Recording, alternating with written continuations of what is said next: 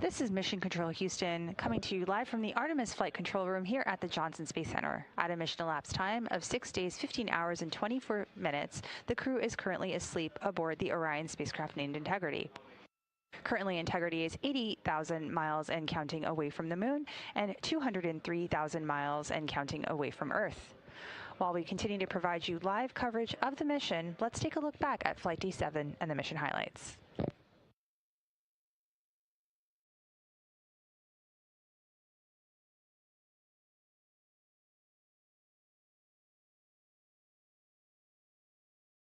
Good morning from Mission Control Houston. We are at a mission elapsed time of 5 days, 14 hours, 2 minutes and counting. The Artemis II crew is currently in their sleep period.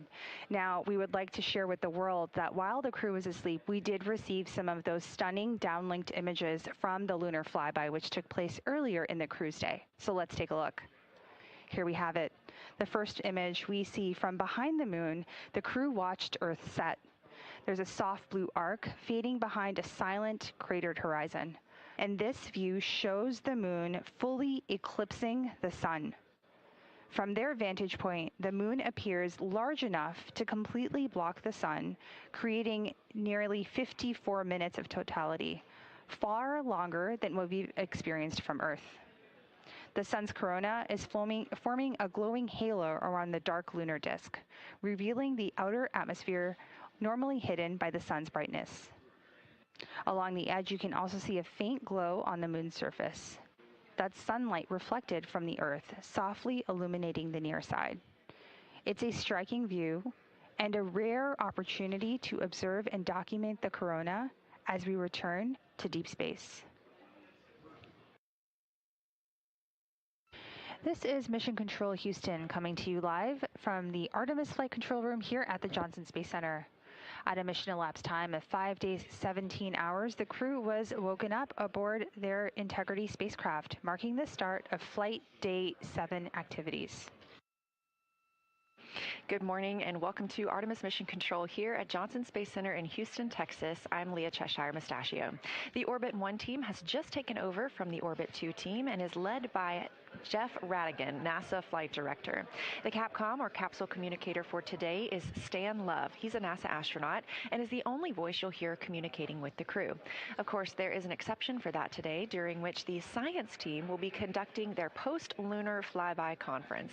If you tuned in yesterday, you got a treat, and we got to see amazing views of the moon as well as hear the crew's description of them. Now, while the crew was taking those photos, they were also recording private voice notes that they sent down to the science team overnight. This morning, the science team is going to talk about the observations that the crew made while those are all still fresh. We've also got some other exciting activities coming up today, including a ship-to-ship call. The Orion spacecraft and the 4 Artemis II astronauts, Reed Wiseman, Victor Glover, Christina Cook, and Jeremy Hansen, will be calling the International Space Station. We have 7 crew members living and working aboard the International Space Station, and we've just surpassed 25 years of continuous human presence living and working in space. This will be the first time that these 2 spacecraft have ever talked to each other. This is the first flight of humans aboard the Orion spacecraft, and in the official flight kit aboard Orion are some special flags.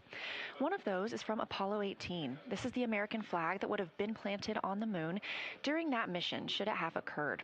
It was on display in the NASA headquarters building in Washington, D.C., making its way around the moon over 50 years since its originally intended flight. The other American flag aboard Orion is from a little more recent history. It was flown on STS-1, the first space shuttle flight, STS-135, the last space shuttle flight, and NASA SpaceX DM-2, or Demonstration Mission 2, which was the return of launching American astronauts from American soil on American rockets. Good morning, Houston. We are 202,306 nautical miles away. Earth is pulling us back, and we are happy about that. We're ready for morning DPC. We're happy about that, too, and ready for DPC. We've got about a dozen quick items for you, the first of which is updated nominal burn plan and nominal RTC last star on board. Actually, Stan, we have one more small and quick thing. We just wanted to take this moment to recognize the two newest members of the Association of Space Explorers, NASA astronaut Christina Cook and Canadian Space Agency astronaut Jeremy Hansen. Reed and I are both members, and we're proud to welcome the two of them to this international body of human space explorers. And also congratulations to Jack Hathaway, who recently joined aboard the International Space Station. Thank you. Thank you for those words, and welcome to the club.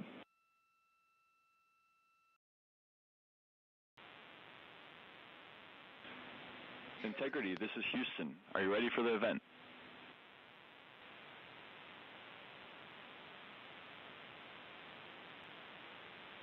Integrity is ready for the event.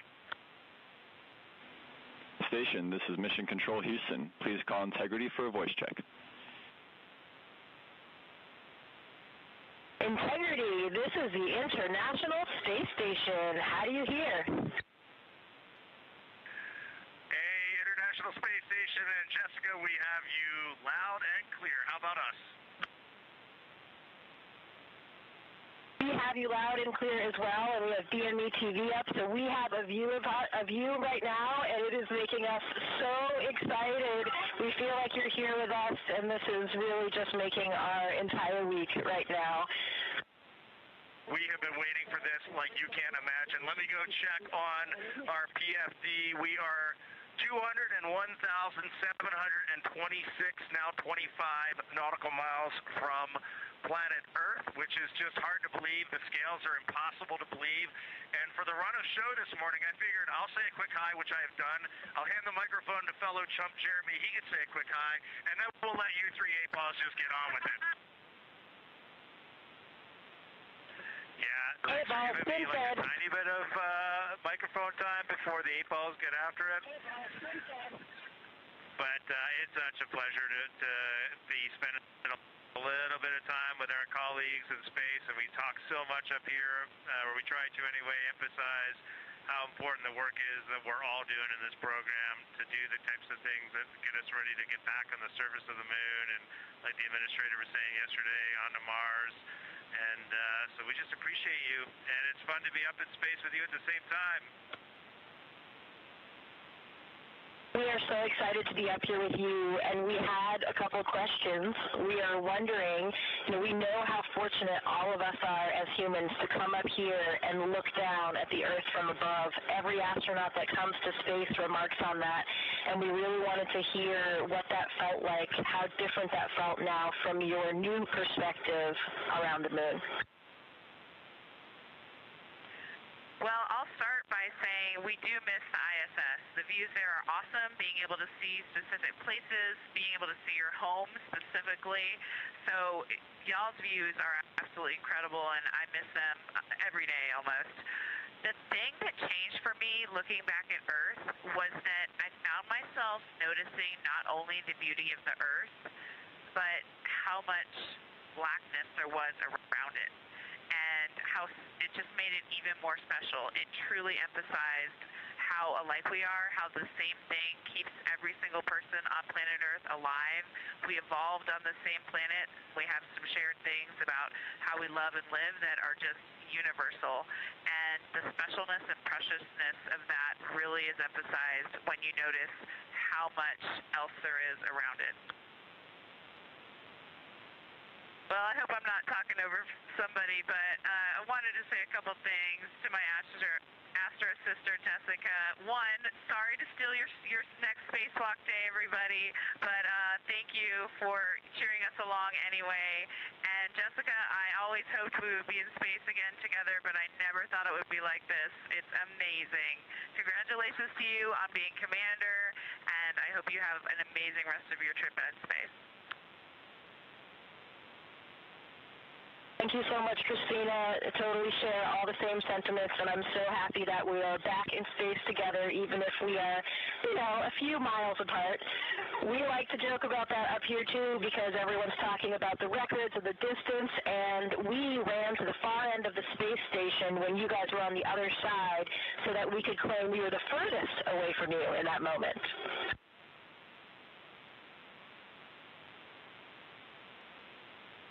love all four of you so much. We were doing the same shenanigans here when we got to the furthest point from the moon. I tried to get to the furthest point from Earth. I tried to get to the furthest point in the spacecraft, and my crewmates were clawing me down. And I know that's a joke. We were busy doing science, but we had that same conversation. It was a lot of fun.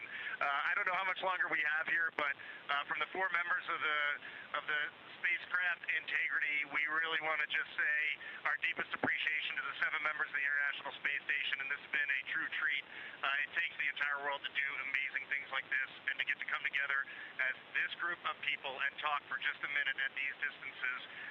We are all off the planet Earth right now, and we're all going to go home to that planet, and that is a very special thing. So thank you all for tying in. We are loving all four of you from here, from the space station in low Earth orbit. We'll keep the fires burning here.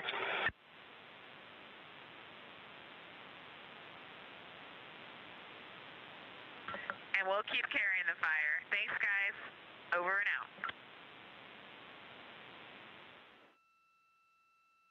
Coming up next for the Artemis II crew is a conference with the science team. They will be reviewing what they saw yesterday during their lunar flyby, sharing any findings or interesting information with the science team while it's all still fresh for the crew members.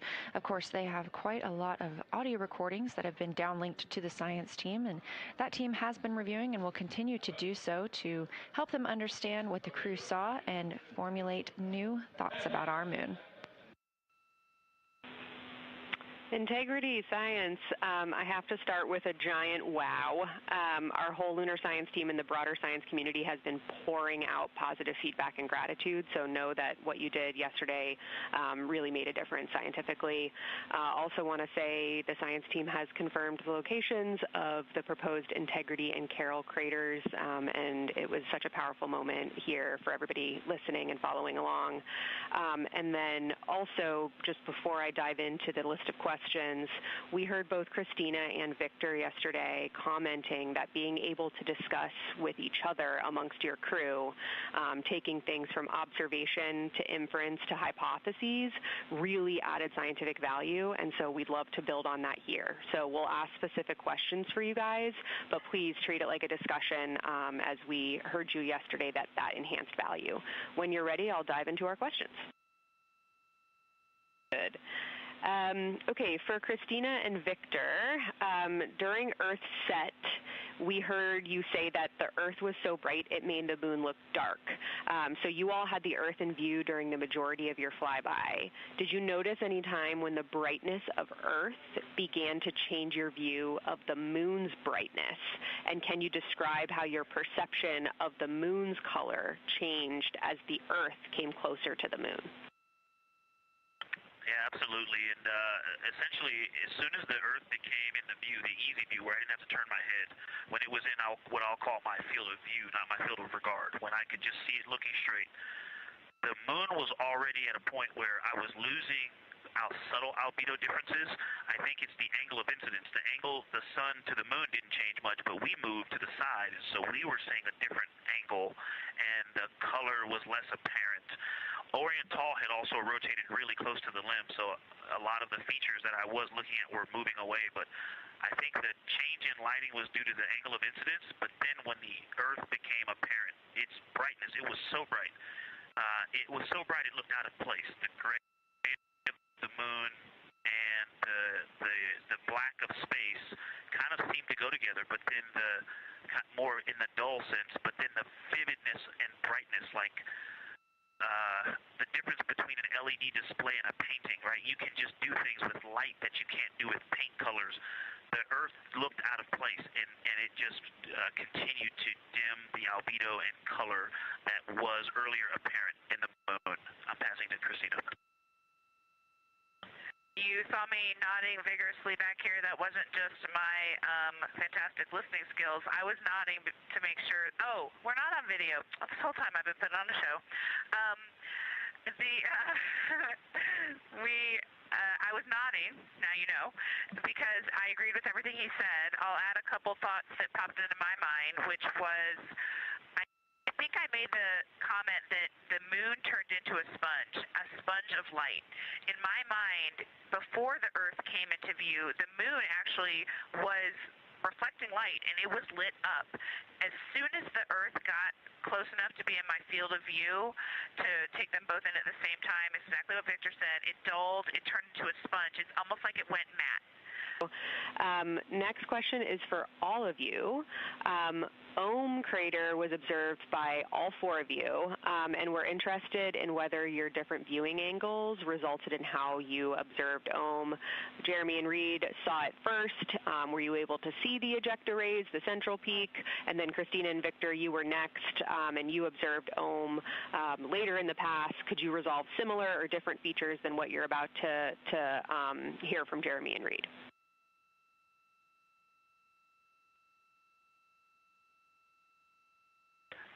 The ejecta blanket for Ohm, I mean, it definitely changed as we went around the moon, but it did not change that much. It was always there. It was always fairly apparent.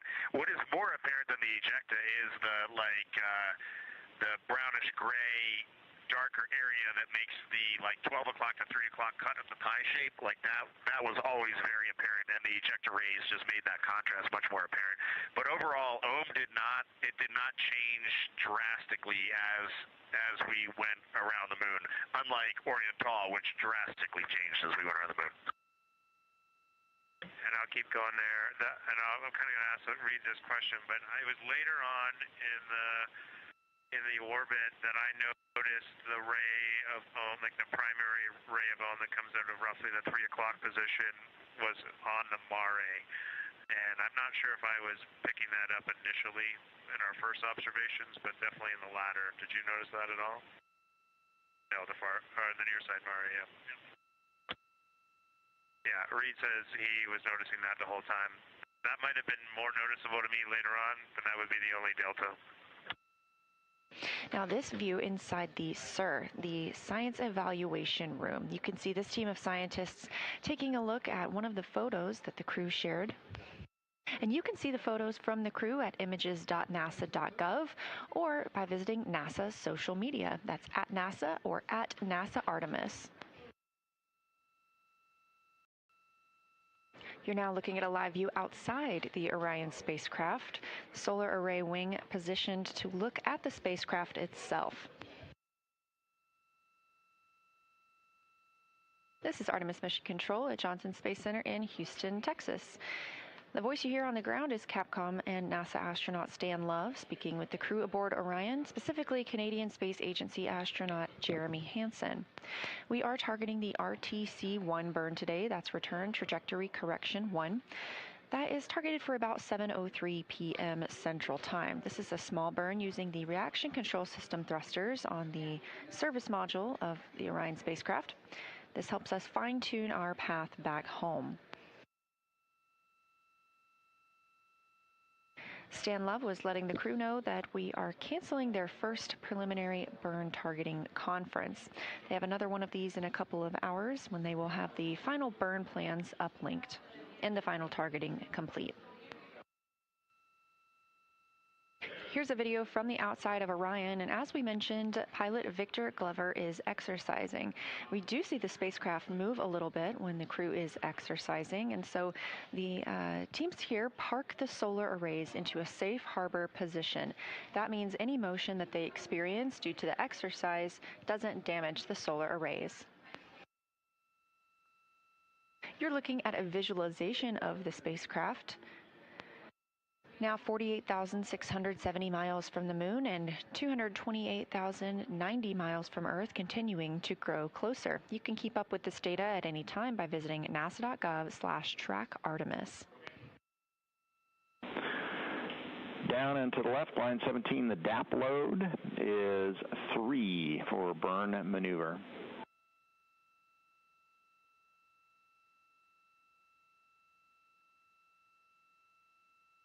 Go ahead. In the guidance solutions section, the delta V tote now 1.4 feet per second. The TGO is unchanged at 1.5 seconds.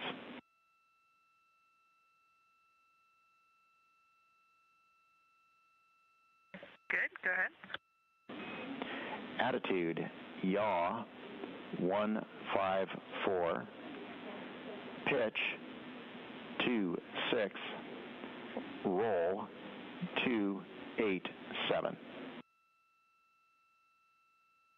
That was Capcom's Stan Love here in Mission Control Houston, a fellow NASA astronaut speaking with NASA's Christina Cook aboard the Orion spacecraft.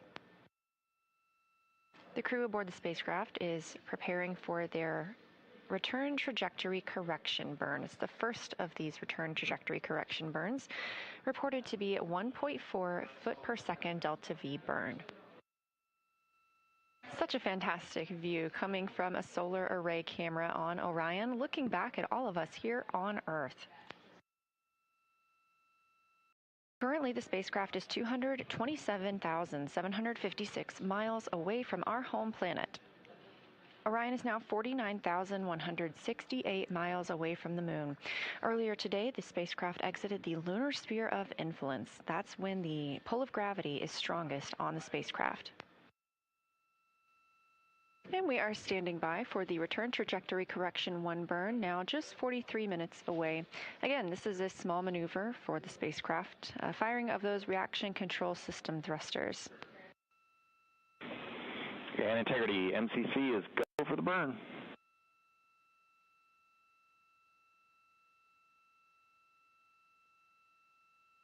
Okay, we copy, you're still go, and we're go up here. Ground team confirmed that we are go for the RTC-1 burn, return trajectory correction 1, coming up in 27 minutes. That will be at 7:03 p.m. Central Time. Integrity, tank pressures are good for the burn. Standing by for the RTC-1 burn.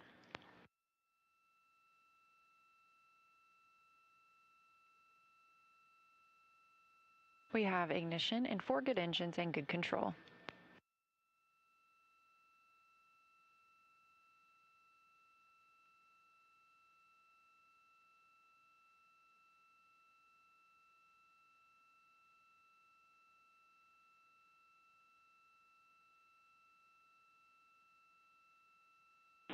Integrity, preliminary look is a good burn. Still assessing, 40 seconds to LOS.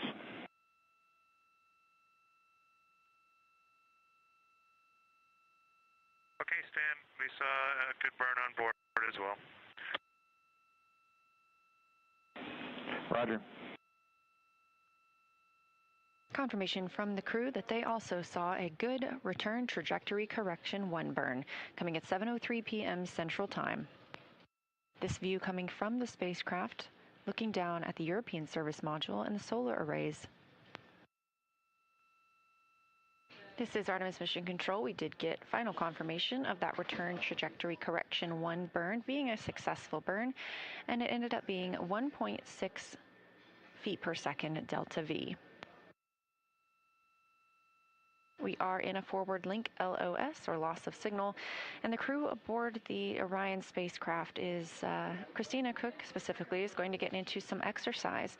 Again, this is a quiet day for the crew as they had a very busy day yesterday and have some busy days coming up as well.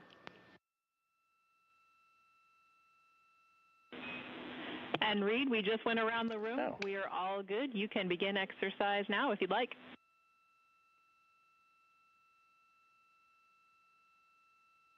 Okay, we will. It is pretty interesting up here. I'm sure you see in the data, but we can definitely feel the vehicle moving around when folks are exercising.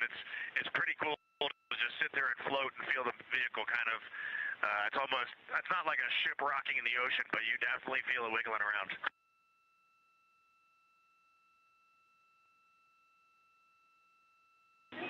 We also see it in the SAW video as well as our data, but good to hear your report on it as well.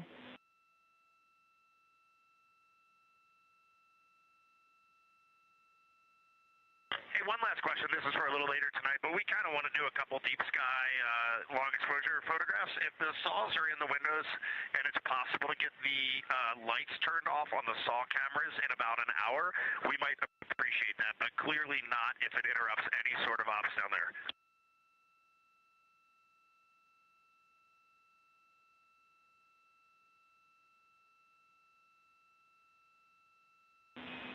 Reed, we think that will be doable. We will double check and we'll let you know when you're done exercising.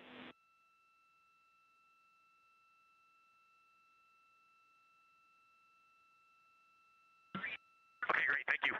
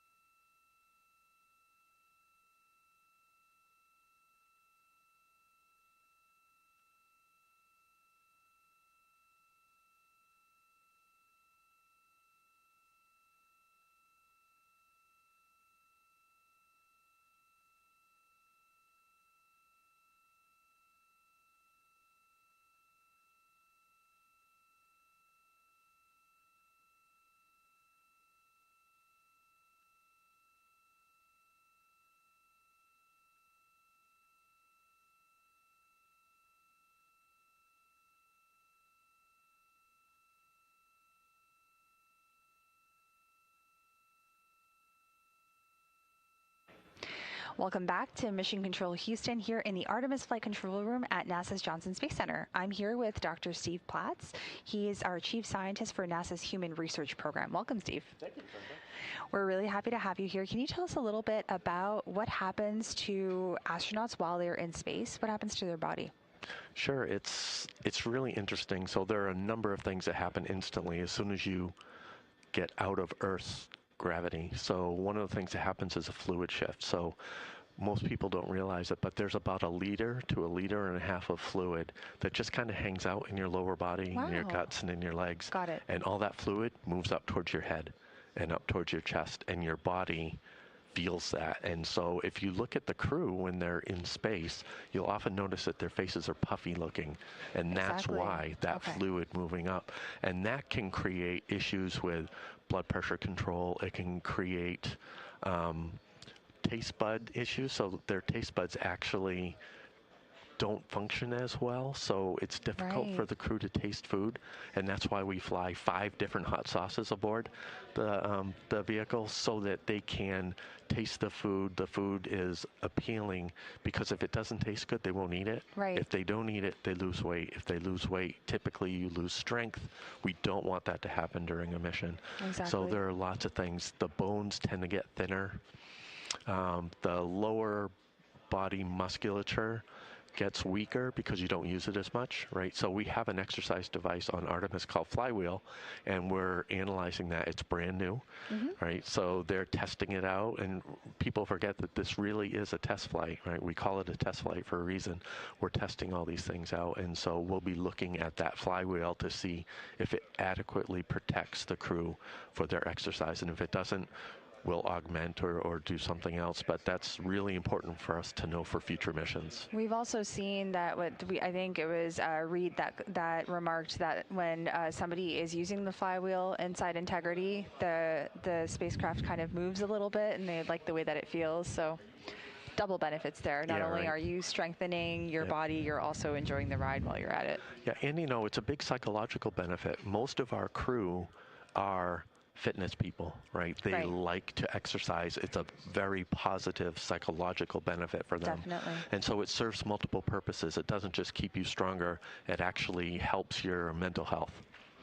Yeah, I know that whenever I exercise, I feel a lot lighter. I feel like I can accomplish anything. You know, the world's my oyster. Yeah, it's great for stress relief, and that's one of the things that we are looking at for this mission. The vehicle is much smaller than we're used to, right? We're used to Station, which is a 6-bedroom home when you think about the volume, and now we're talking about a camper van. A camper van, 2 minivans, a 6-person tent. Depending on who you talk to, you might hear these various analogies. So put yourself in there with your 3 bestest buddies, and you're exercising and they're exercising, and you're eating and they're eating, and you're sleeping and they're sleeping. And how does that affect the crew and their function and their mental health? And that's something we're looking at in a study called Archer. So let's talk a lot about the Archer study and the mental health piece of it. Can you tell me a little bit about that? Sure. So we have a number of questionnaires and surveys that we're giving to the crew, asking various questions that relate to mental health. Not only their own, you know, how are you feeling? Are you anxious about this? And sometimes, you know, different parts of the mission, you see different things happening. Typically, when they're about to do the coolest part of the mission, so like when they're approaching the moon, you see their positivity really increase, and then those things can wane. So we're studying that, but we also have them wearing a device much like a smartwatch that many of us wear, but it's a lot more sophisticated and a lot more accurate than the ones that we wear, and we're tracking their light-dark cycles, so the wavelength, everything, and because we're really interested in their sleep. Sleep is really important in space. It is. And we know that it's difficult for some crew members to sleep. So we're really interested in tracking that. How much are they sleeping? What's the quality of that sleep, right? Because, you know, when I wear my watch and I look in the morning, I think I got a good night's sleep, and it says, no, you woke up 15 times, right? You don't even realize that half the time. I know. It's crazy. And that's exactly what we're trying to track, because there might be things we can do to improve that.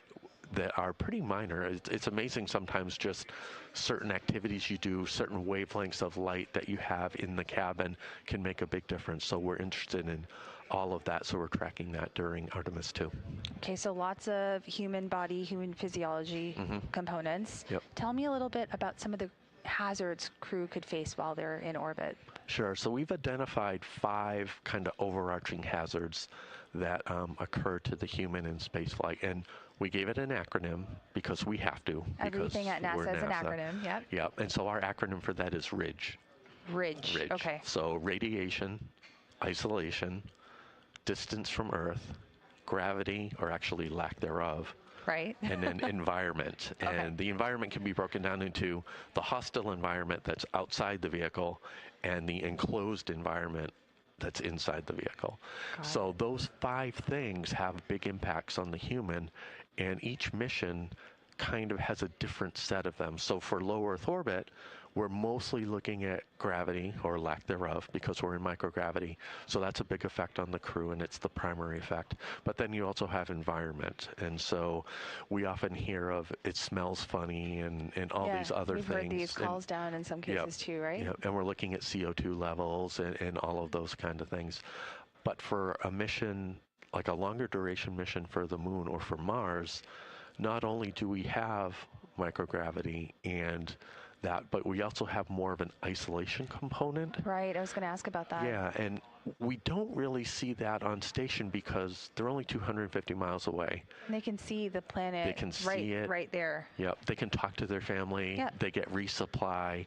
So it doesn't feel that crew isolated. comes up and they swap, all of those pieces. Yep. Yeah, that definitely helps. Yeah, but for these types of missions, when you're in a smaller vehicle and you can't have that, we're looking at that. So that's more of a driver for some of these other missions. Interesting. I didn't even know that. Yeah. Fun fact for those of you watching, NASA actually has an acronym library, and all of the acronyms that I often don't even know, I look it up in there because there are so many. We are an alphabet soup of an agency, but thank you so much for spelling everything out for us. Sure.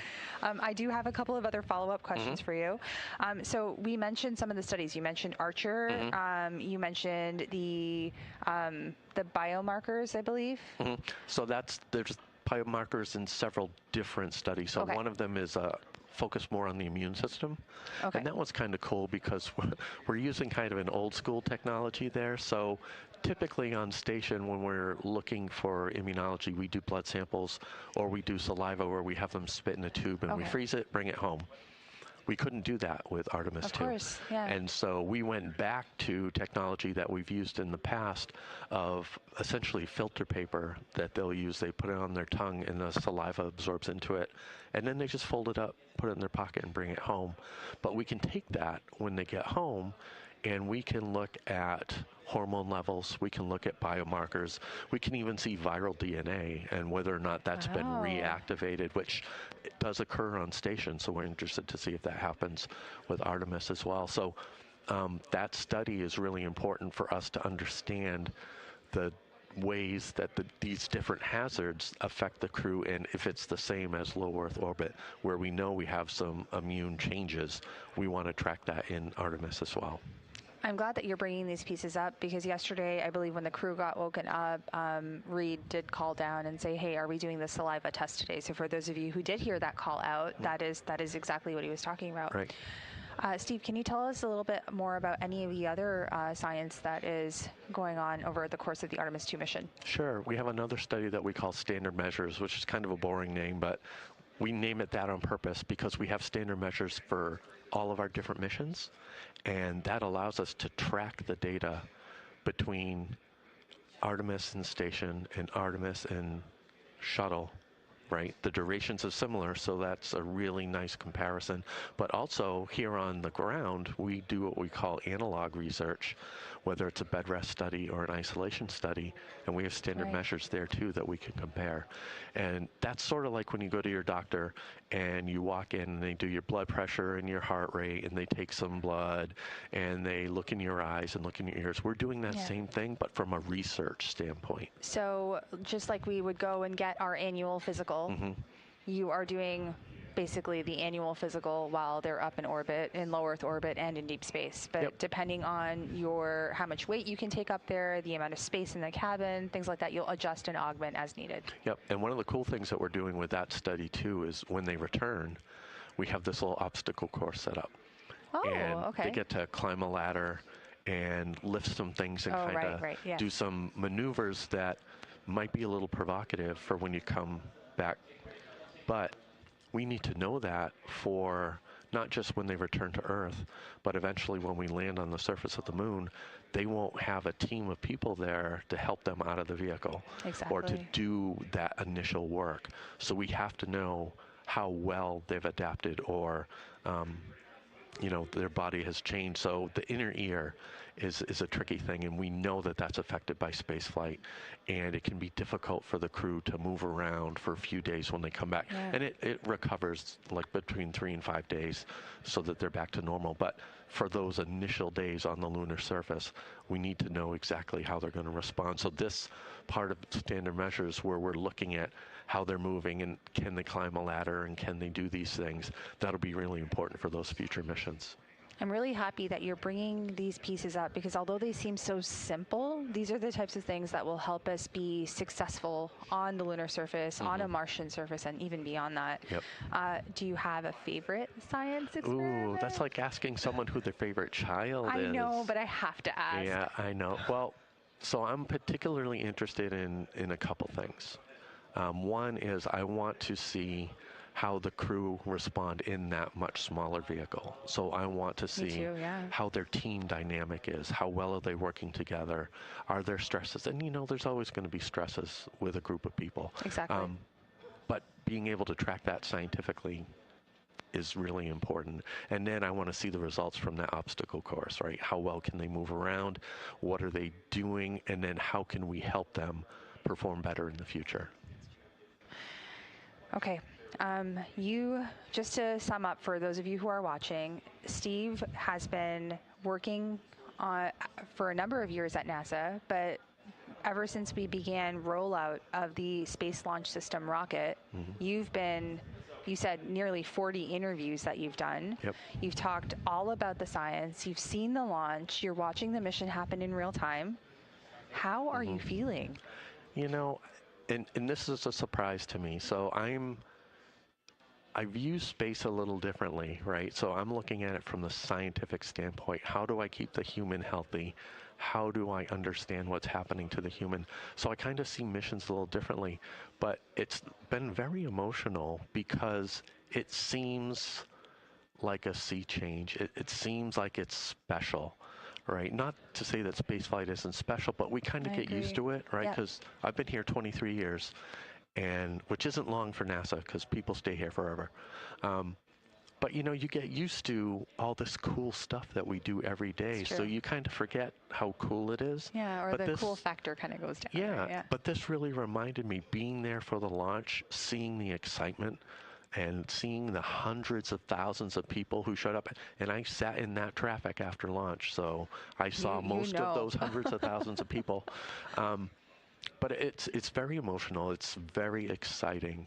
It's really reinvigorated me, and so it's something that's really hard to describe. But it's been a phenomenal experience, and I'm really glad I'm here to do it.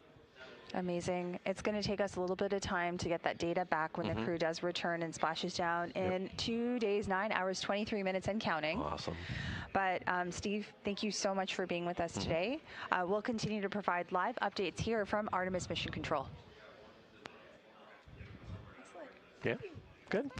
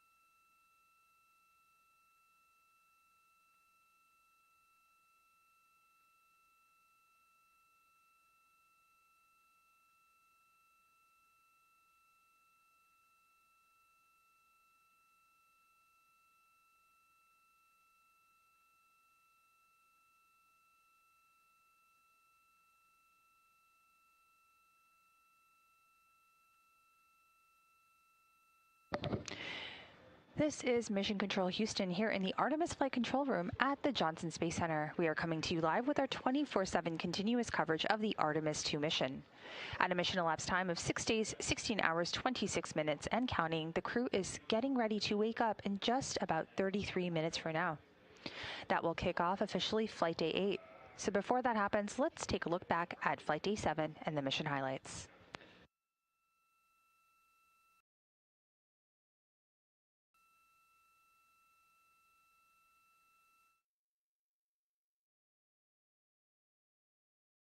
Good morning from Mission Control Houston. We are at a mission elapsed time of 5 days, 14 hours, 2 minutes and counting. The Artemis II crew is currently in their sleep period.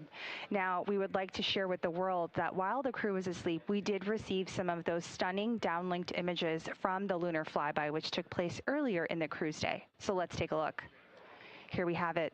The first image we see from behind the moon, the crew watched Earth set. There's a soft blue arc fading behind a silent, cratered horizon.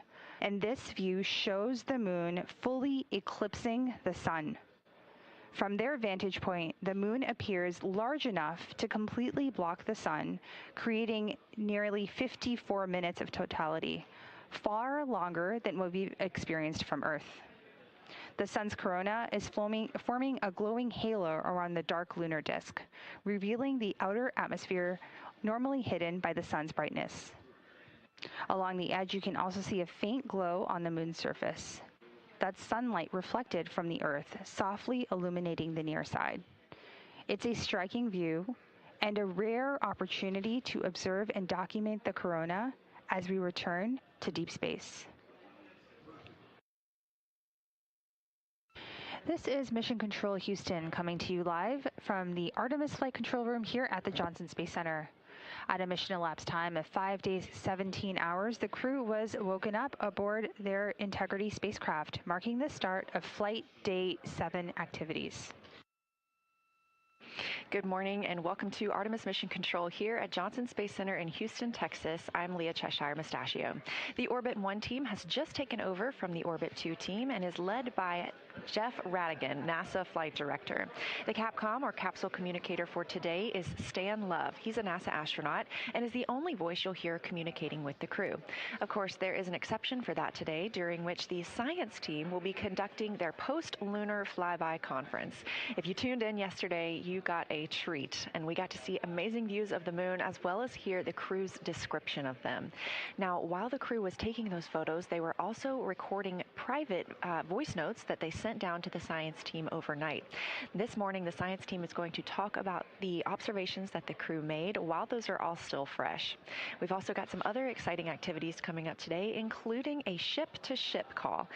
The Orion spacecraft and the 4 Artemis II astronauts, Reed Wiseman, Victor Glover, Christina Cook, and Jeremy Hansen, will be calling the International Space Station. We have 7 crew members living and working aboard the International Space Station, and we've just surpassed 25 years of continuous human presence living and working in space. This will be the first time that these 2 spacecraft have ever talked to each other. This is the first flight of humans aboard the Orion spacecraft, and in the official flight kit aboard Orion are some special flags. One of those is from Apollo 18. This is the American flag that would have been planted on the moon during that mission, should it have occurred. It was on display in the NASA headquarters building in Washington, D.C., making its way around the moon over 50 years since its originally intended flight. The other American flag aboard Orion is from a little more recent history. It was flown on STS-1, the first space shuttle flight, STS-135, the last space shuttle flight, and NASA SpaceX DM-2, or Demonstration Mission 2, which was the return of launching American astronauts from American soil on American rockets. Good morning, Houston. We are 202,306 nautical miles away. Earth is pulling us back, and we are happy about that. We're ready for morning DPC. We're happy about that, too, and ready for DPC. We've got about a dozen quick items for you, the first of which is updated nominal burn plan and nominal RTC last star on board. Actually, Stan, we have one more small and quick thing. We just wanted to take this moment to recognize the two newest members of the Association of Space Explorers, NASA astronaut Christina Cook and Canadian Space Agency astronaut Jeremy Hansen. Reed and I are both members, and we're proud to welcome the two of them to this international body of human space explorers. And also congratulations to Jack Hathaway, who recently joined aboard the International Space Station. Thank you. Thank you for those words, and welcome to the club.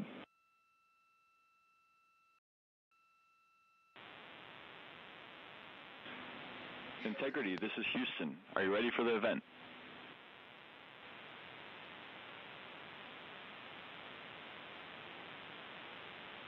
Integrity is ready for the event. Station, this is Mission Control Houston. Please call Integrity for a voice check. Integrity, this is the International Space Station. How do you hear? Hey, International Space Station and Jessica, we have you loud and clear. How about us? We have you loud and clear as well, and we have DME TV up, so we have a view of you right now, and it is making us so excited. We feel like you're here with us, and this is really just making our entire week right now. We have been waiting for this like you can't imagine. Let me go check on our PFD. We are 201,726, now 25 nautical miles from planet Earth, which is just hard to believe. The scales are impossible to believe. And for the run of show this morning, I figured I'll say a quick hi, which I have done. I'll hand the microphone to fellow chump Jeremy. He can say a quick hi, and then we'll let you three A-Paws just get on with it. Yeah, it's going to be like a tiny bit of microphone time before the A-Paws get after it. But it's such a pleasure to be spending a little bit of time with our colleagues in space, and we talk so much up here, or we try to anyway, emphasize how important the work is that we're all doing in this program to do the types of things that get us ready to get back on the surface of the moon, and like the administrator was saying yesterday, onto Mars. And so we just appreciate you, and it's fun to be up in space with you at the same time. We are so excited to be up here with you, and we had a couple of questions. We are wondering, we know how fortunate all of us are as humans to come up here and look down at the Earth from above. Every astronaut that comes to space remarks on that, and we really wanted to hear what that felt like, how different that felt now from your new perspective around the moon. Well, I'll start by saying we do miss the ISS. The views there are awesome, being able to see specific places, being able to see your home specifically. So y'all's views are absolutely incredible, and I miss them every day almost. The thing that changed for me looking back at Earth was that I found myself noticing not only the beauty of the Earth, but how much blackness there was around it. And how it just made it even more special. It truly emphasized how alike we are, how the same thing keeps every single person on planet Earth alive. We evolved on the same planet. We have some shared things about how we love and live that are just universal. And the specialness and preciousness of that really is emphasized when you notice how much else there is around it. Well, I hope I'm not talking over somebody, but I wanted to say a couple things to my Astro sister, Jessica. One, sorry to steal your next spacewalk day, everybody, but thank you for cheering us along anyway. And Jessica, I always hoped we would be in space again together, but I never thought it would be like this. It's amazing. Congratulations to you on being commander, and I hope you have an amazing rest of your trip in space.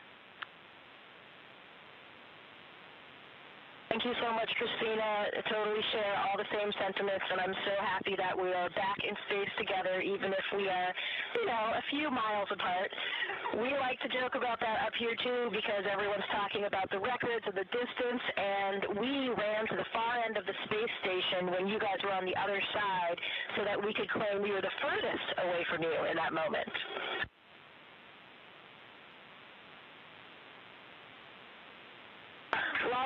four of you so much. We were doing the same shenanigans here when we got to the furthest point from the moon. I tried to get to the furthest, the furthest point from Earth. I tried to get to the furthest point in the spacecraft, and my crewmates were clawing me down.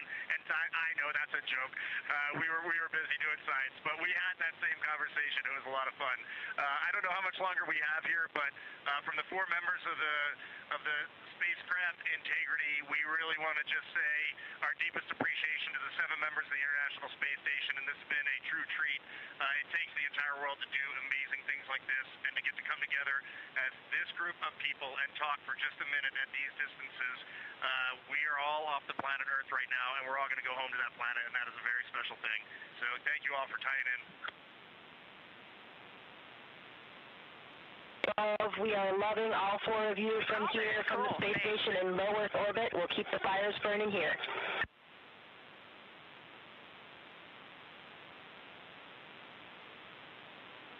And we'll keep carrying the fire. Thanks, guys. Over and out. Coming up next for the Artemis II crew is a conference with the science team. They will be reviewing what they saw yesterday during their lunar flyby, sharing any findings or interesting information with the science team while it's all still fresh for the crew members. Of course, they have quite a lot of audio recordings that have been downlinked to the science team, and that team has been reviewing and will continue to do so to help them understand what the crew saw and formulate new thoughts about our moon. Integrity science, I have to start with a giant wow. Our whole lunar science team and the broader science community has been pouring out positive feedback and gratitude, so know that what you did yesterday really made a difference scientifically. Also want to say the science team has confirmed the locations of the proposed Integrity and Carroll craters, and it was such a powerful moment here for everybody listening and following along. And then also, just before I dive into the list of questions, we heard both Christina and Victor yesterday commenting that being able to discuss with each other amongst your crew, taking things from observation to inference to hypotheses, really added scientific value, and so we'd love to build on that here. So we'll ask specific questions for you guys, but please treat it like a discussion as we heard you yesterday that enhanced value. When you're ready, I'll dive into our questions. Good. Okay, for Christina and Victor, during Earth set, we heard you say that the Earth was so bright it made the moon look dark. So you all had the Earth in view during the majority of your flyby. Did you notice any time when the brightness of Earth began to change your view of the moon's brightness? And can you describe how your perception of the moon's color changed as the Earth came closer to the moon? Yeah, absolutely. And essentially, as soon as the Earth became in the view, the easy view, where I didn't have to turn my head, when it was in what I'll call my field of view, not my field of regard, when I could just see it looking straight, the moon was already at a point where I was losing subtle albedo differences. I think it's the angle of incidence. The angle, the sun to the moon didn't change much, but we moved to the side, so we were seeing a different angle, and the color was less apparent. Oriental had also rotated really close to the limb, so a lot of the features that I was looking at were moving away, but I think the change in lighting was due to the angle of incidence, but then when the Earth became apparent, its brightness, it was so bright. It was so bright it looked out of place. The gray of the moon and the black of space kind of seemed to go together, but then more in the dull sense, but then the vividness and brightness, like the difference between an LED display and a painting, right? You can just do things with light that you can't do with paint colors. The Earth looked out of place, and it just continued to dim the albedo and color that was earlier apparent in the moon. I'm passing to Christina. You saw me nodding vigorously back here. That wasn't just my fantastic listening skills. I was nodding to make sure. Oh, we're not on video. This whole time I've been putting on a show. I was nodding, now you know, because I agreed with everything he said. I'll add a couple thoughts that popped into my mind, which was, I think I made the comment that the moon turned into a sponge of light. In my mind, before the Earth came into view, the moon actually was reflecting light, and it was lit up. As soon as the Earth got close enough to be in my field of view to take them both in at the same time, exactly what Victor said, it dulled, it turned into a sponge. It's almost like it went matte. Next question is for all of you. Ohm crater was observed by all four of you, and we're interested in whether your different viewing angles resulted in how you observed Ohm. Jeremy and Reed saw it first. Were you able to see the ejector rays, the central peak? And then Christina and Victor, you were next, and you observed Ohm later in the past. Could you resolve similar or different features than what you're about to hear from Jeremy and Reed?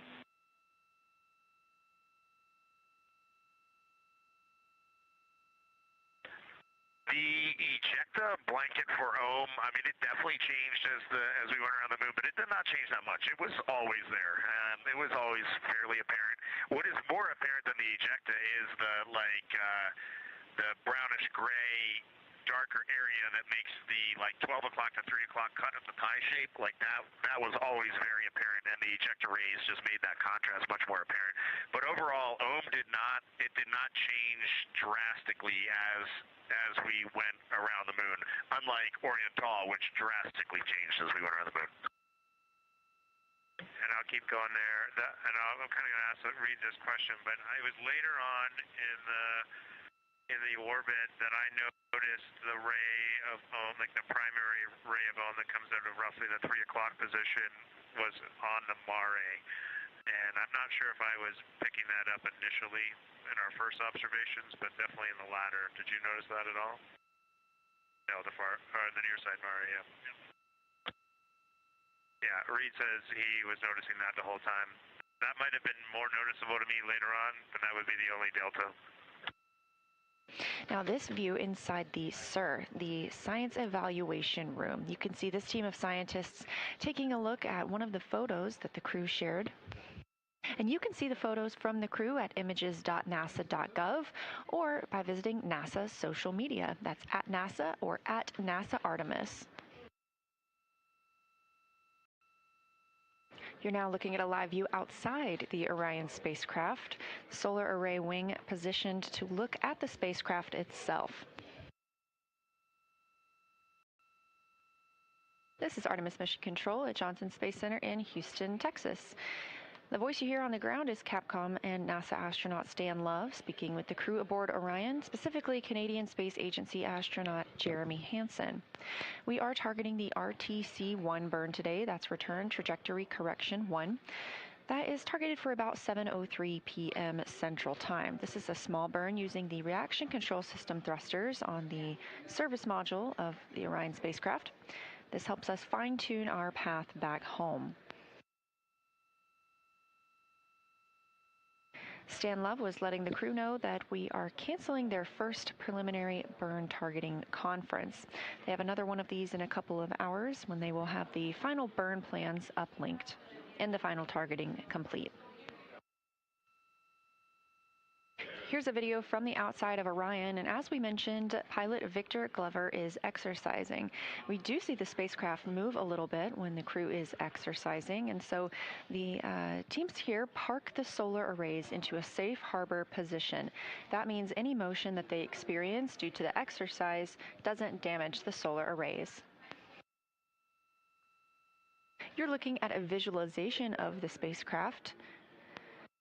Now 48,670 miles from the moon and 228,090 miles from Earth, continuing to grow closer. You can keep up with this data at any time by visiting nasa.gov/track-Artemis.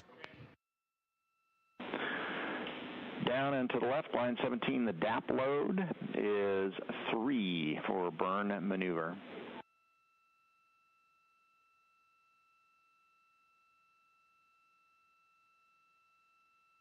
Go ahead. In the guidance solutions section, the delta V tote now 1.4 feet per second. The TGO is unchanged at 15 seconds.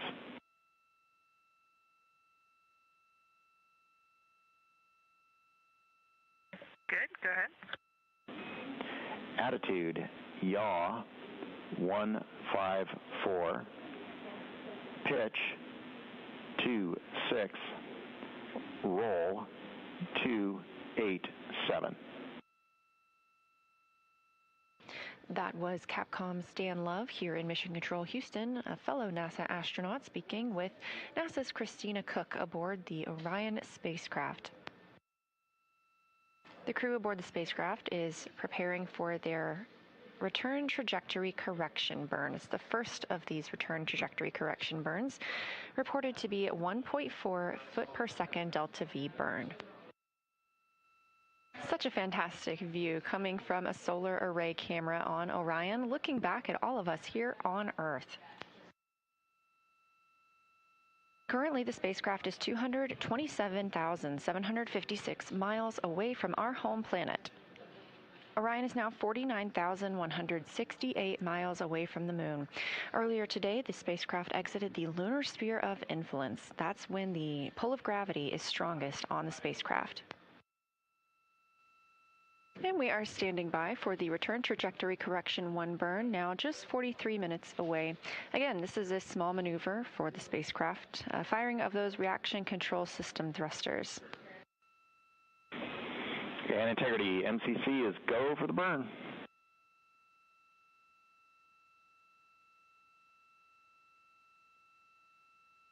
Okay, we copy, you're still go, and we're go up here. Ground team confirmed that we are go for the RTC-1 burn, return trajectory correction 1, coming up in 27 minutes. That will be at 7:03 p.m. Central Time. Integrity, tank pressures are good for the burn. Standing by for the RTC-1 burn.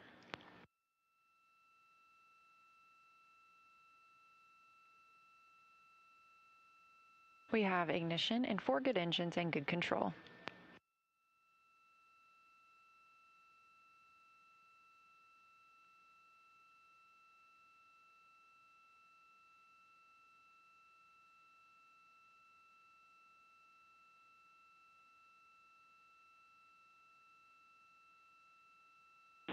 Integrity, preliminary look is a good burn. Still assessing, 40 seconds to LOS.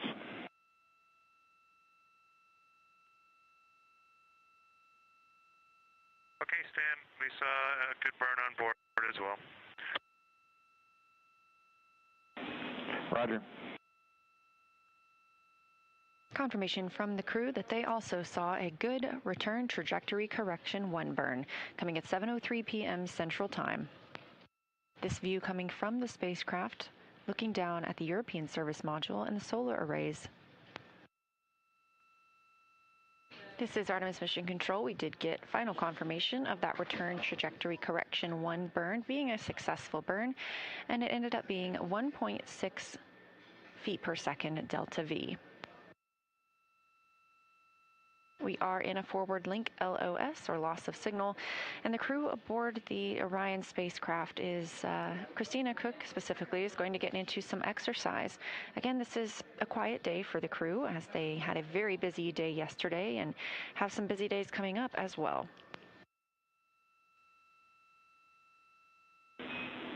And Reed, we just went around the room. Oh. We are all good. You can begin exercise now if you'd like.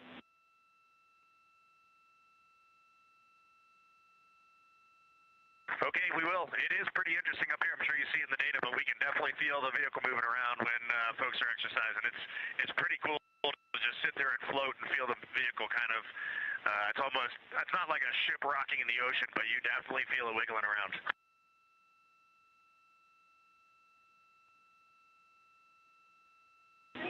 We also see it in the SAW video as well as our data, but good to hear your report on it as well.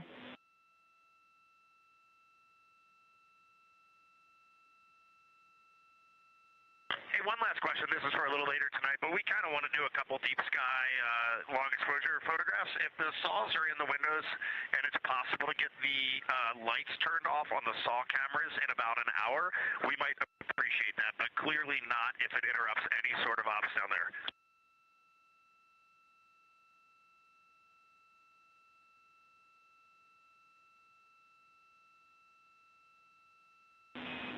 Reed, we think that will be doable. We will double check and we'll let you know when you're done exercising.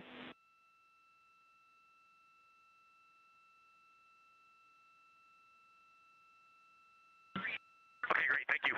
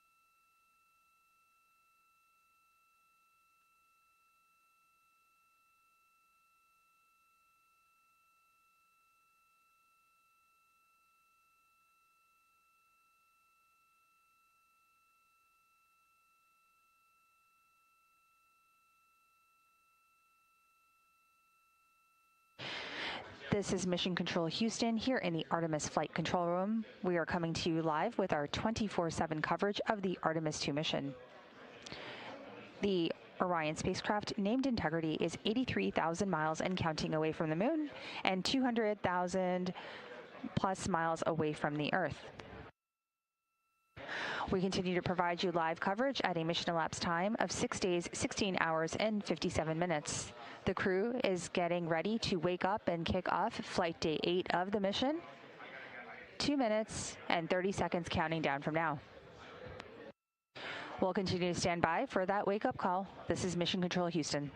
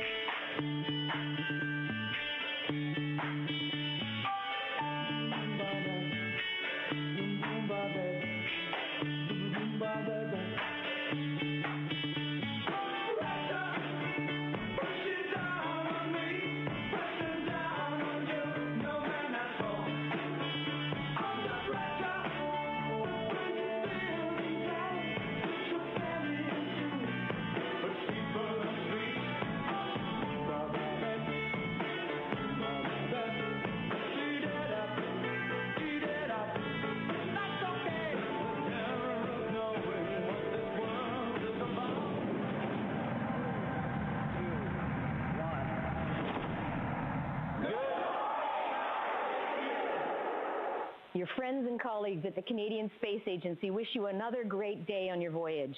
Canadians everywhere are inspired by your journey, and we're with you every step of the way. Let's go.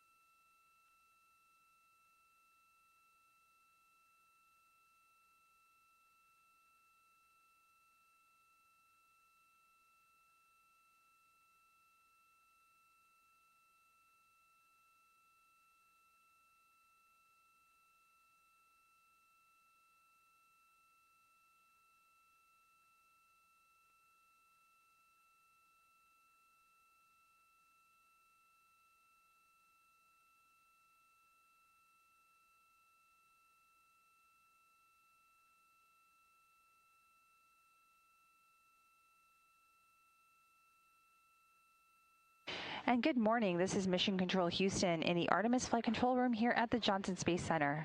At a mission elapsed time of 6 days, 17 hours, the crew was woken up. This marks the start of Flight Day 8 activities.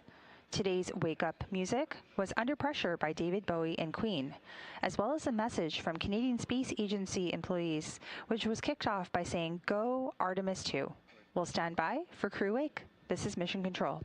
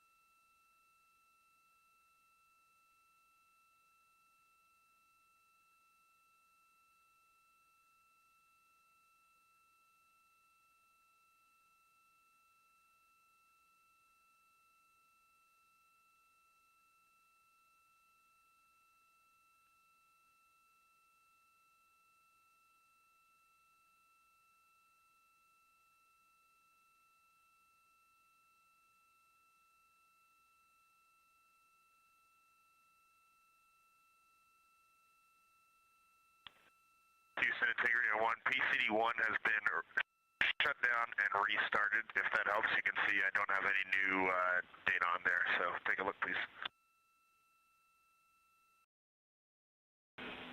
Okay, Reed, copy. We do see it up and running, and we will take a look at that. And while I have you, a quick timeline delta for you.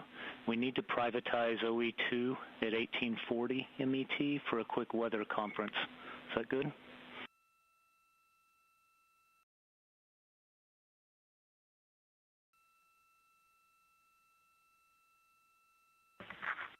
Yes, that's great. Okay, and then accordingly, we'll go ahead and delay the ACU power cycle until after that is over.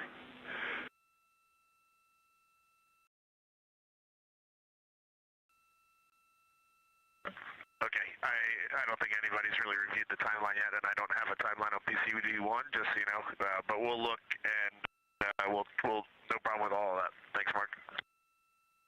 You bet.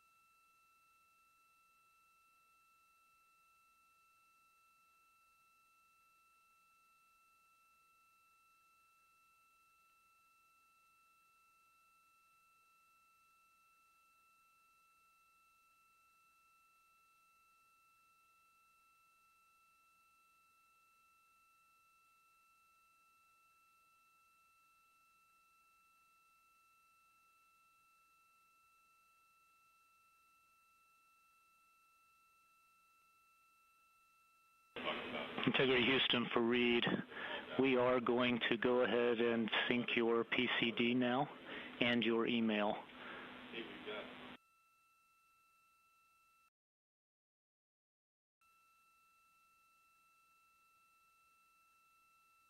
Okay, we copy that, and I assume that means hands-off email. Does it have any other restrictions, or just hands-off everything? Yeah, just hands-off email. And also the weather conference, the weather is looking good. We'll give you the details during that conference.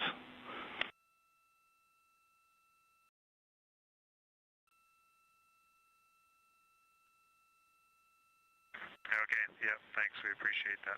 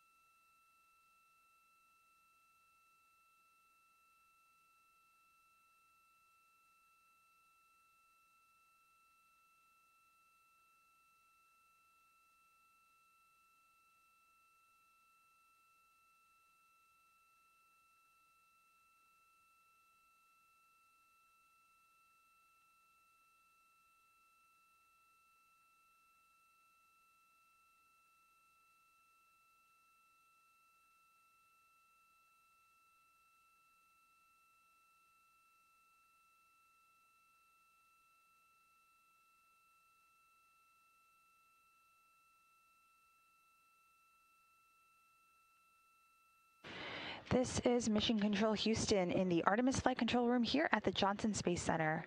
At a mission elapsed time of 6 days, 17 hours, today's wake-up call for the Artemis II crew aboard the Integrity spacecraft marked the start of Flight Day 8 activities. Today's wake-up music was Under Pressure by David Bowie and Queen, as well as a message from Canadian Space Agency employees, which kicked off by saying, "Go Artemis II." Activities today are focused on a Orion crew survival suit detailed flight test objective where all 4 crew members are scheduled to test an orthostatic intolerance garment. During the test, the crew will evaluate the garments, which is specialized equipment designed to help astronauts maintain blood pressure and circulation during the transition back to Earth's gravity. An on-orbit news conference comes up later on in the day at 8:45 p.m. Central Daylight Time, today, Wednesday, April 8th, to speak with media as the crew is heading back to Earth in 2 days, 7 hours, and 49 minutes and counting down. There's a second detailed flight test objective that will focus on manual piloting, where the crew aboard Integrity will take manual control of the spacecraft using Orion's field of view to center a designated target before guiding the spacecraft to a tail-to-sun attitude and comparing Orion's control modes. The manual piloting demonstration will begin at 9:55 p.m. Central Time. The crew aboard Integrity remain on a free return trajectory as they make their way back home to Earth. Meanwhile, in Artemis Mission Control, the Orbit 3 team here has handed over to the Orbit 1 oncoming flight control team. I'm Nilofer Ramji, handing things over now to our Orbit 1 commentator, which includes Leah Cheshire Mustachio, who'll take you through the next few hours as we kick off Flight Day 8 of the Artemis 2 mission. And later, our Orbit 2 commentator, Anna Schneider, who will be taking you through the rest of the crew's day. Signing off, this is Mission Control Houston.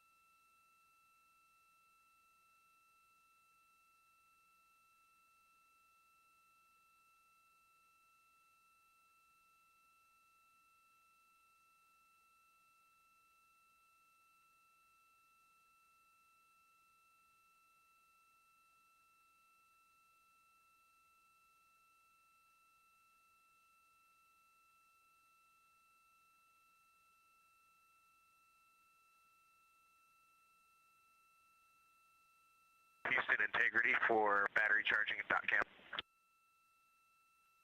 Go ahead, Reed.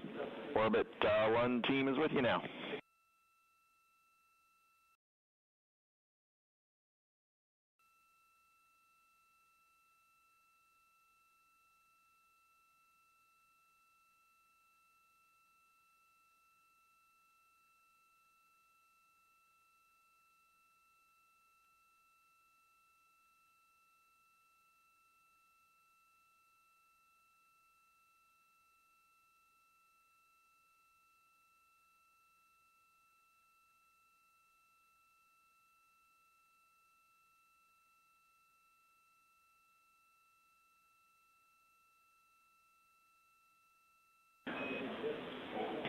And Reed, go ahead. Orbit 1 team with you now.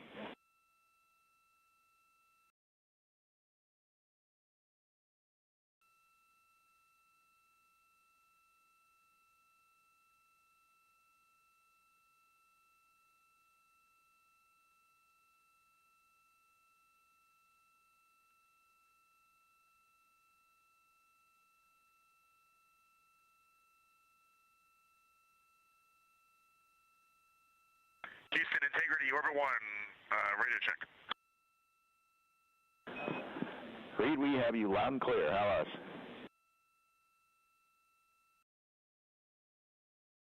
Gotcha, the same. Don't know if you heard my last. For the docking camera, I know we're going to use it periodically today, but when it is not being used, is there any chance we can unpower and plug in the USB-C power strip? We're running a little bit low on some of our peripheral battery power. We heard your earlier call. Evidently, you didn't hear our response and checking on the docking cam.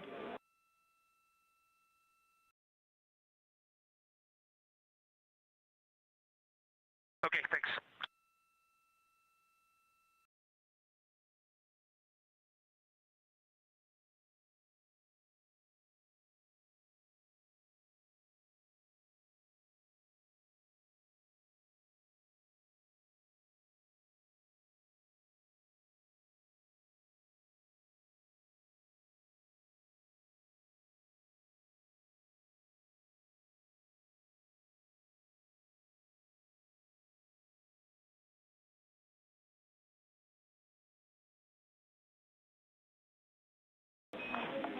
And Reed, we're using the docking cam for another 30 minutes.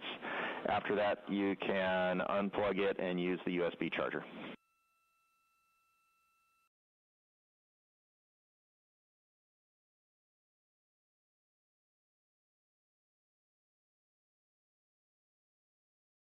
Okay, that sounds awesome, Stan. Just let us know when we can do that. Thanks.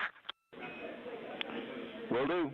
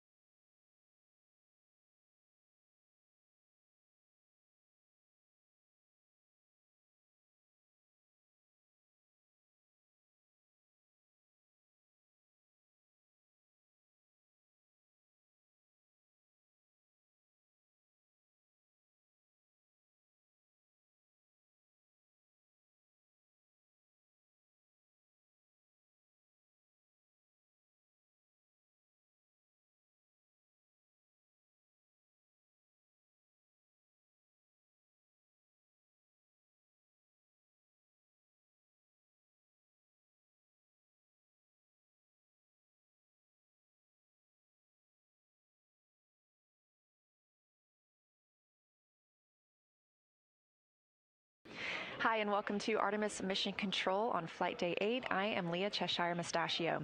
The Orbit 1 team has just taken over in the room, led by Flight Director Jeff Radigan. We are on Flight Day 8, and the spacecraft is now just under 200,000 miles away from home. Our 4 astronauts, Reed, Christina, Jeremy, and Victor, all beginning their journey back to Earth. It's going to be a busy day for the crew. They are going to have some exercise timeline as well as a chance to check out their orthostatic garments, part of their Orion Crew Survival System suits. They'll also have a couple of public affairs events when we look forward to hearing and seeing the crew.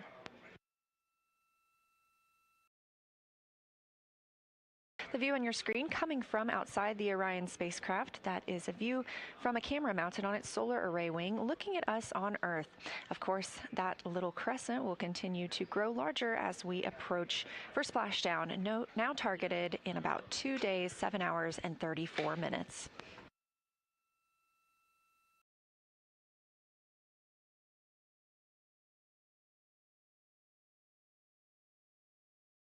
The crew woke up at 10:35 a.m. today, Central Time, to the song Under Pressure. They are now in their post-sleep period, conducting any hygiene, configuring their cabin by putting up their window shrouds and their sleeping bags, as well as enjoying breakfast.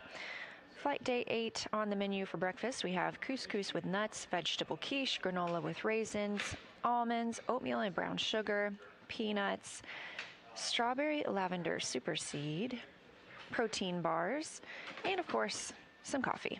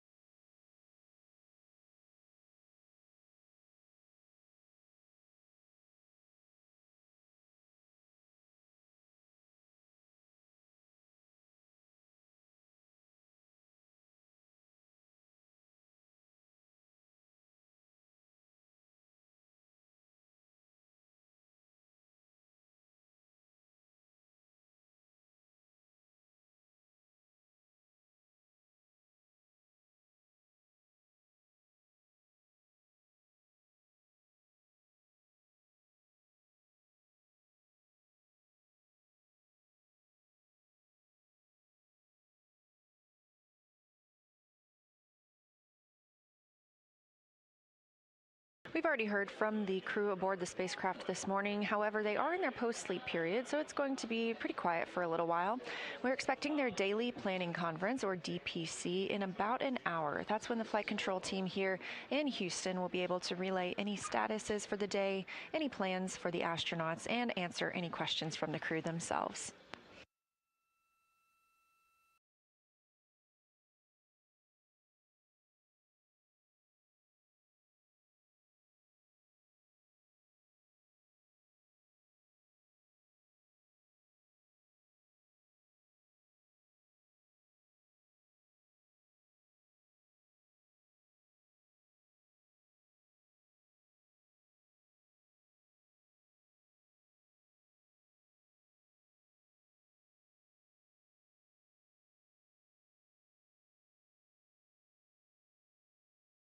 We are a mission elapsed time of 6 days and 18 hours since the launch of Orion atop the Space Launch System from Kennedy Space Center in Florida. But we are on Flight Day 8, so before we get into the flight day, let's take a moment to get reacquainted with our crew.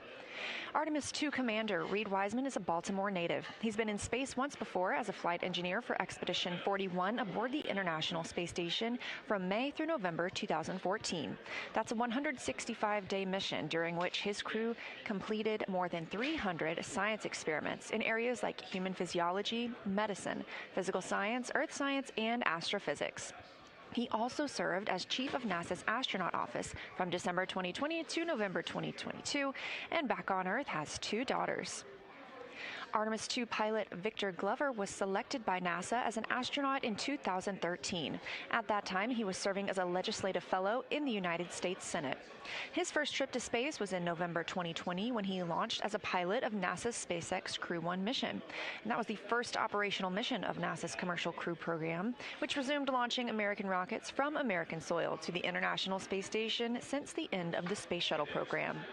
Victor is a U.S. Navy captain and naval aviator who served as a test pilot, racking up more than 3,500 flight hours in more than 40 different aircraft. Back on Earth, he and his wife have 4 children. Mission Specialist Christina Cook is a native of Grand Rapids, Michigan. She was selected to the Astronaut Corps the same year as Victor Glover, 2013. She served as a flight engineer on the space station from March 2019 to February 2020, during which she set a record for the longest single spaceflight by a woman, with a total of 328 consecutive days in space. During that expedition, she also participated in the first ever all-female spacewalk with her colleague Jessica Meir, currently aboard the International Space Station. Before becoming an astronaut, Christina helped build space science instruments and led scientific fieldwork in some of the most remote environments on the planet. Her hobbies include surfing, rock climbing, community service, yoga, travel, and photography. First-time flyer Canadian Space Agency astronaut Jeremy Hansen is flying to the moon as a mission specialist on the Artemis II mission. This London, Ontario native was selected as an astronaut in 2009 and then worked as a CAPCOM, or Capsule Communicator, here in Mission Control. CAPCOM stands for Capsule Communicator. Again, that's the sole direct voice communicating with the astronauts in space. Jeremy also participated in training exercises like living on the ocean floor off the coast of Florida to simulate deep space exploration for 7 days. And in 2017, he became the first Canadian to lead a NASA astronaut class. He enjoys getting out on a sailboat, rock climbing, and mountain biking, and back here on Earth, Jeremy and his wife have 3 children. That's your Artemis II crew, now 6 days, 18 hours, and 3 minutes in space.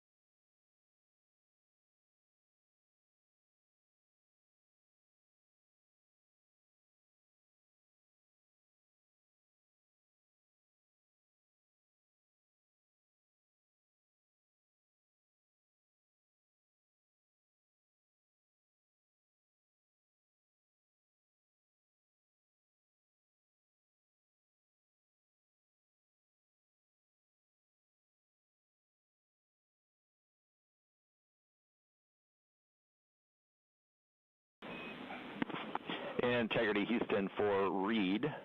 PCD-1 update is complete. Go for use and email.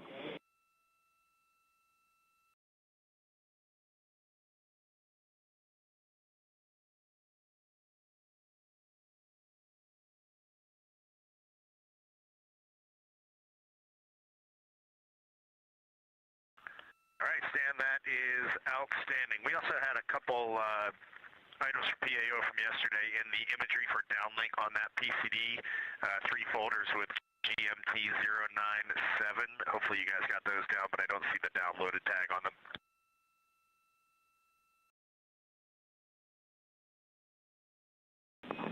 Reed, we'll start bringing those down now.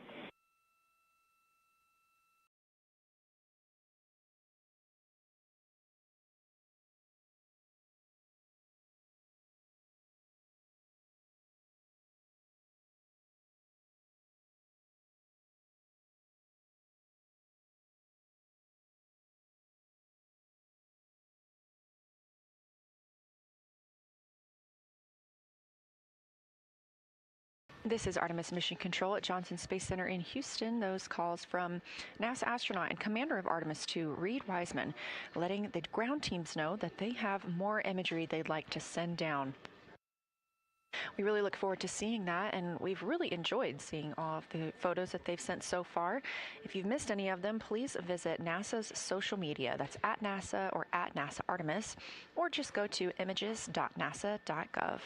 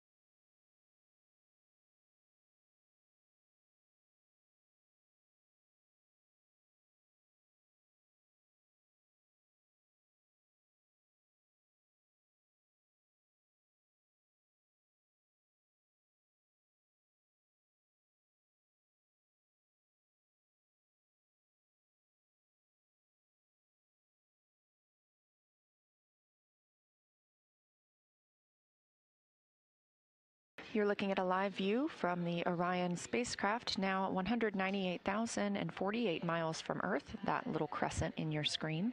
Of course, that'll continue to grow over the next couple of days, looking significantly larger tomorrow and even more so on Friday as we prepare for splashdown in the Pacific Ocean. We're now 85,930 miles away from the moon, having completed our lunar flyby on flight day 6.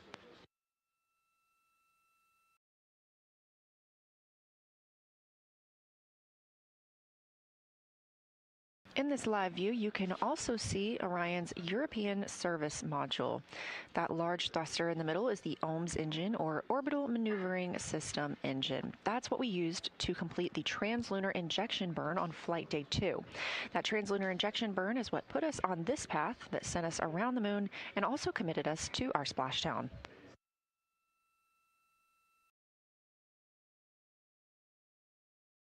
Since the translunar injection burn, we have only completed 2 small trajectory correction burns. These are using the reaction control thruster systems on Orion.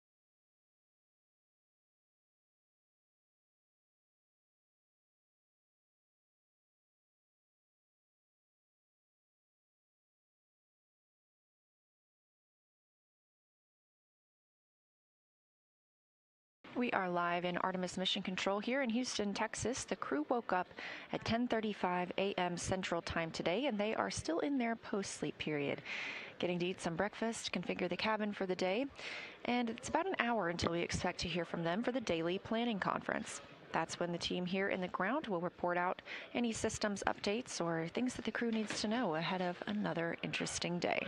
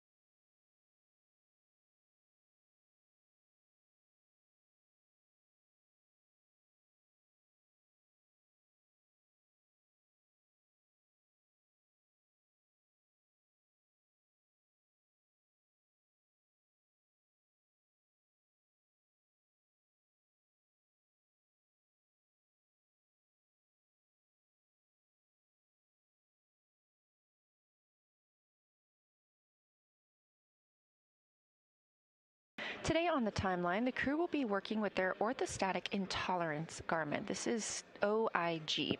The crew will take body circumference measurements and don or put on and wear and take off that orthostatic intolerance garment. They will wear this underneath their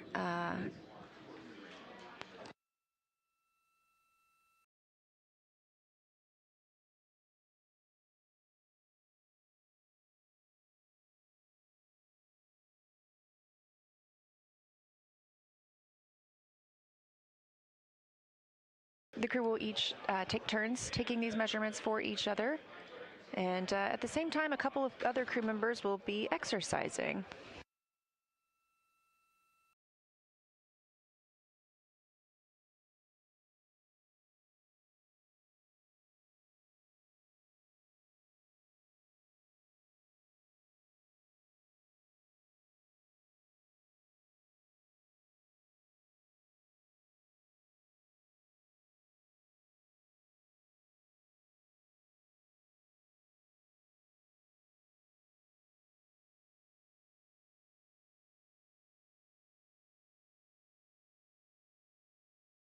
Later in the crew's day, they will also conduct the manual piloting demo. If you recall, they conducted the first part of this demo just a few days ago when 2 crew members were performing part of this manual piloting demo. This is the chance for the other 2 crew members to do the same. They will center a target in the window field of view and pilot based to the tail to sun attitude. This is typically how we charge the batteries aboard Orion, by putting those solar arrays directly towards the sun. So this is an opportunity for the crew to yet again manually fly the Orion spacecraft.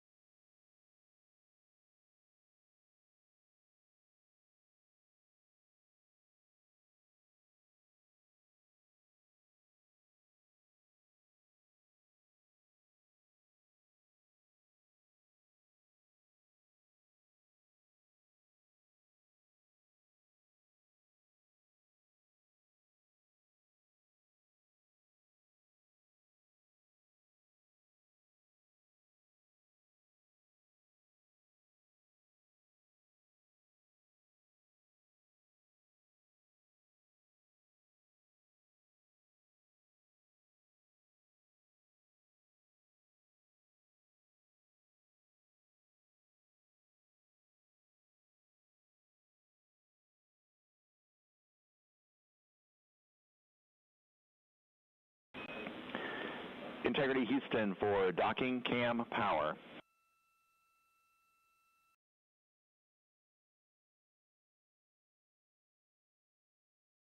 Go ahead, Stan.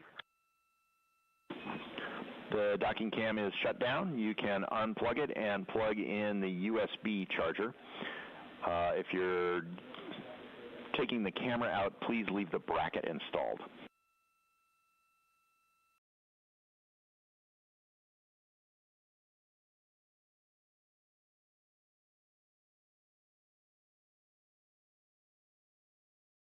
Yep, absolutely. We're going to leave the docking camera installed for the most part today. I don't expect us taking it down, but we'll let you know if we do. Thanks. We're turning it off. Roger.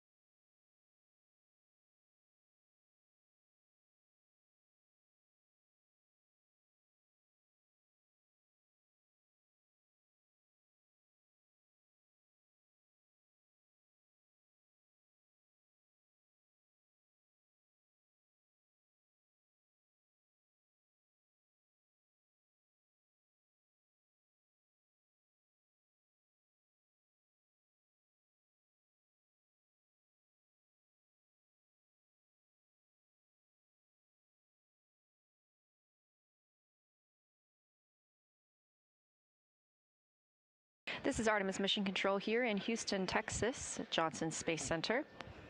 We are in the Orbit 1 shift, and the astronauts woke up at 10:35 a.m. Central Time aboard Orion. This view coming from the spacecraft, looking live at us back here on Earth. The destination for our crew.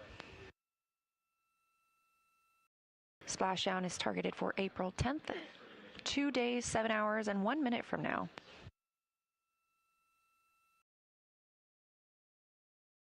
The crew is in their post-sleep period, so they're taking time to get ready before their day. So it's going to be a little quiet for the next approximately 45 minutes to an hour.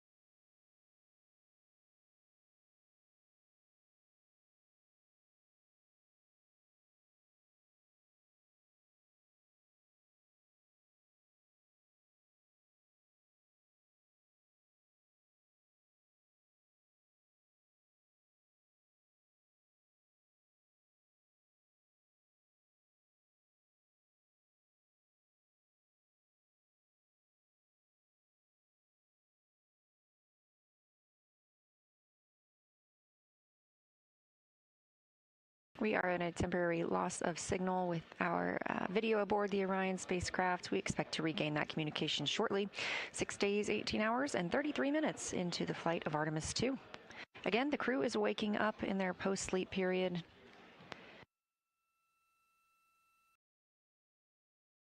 They have a full day today after having a little bit of a rest day yesterday following their very, very busy lunar flyby on Flight Day 6.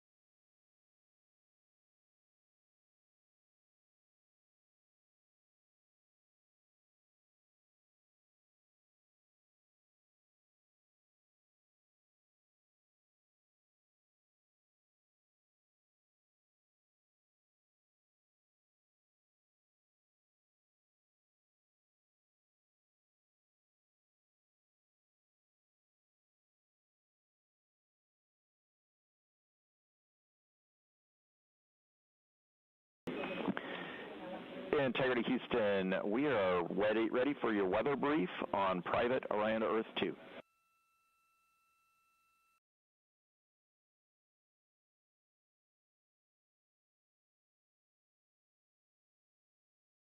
Heading over now.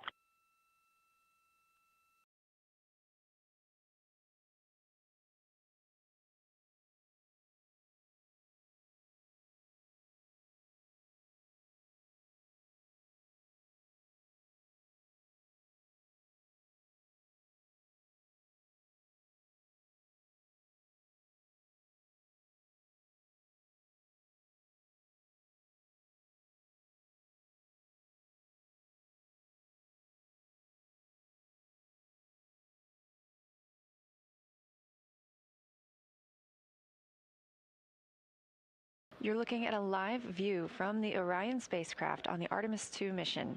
Soak in this view of Earth because it's going to be rapidly changing over the next few days. We are now 6 days, 18 hours, and 40 minutes into the first flight of humans aboard the Orion spacecraft, targeting splashdown just over 2 days and 6 hours from now. As you just heard, the ground team called to the crew aboard Orion. They are ready for a little weather briefing, and that would be specifically for their splashdown attempt. By allowing them to have a private discussion on their loops or their communication channels, this lets the astronauts ask any questions or express any concerns freely.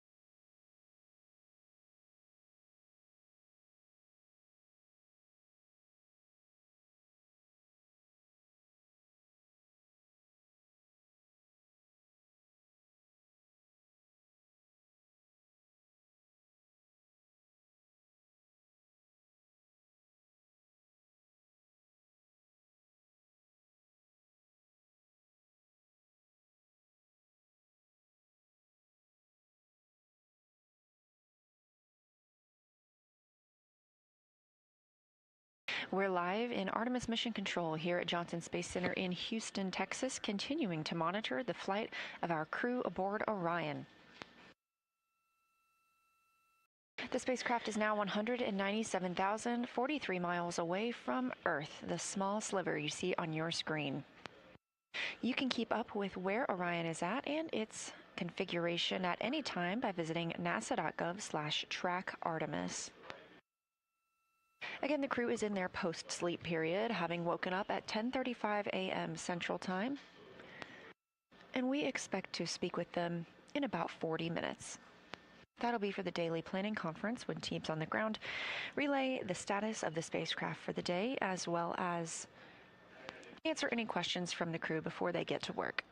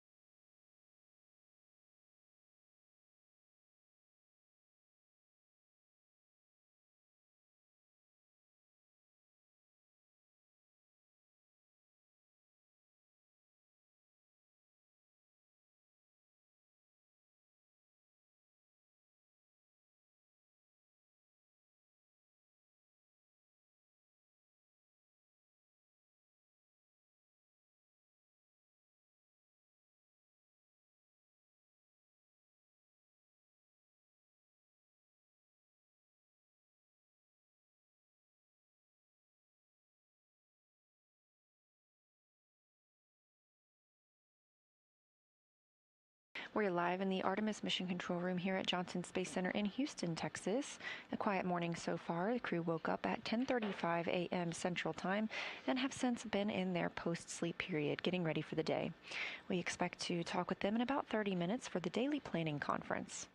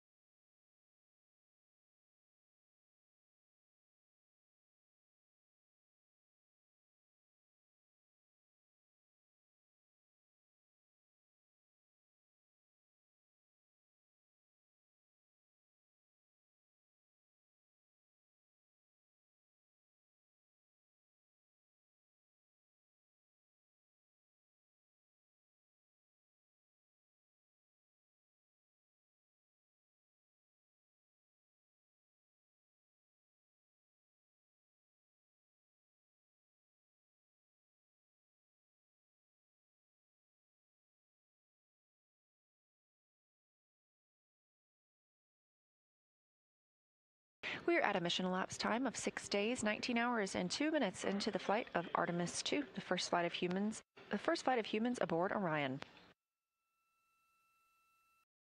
We are now 87,479 miles away from the moon, a number that continues to grow. A reminder, at closest approach just 2 days ago, we were only about 4,067 miles away from the moon's surface.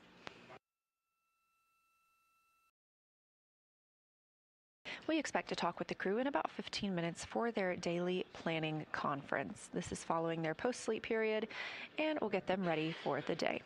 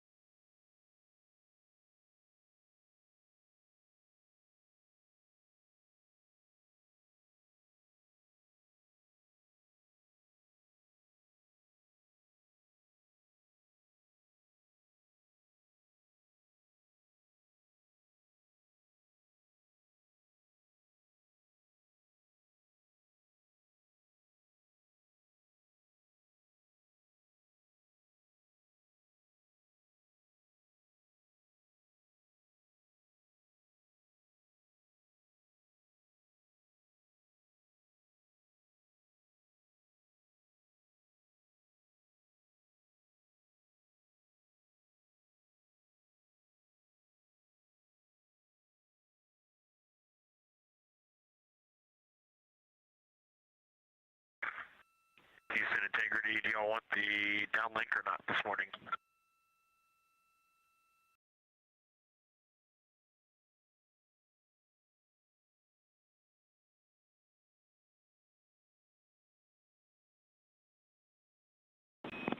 And Reed, we always love to see you, but we won't have the bandwidth. Stand by.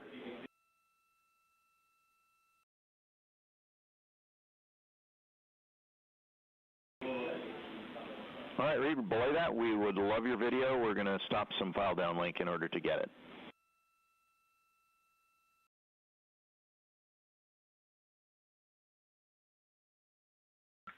Okay, sounds good. We'll get it on in just the next minute or two. Looking forward to it.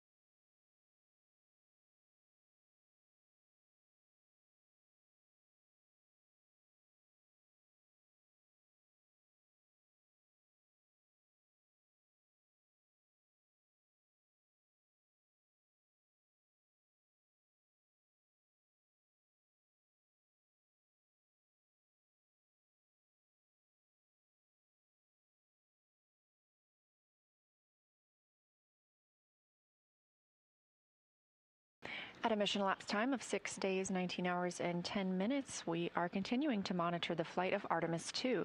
Now, before the crew launched, you'll recall seeing them suit up in their bright orange spacesuits, and those are called the Orion Crew Survival System Suits, or OCS. They also put those on inside the spacecraft the other day to do some testing on what they would do if there were an emergency depressurization event. They will also put these suits back on before they return to Earth. So the astronauts are dressing for space in these orange suits, helping confirm the performance for long-duration use. Let's take a look. The Artemis II mission will be a 10-day mission to the moon and back. The purpose of this mission is primarily to test out the Orion spacecraft for the future missions where we will go and land on the lunar surface. One of the fun things that we will actually be doing is donning the suits while we're in microgravity and actually experiencing them in the true pressurized, weightless environment in the vehicle. I'm Dustin Gomert. I'm the Orion Crew Survival System Manager, NASA Johnson Space Center, and this is how you dress for space. The team here at Johnson Space Center in the Orion Crew Survival Systems Lab does pretty much everything involved with processing the suits, designing the suits, qualifying them for the Orion mission. The Orion Crew Survival System, OCSS, or OCS, is the suit designed to keep the crew safe in an atmosphere, personal atmosphere around their body for launch, entry, landing, but also for long duration events in case there was an emergency on the way to the moon. There's several unique parameters that have to be designed in such a suit, such as how much pressure it can hold, the duration it can hold the pressure for, the amount of leakage that comes out of the suit, all the physiological functions. Each suit that the crew wears is custom built for their unique anatomy.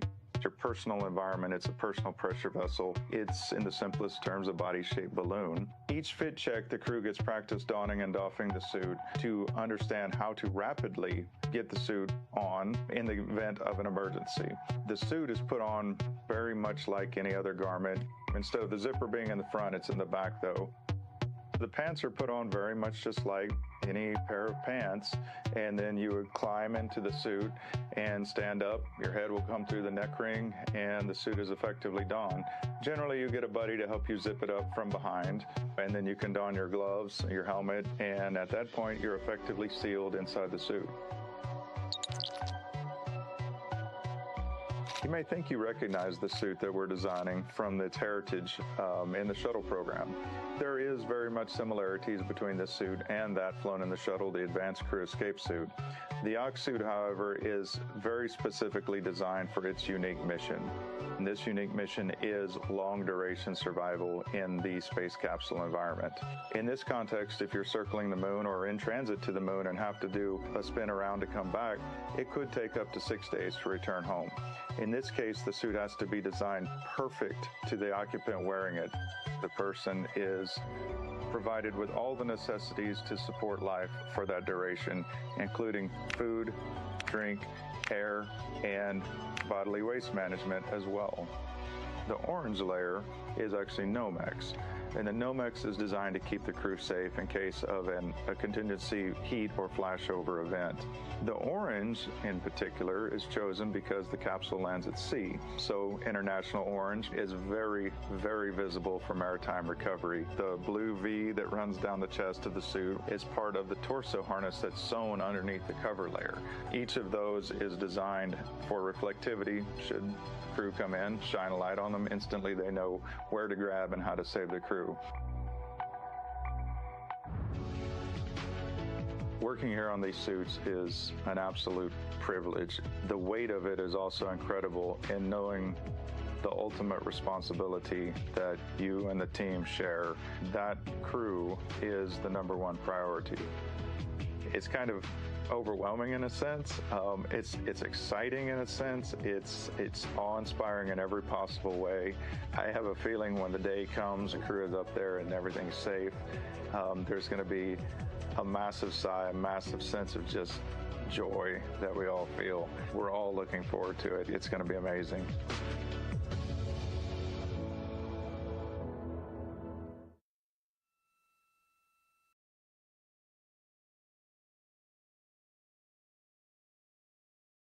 You're looking live at a view inside the Orion spacecraft, now on flight day 8 into the first flight of astronauts aboard Orion.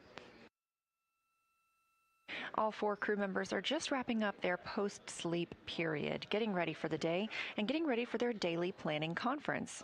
We're expecting that here momentarily when they'll talk down with teams in Mission Control Houston, getting an update on their systems aboard the spacecraft, any plans for today, and asking and answering any questions.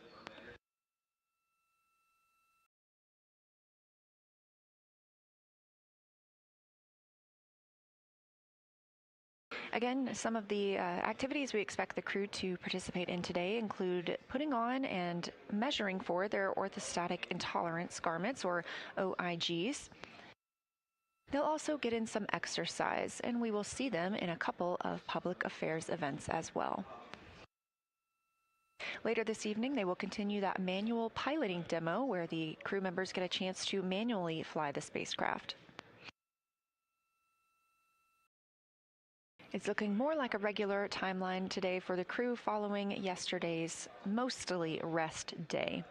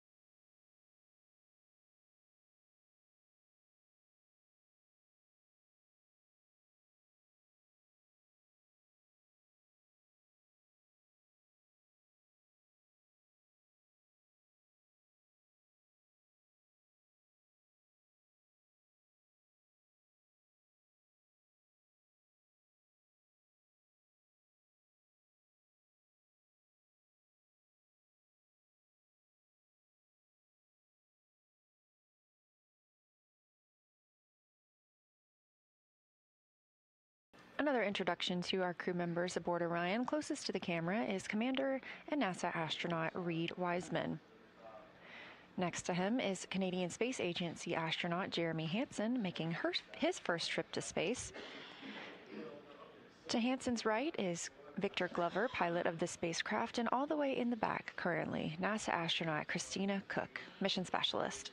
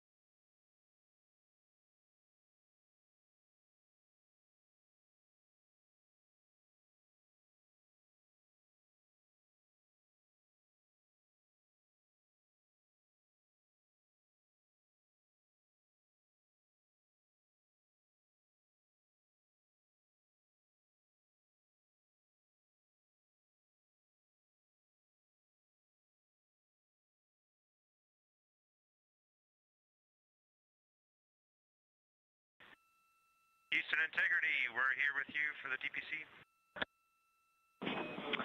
And we're here with you. A couple of quick system notes to start. We put a routine state vector update on board about 30 minutes ago. Also, the Orion clock drift has been very small all flight. We just put our one and expected only time correction on board. We put a little predict on that, so we think it'll be almost exactly 0 at entry.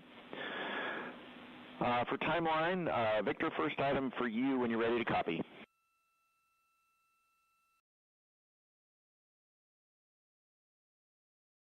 Okay, we copy clock, drift, and the state vector, and Victor's ready. So we'd like to make a change to your flywheel axle stow activity later today. We didn't have a chance to put this in the timeline. So before you work flywheel axle stow, please turn on both accelerometers, leave them on for 5 minutes, then take them both off, then execute the stow procedure as written. So we're trying to get some background axle data during that 5 minutes. How copy?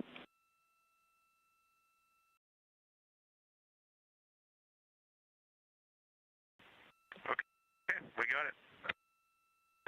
All right, next, you are carrying a flag from Apollo 18. We'd like you to pull it out and make it visible for the news conference after lunch, MET, 7 days, 3 hours, 10 minutes. That flag is in locker Bravo 2, CTB B2, labeled OFK, emesis bags, and contingency tools. No comment on the emesis bags. For microbial concerns, please don't take the flag out of its packaging. The packaging is a triangular bag. One side of that bag is clear so that you can display the flag without opening the bag.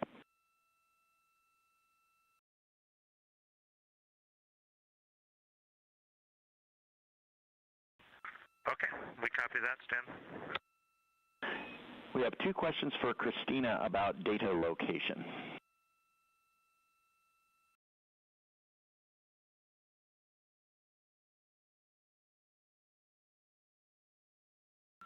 Yes, go ahead. All right, question number 1, which PCD has the imagery from yesterday's opportunistic observations?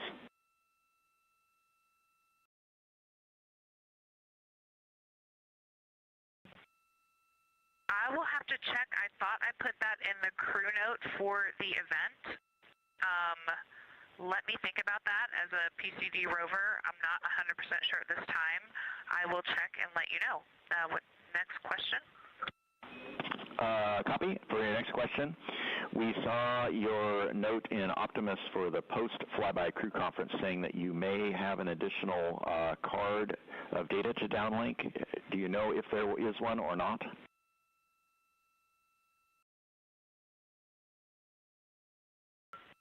Yes, I did add that. It was serial number 15, and I can check on that PCD as well and let you know.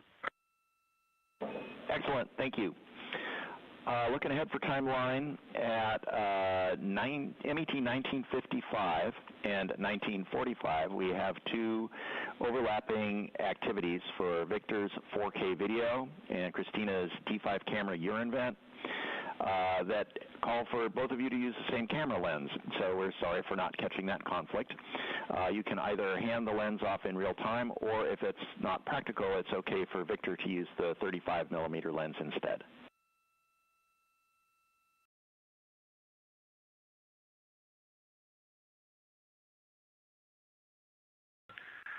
Okay, we are good on that. Great, and we see the flag. Thank you for pulling that out. Reed, can you please tell us what time you took the historical photos for saliva collection this morning?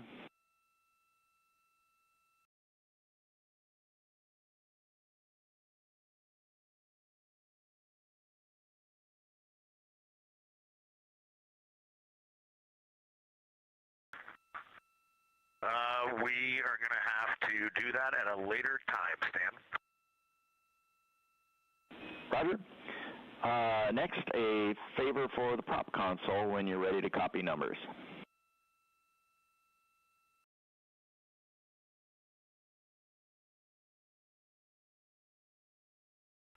Okay, we're ready.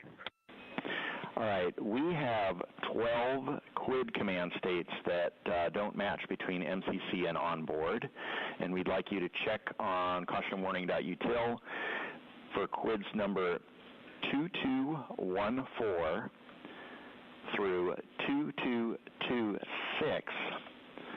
So that's 2214 through 2226, but not 2222.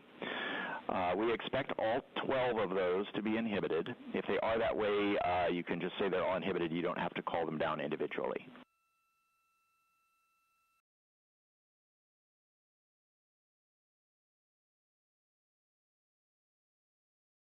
Okay, you want all the QUIDs between 2214 and 2226, excluding 2222, to be inhibited.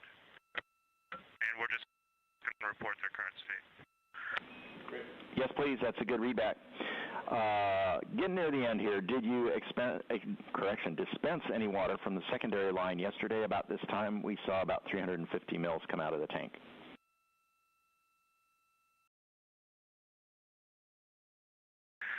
We did. We thought we were being good stewards of balancing our water tanks, and then we read the daily summary and put it back. Roger, no problem. And lastly, can you please give us a reading for the side hatch pressure gauge?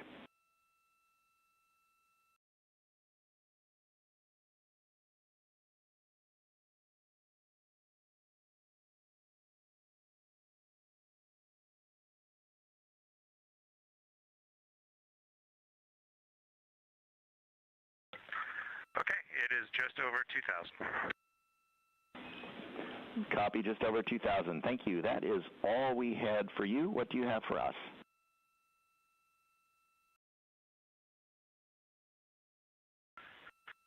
Got some AGA readings, CO2 2.3, O2 27, temperature 76, and the pressure is 10.45.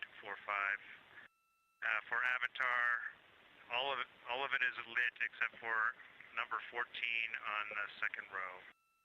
And then D5, just in case you've got any ideas, a couple of times yesterday when recording exercise, we know for sure we started the recordings and the camera was not bumped, but it stopped recording around the 4-minute mark in 2 occasions, and we're not really sure why. The battery didn't die. If anyone's got any troubleshooting tips, we'll take them. Copy AGA, Avatar, and mysterious D5 behavior. We'll go look into that.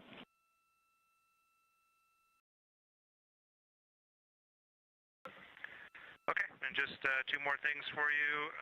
The permanent comm loss message you sent up today, really like that. That's excellent, really useful. Great job on that. And it was really fun to see the team photos in the daily summary. That just lit us up, and we're looking forward to seeing Orbit 1 and 2 photos tomorrow, I hope. Roger that. Thanks for those words.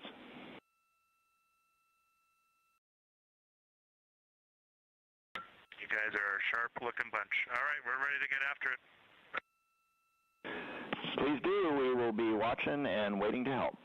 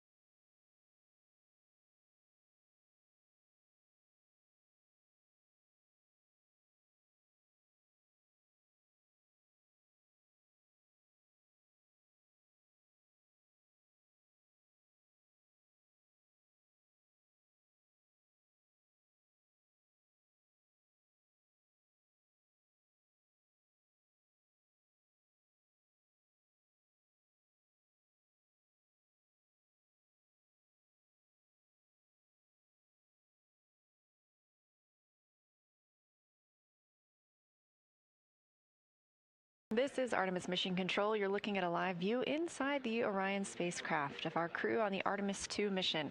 Now a mission elapsed time of 6 days, 19 hours, and 30 minutes. The crew woke up at 10:30 a.m. Central Time today, just completed their post-sleep period and their DPC, their daily planning conference. Heard a lot of communication from the ground. That's Capcom Stan Love here in Houston speaking with the crew. One of the items you heard them mention and eventually got to see was the Apollo 18 flag. This is the American flag that would have been planted on the moon during Apollo 18 should the mission have been occurred. This was included in the official flight kit, and we have just gotten to see that flag, and we hope we get to see it a little bit more throughout the day today.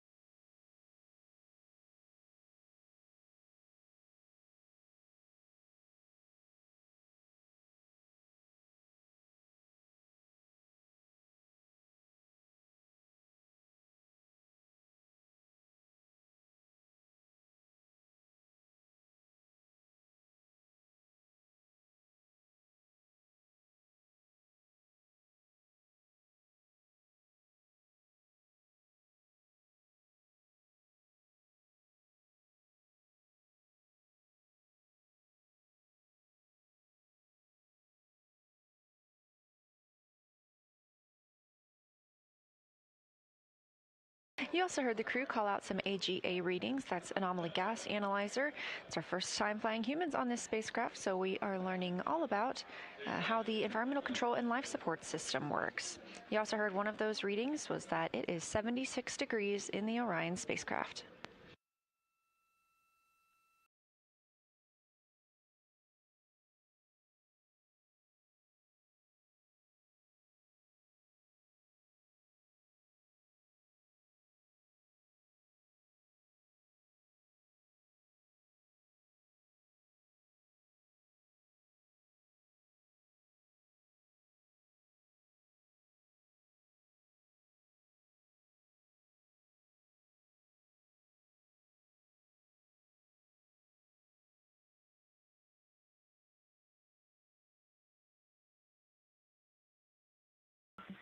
Houston, integrity for answers and one question. We're listening.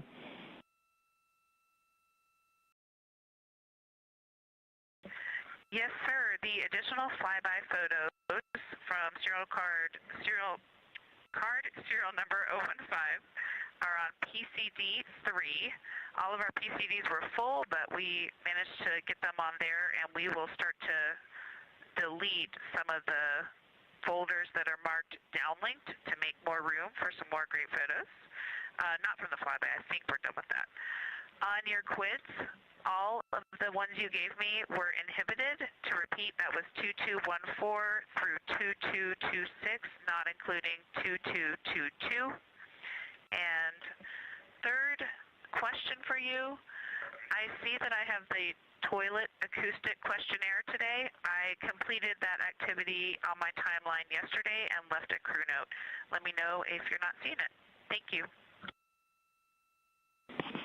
Copy all, and we're looking for your crew note. Thanks, Christina.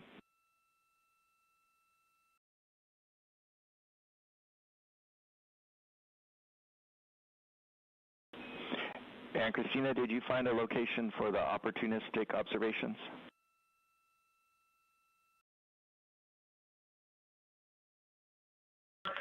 Still gonna look for that. I gotta get these two. I won't forget. Maybe. Roger. Don't worry, science won't forget.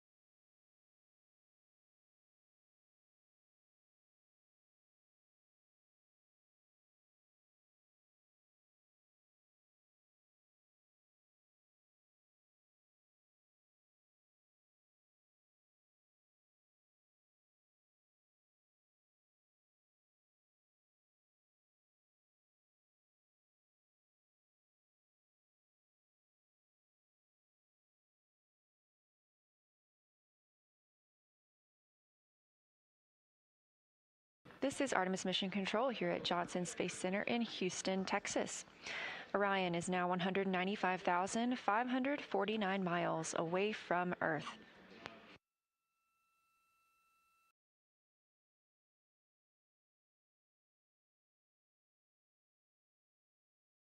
The crew aboard Orion getting set up for the day, taking some pictures and checking off some items on the list that was called during their daily planning conference.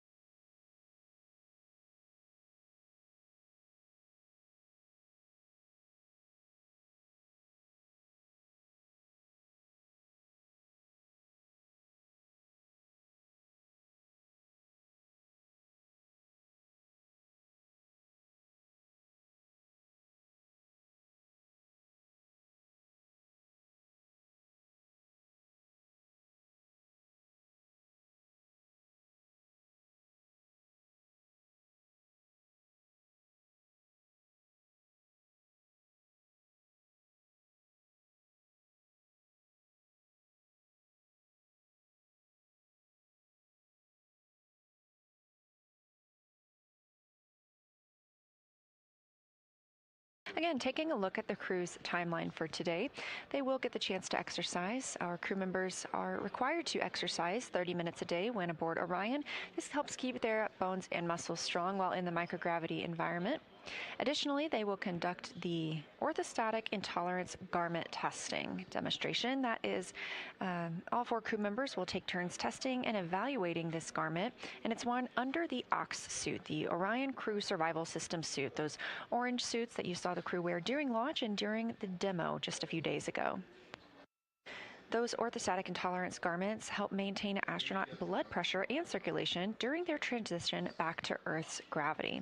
After an extended time in microgravity, some astronauts experience orthostatic intolerance. This is a condition that can make it difficult to stand upright without some dizziness. So this orthostatic intolerance garment applies a lower body compression to counteract this effect and help support a safe return. We are targeting that safe return now in 2 days, 5 hours, and 53 minutes.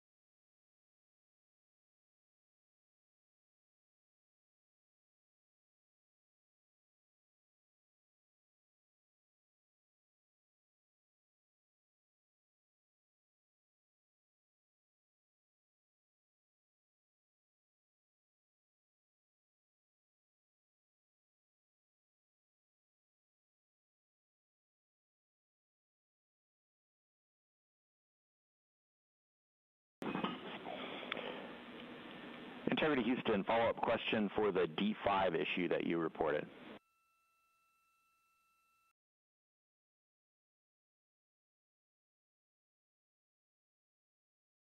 Go with the question.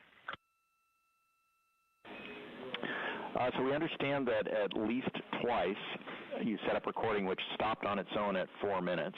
We are scratching our heads about that. Did you ever get a recording that lasted longer than that?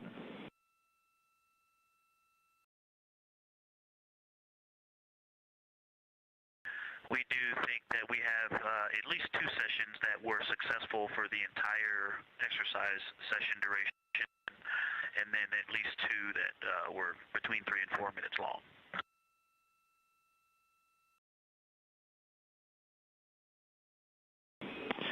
And Victor, did you get full-length recordings after the 4-minute stops that you reported?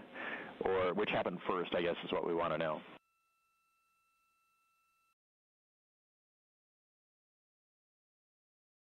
They were interleaved.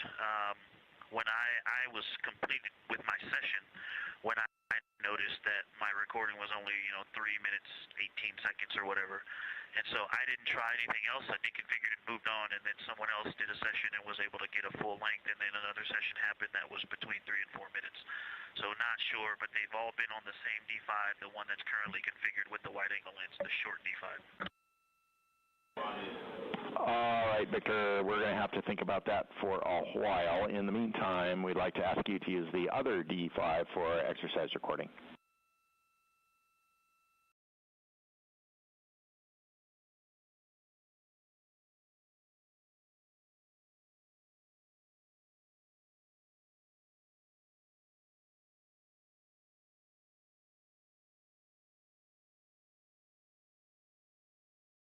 Okay, Stan, we will do that. Thank you.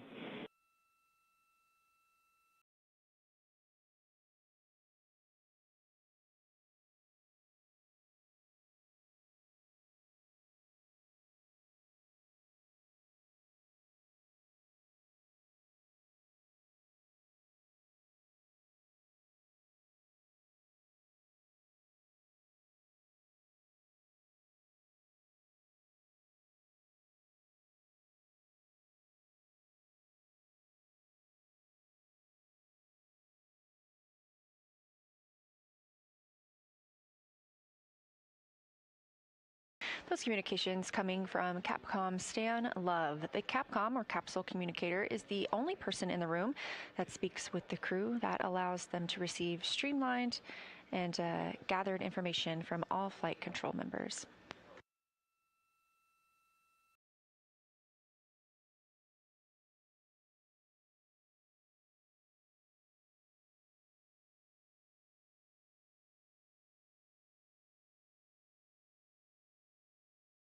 Those questions that you heard from Capcom Stan Love were in response to something reported by the crew during their daily planning conference, which was when they were setting up their cameras to record an exercise session. It only recorded about 4 minutes, and they're trying to piece together why it might have cut off early.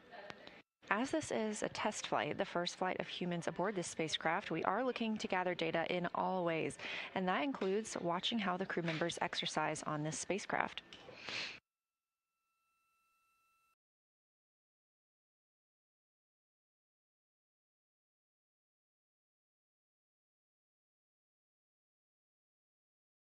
Speaking of exercise, Commander Reed Wiseman is slated to exercise first today.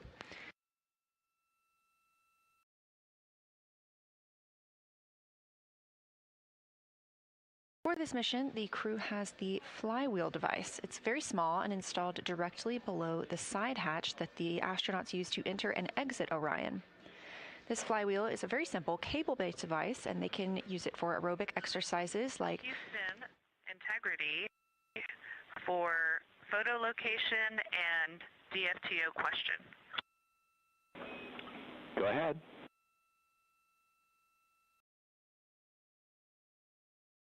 Yes, sir. Those photos are on PCD1, and my apologies, I totally spaced that. They are there now, though. And secondly, for Jeremy and my CCU dump filming activity, we have the sun directly out of window 3 right now and window 1. The view that had looked great for imaging the event is now completely washed out. I checked to see, it looks like we're not in a maneuver. So any thoughts on how we can best knock this out?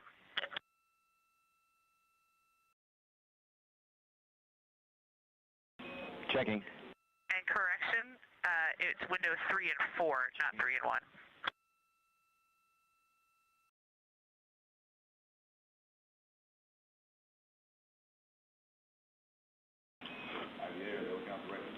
Christina, we're talking about it.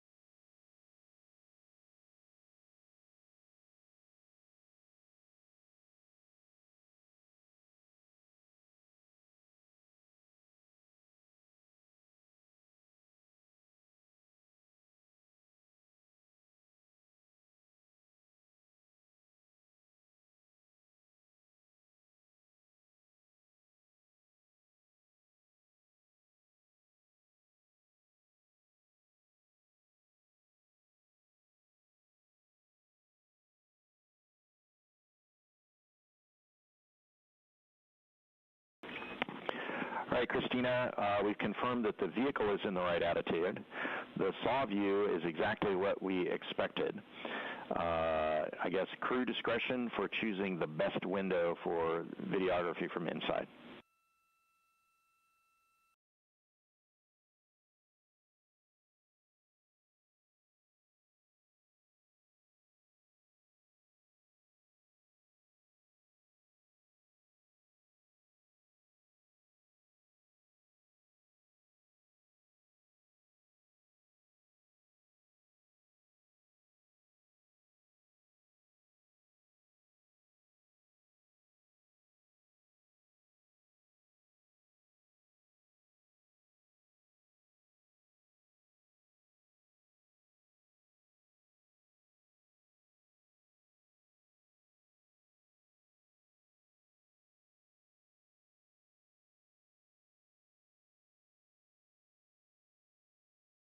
In integrity, a reminder for the year event, the vehicle is going to maneuver out of the attitude for that event in 12 minutes.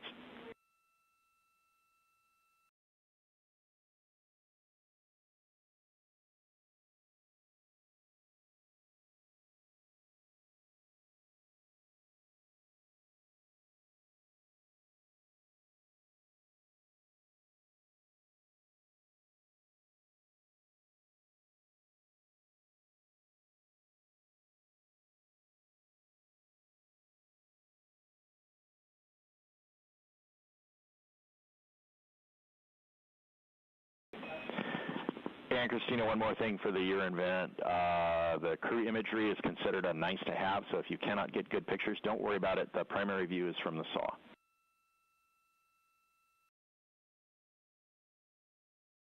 Okay, great. And we, as you know, in this mission, we're doing these dumps all the time. We see great views of them when the sun isn't here, so we can also just grab you one any old time, another time on our own. So we'll plan to do that, and we'll get one now as best we can. Thanks, Christina. That's excellent.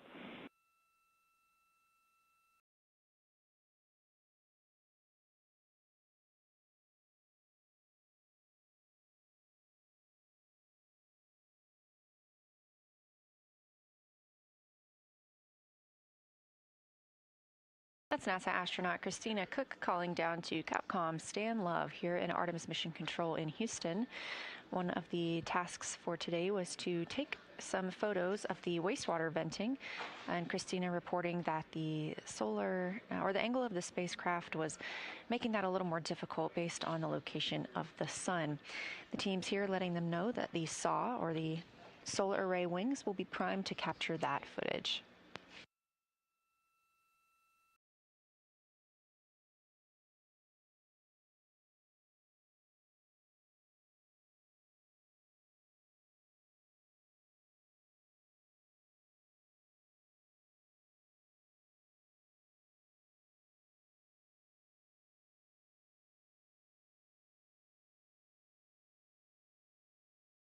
Houston, the vent will be starting in about 20 seconds. Roger.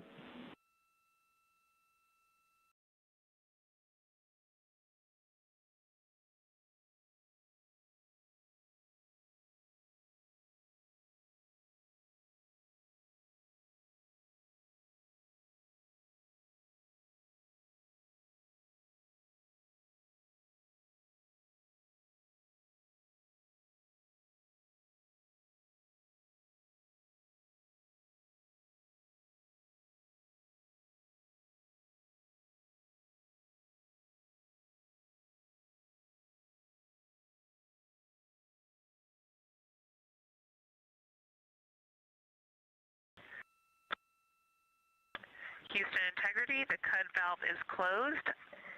We have a good view out the windows. Our crew camera view is only so-so, and I'm waiting on your go. I will stop recording. Roger. And the SAW view is breathtaking.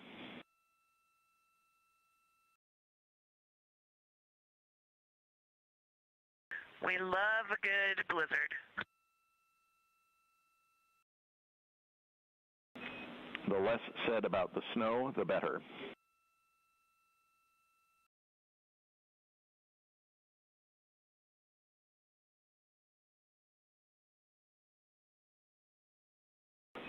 And Integrity, we're ready to stop recording.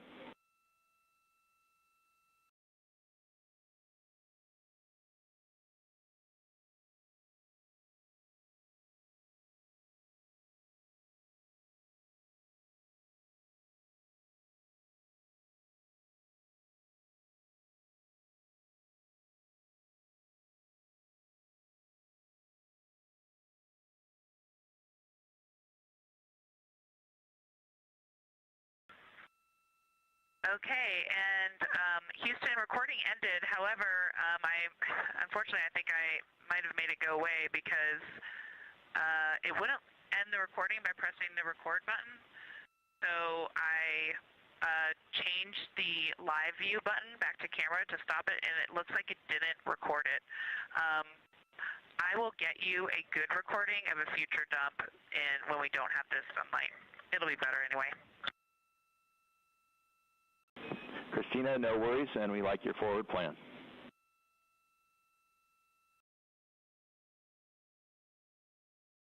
Thank you.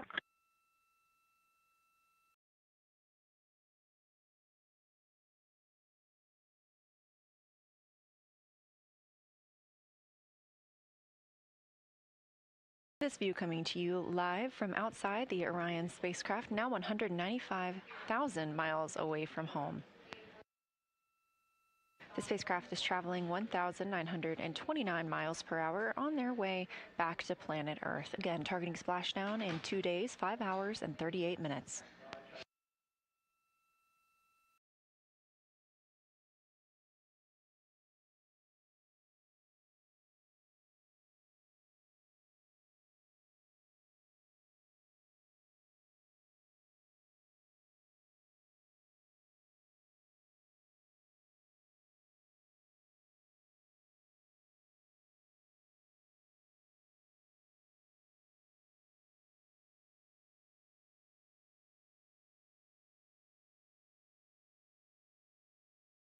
Houston Integrity, we are waving at you out of window 2.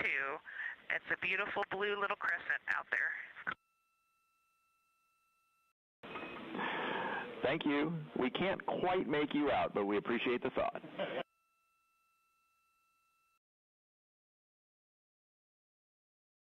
We're working on changing that. Thank you, Stan. And while I have you, can we do another dump just for our own purposes? Yes, you may. At this time. Please do.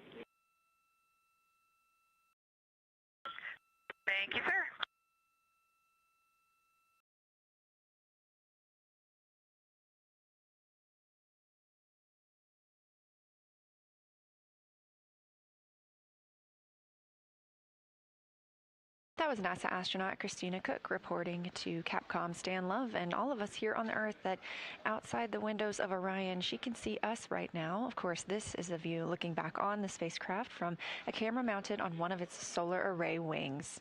We've been getting beautiful views of both the moon and the Earth, as well as incredible views of life inside the spacecraft. You can find all of those on images.nasa.gov, and make sure you follow NASA and at NASA Artemis on social media to make sure you don't miss a thing.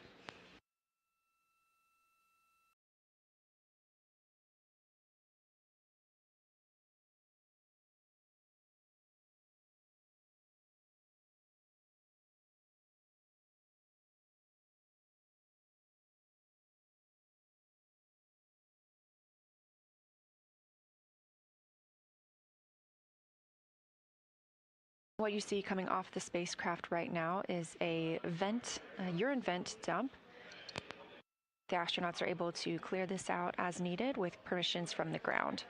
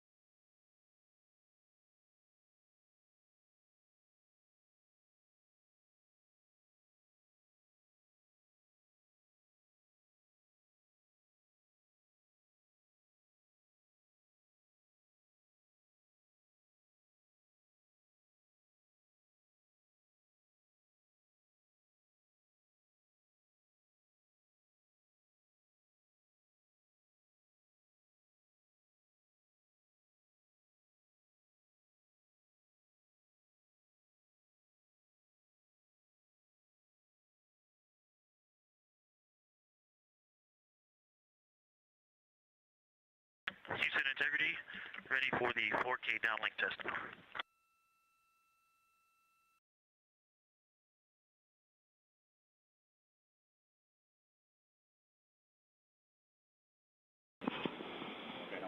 All right, Victor, you are okay to set it up. We're checking on how long it'll take to gain OPCOM.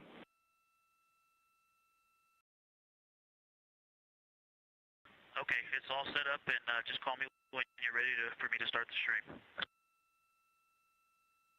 Wilco. And also, just so you know, we don't have the bogan arm since it's being used. I've just got the camera stationary, and it's the 35mm lens, so it's going to look quite different. And we can get it set up more stable before the PAO event. Roger, that's a good config.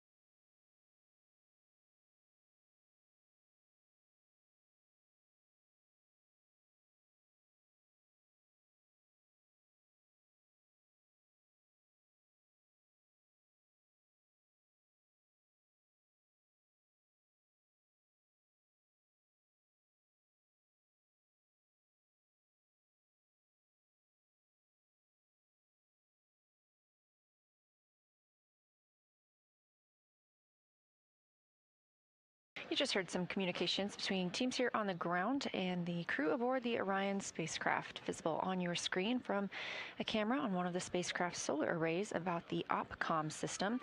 This will enable Orion to send back video and high-resolution images using an infrared light rather than traditional radio waves to send data to and from space.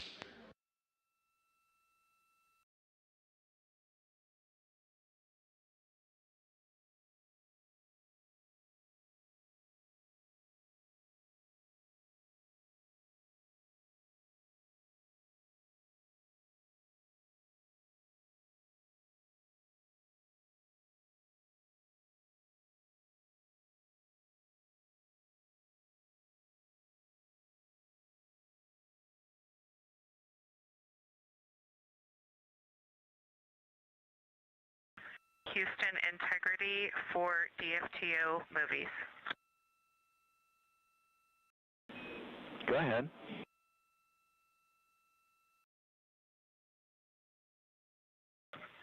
Yes, wanted to let you know both videos actually did record, and the second video has a star, something stealing the show, which is Crescent Earth coming in from the right side. You all, I guess, will enjoy that. I won't be putting them in images for downlink, so we'll see them on the ground. Excellent. Thank you.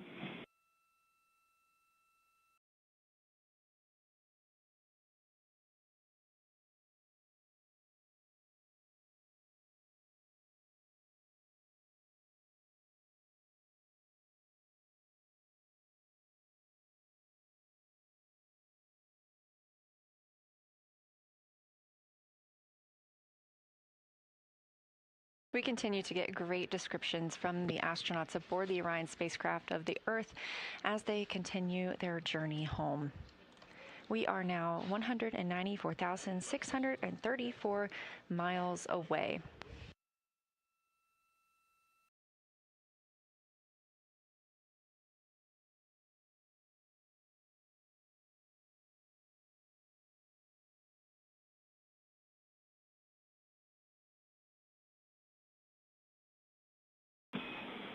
Integrity Houston for Victor, you can start the 4K stream.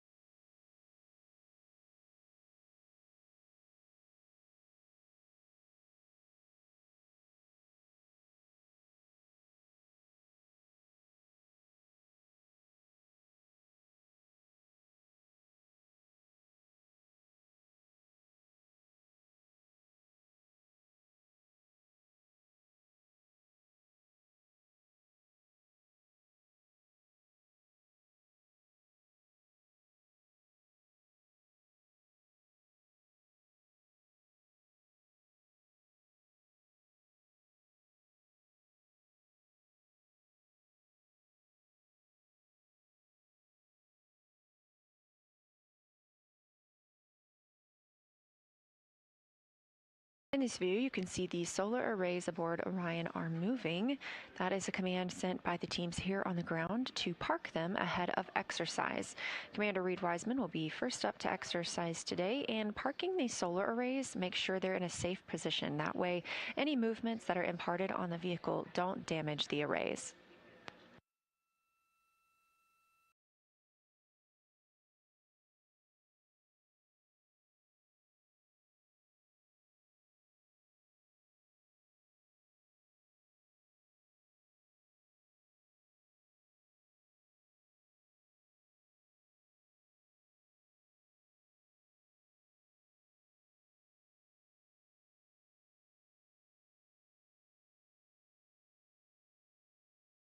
Houston Integrity, I have begun the stream.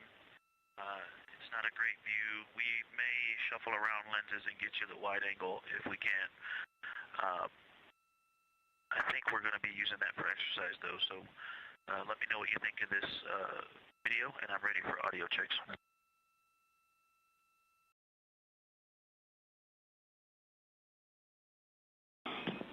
And Victor, your lens choice is fine. We appreciate that, and we'll let you know when the 4K is locked up.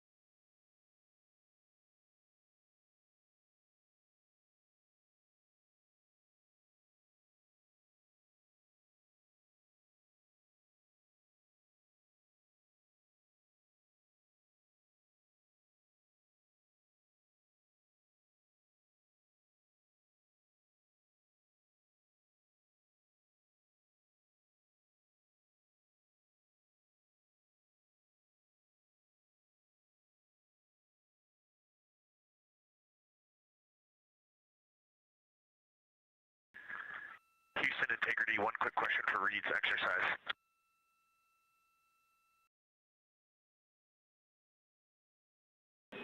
Go ahead.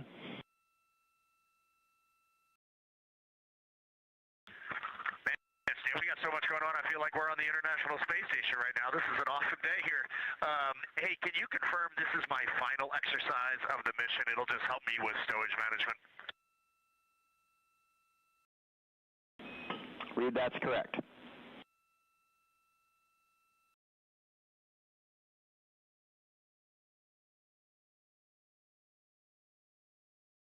Okay, thanks, Dan. And for what it's worth, today's exercise is the last exercise for all crew members. Starting tomorrow, we will not have the time.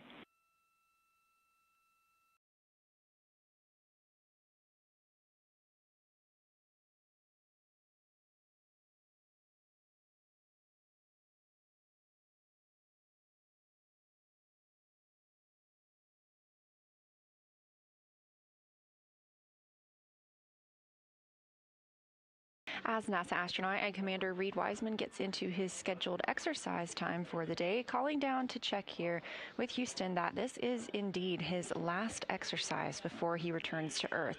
Confirmation from the ground that this is everyone's last day for exercise, and that's because tomorrow the crew and flight control teams will begin preparing the cabin and studying entry procedures ahead of splashdown. At that time, the crew will be stowing equipment and installing their seats and making sure all items are secured for re-entry. Again, we are tracking splashdown in 2 days, 5 hours, and 18 minutes off the coast of California.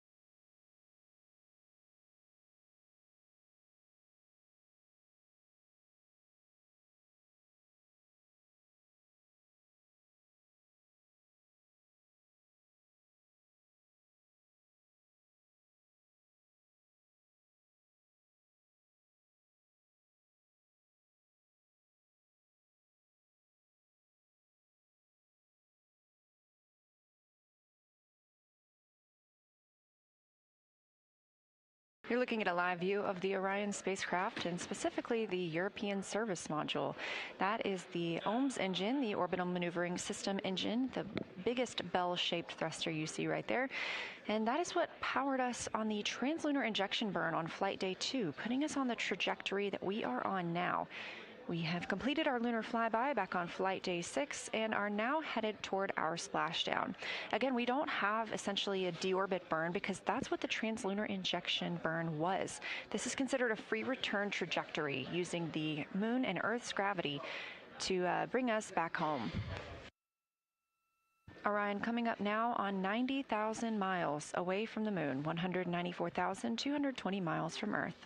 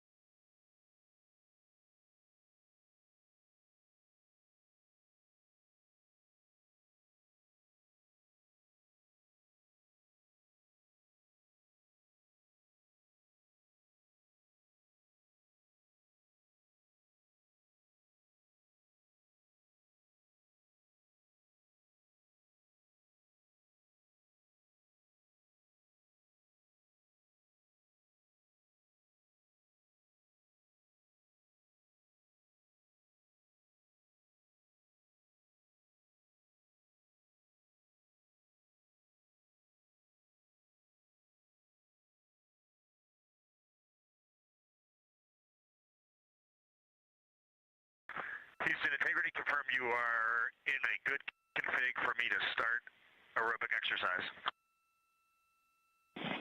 We're ready for you to start exercise.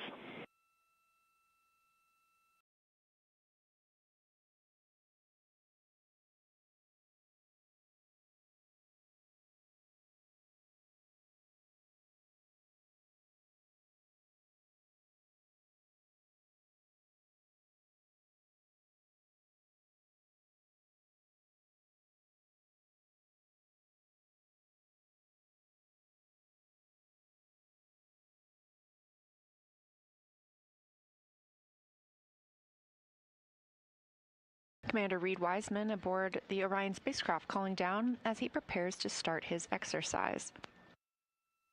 Again, we use the flywheel device aboard Orion, and since this is the first time we've flown humans on the spacecraft, it's a great test of the exercise device as well. Flywheel is small and allows them to perform either aerobic or resistive exercise, and slated today for Reed Wiseman is aerobic. He was calling to check that the solar arrays are in a good position before starting that exercise. And one of the first things we noticed when the crew began exercising earlier in the mission was that we can actually see some movement from the spacecraft during that routine.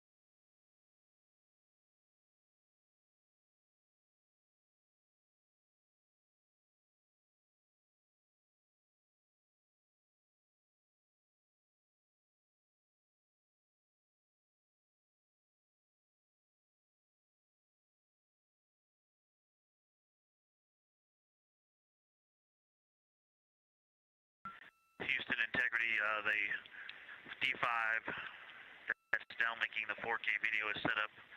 I'm thinking I might power off the microphone, transmitter, and receiver. Leave the video running, and you call me when you're ready. We're going to move on and start getting ready for the OIG DFTO. Victor, that's a good plan.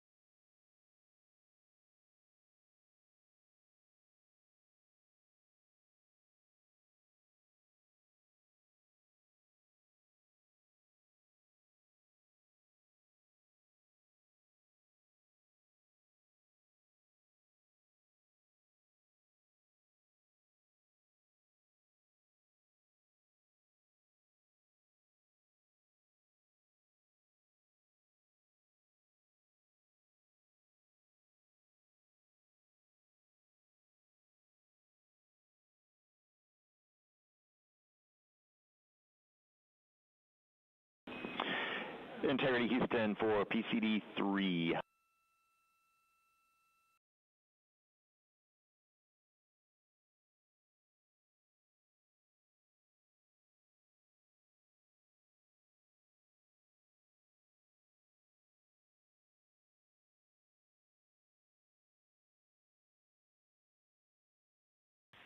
And Stan, we're with you. Go ahead for PCD 3. Victor, we saw that PCD drop off the network. We think it might have been unplugged. Could you please run the wireless script on that PCD?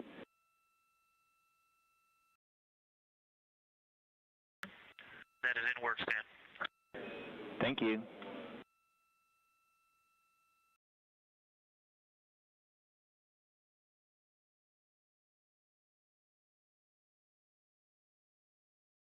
You're looking at a live view inside Artemis Flight Control Room in Houston. You've got a suite of astronauts at the Capcom, or Capsule Communicator console. Seated and communicating with the crew is Stan Love. Standing is Tracy Caldwell Dyson, and next to her is Akihiko Hoshide.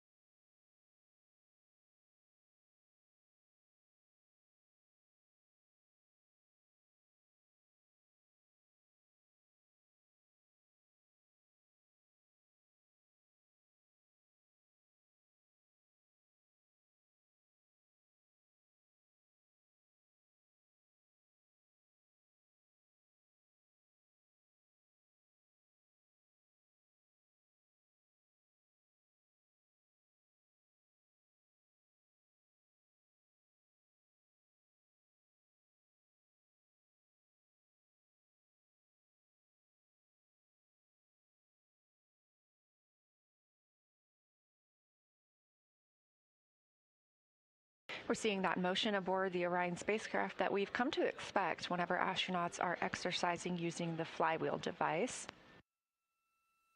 Checking in on Orion's distance, now 90,455 miles away from the moon and 193,678 miles from Earth. You can check in on this at any time by visiting nasa.gov/trackartemis.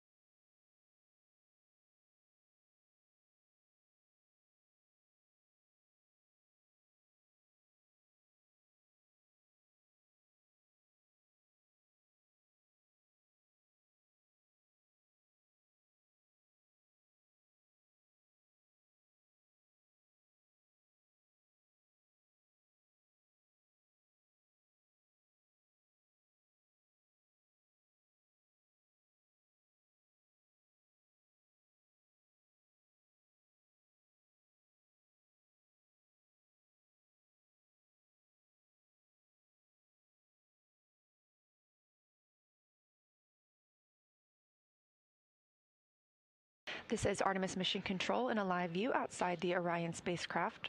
Looking back on the spacecraft's service module, as you can see some movement on your screen, which has come to indicate that the crew is exercising inside. Specifically, that's Commander Reed Wiseman right now.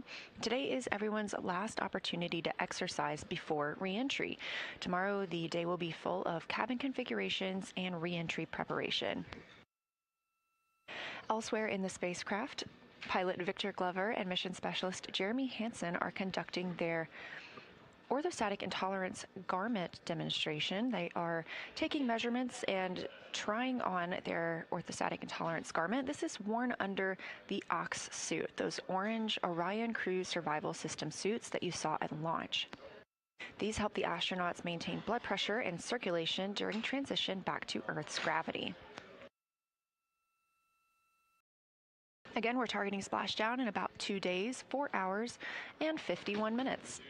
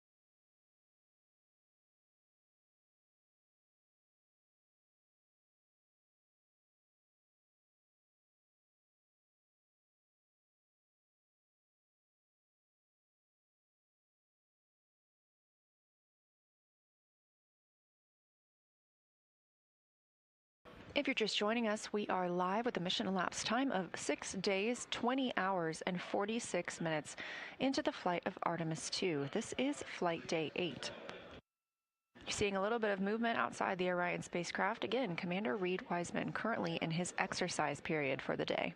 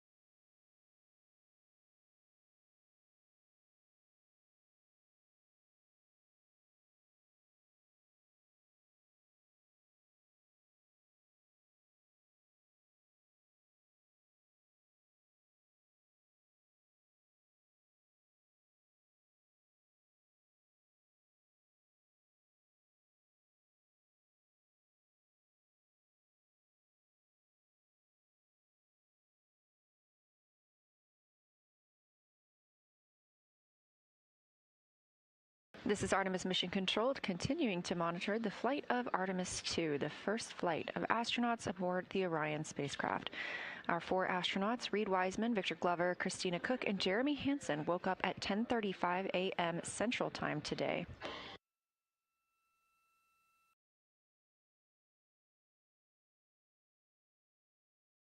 Today's wake-up song was Under Pressure by Queen and David Bowie. The crew also received a message from the Canadian Space Agency.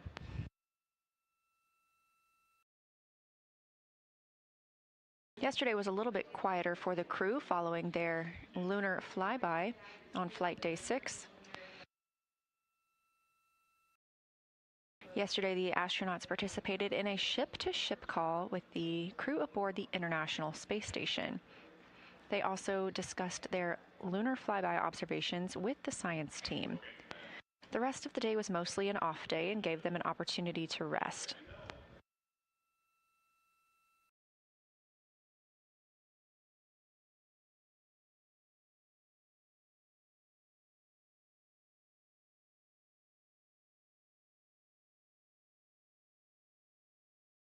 Today, the crew is back to their scheduled activities. Currently, Commander Reed Wiseman exercising aboard the spacecraft. That's why you see some motion there. Victor Glover and Jeremy Hansen conducting their orthostatic intolerance garment fit checks. Each astronaut will have an opportunity to exercise today. We also have a couple of public affairs events. Later this evening at around 10 p.m. Central Time, the crew will get into the manual piloting demo. The other day, we saw them complete the first part of this demonstration when the crew members were able to fly Orion manually. Another 2 crew members will get that chance this evening. This is a test flight of the Orion spacecraft, our first flight of humans on this spacecraft, and therefore we want to fully understand how the vehicle handles in space ahead of future Artemis missions.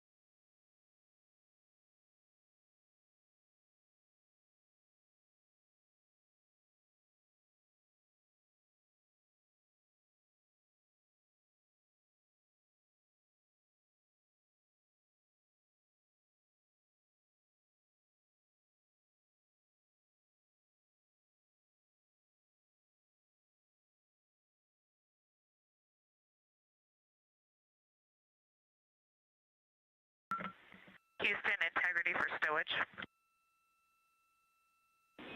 Go ahead for stowage.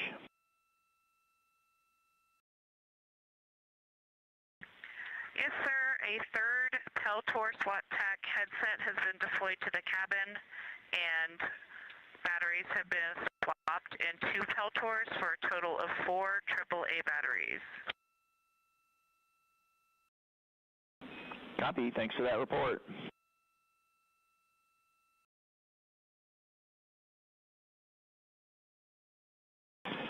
And Christina, while we've got you, for your upcoming exercise, if you want to record that, we think that the problem with the D5's recording stopping at 4 minutes might be because the camera is overheating. If you turn the live view off, it turns off the back screen, we think the camera will stay cool.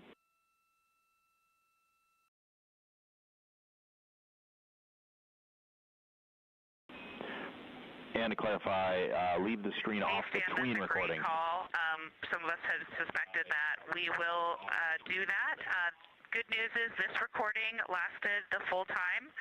We are also having overheating issues with the Nat Geo GoPro Max, and we've just been starting and stopping it and managing it as needed. But if you want to pass that on, no screens are on, so not sure there's a mitigation with that one.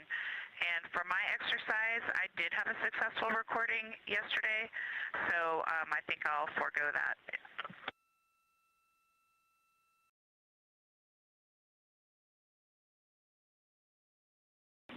And Christina, copy the Nat Geo overheating, and for recording, we are asking for recording of both resistive and aerobic exercise, so we would like you to record your session today.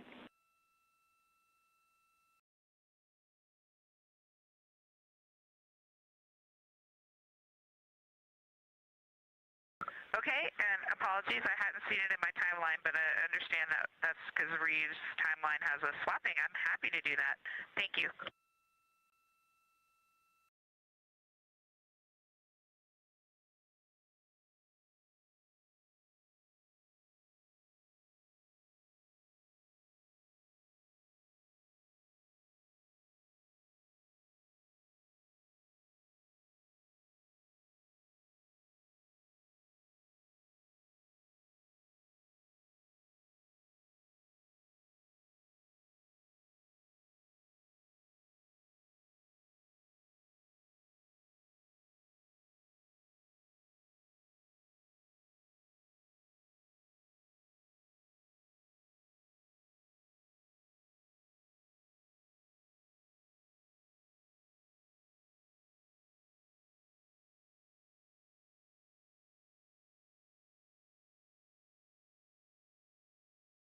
This is Artemis Mission Control, hearing those calls from NASA astronaut Christina Cook down to Capcom, or Capsule Communicator Stan Love, here in the flight control room. You heard Christina reporting out some batteries and stowage locations. Everything is precisely tracked aboard Orion. This helps the crew call down and ask where they might be able to find an item or where they should store it, so that everyone knows where to look when something is needed.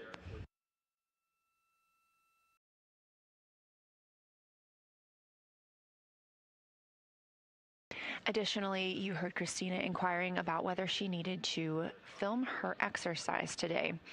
Because this is the first flight of crew aboard this spacecraft, we take everything as a data point. And with the ability to exercise both resistive and aerobic on the flywheel device, they're looking for as much data as possible from the crew members. So they're asking her to film her exercise today as well. NASA astronaut and commander of the spacecraft, Reed Wiseman, should be wrapping up his exercise soon, and Christina Cook will start hers.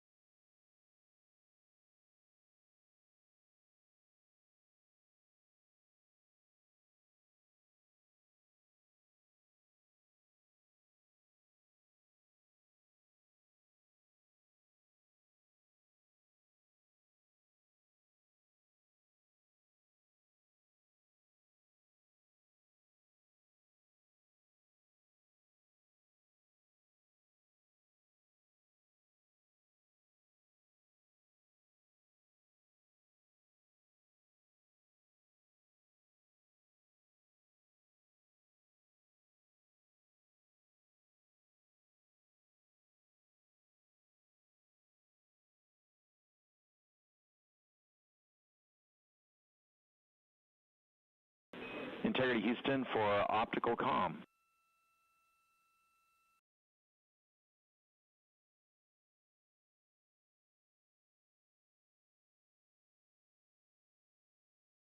Go ahead, Stan. Okay, Reed, long story here. We are still not locked up on optical comm. We suspect solar array blockage. So between exercise sessions, between when you're done and Christina starts, we want to put a 25-degree roll on the vehicle, be about a 1-minute maneuver to an attitude where we think optical comm can see the ground terminal. Now, when we do that roll, we will have only one phased array antenna pointed at Canberra. So if that antenna fails, we'll lose comm, and a string swap will not recover it. So if we lose comm while we're in that attitude, you will have to maneuver the vehicle back to bias tail to sun, where a second antenna will be available. And I have a procedure number and some check MCC numbers when you're ready to copy.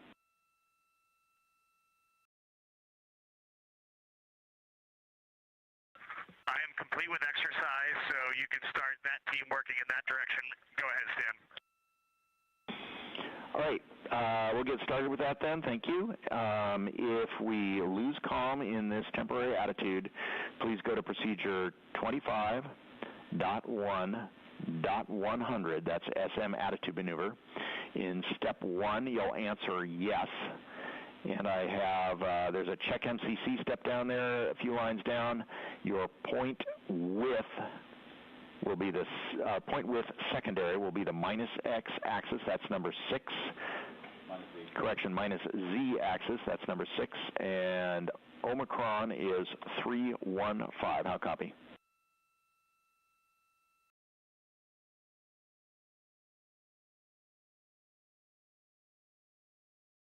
Okay, Stan, if we lose comm, and only if we lose comm, we will execute 25.1.100 SM attitude maneuver. Step 1, answer yes. Point with secondary negative Z, number 6, Omicron 315. That's a great readback. So while we're in that attitude, you're looking for loss, caution warning, loss of ping. That's number 926. Or if you get antenna cautions or warnings, go work that GNC procedure we just gave you. Then, if we still don't get comm back, you would work the comm messages.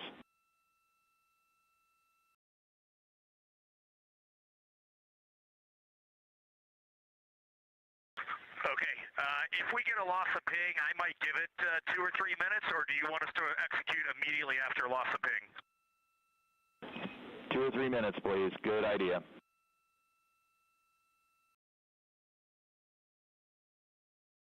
Integrity copies off. We're on it.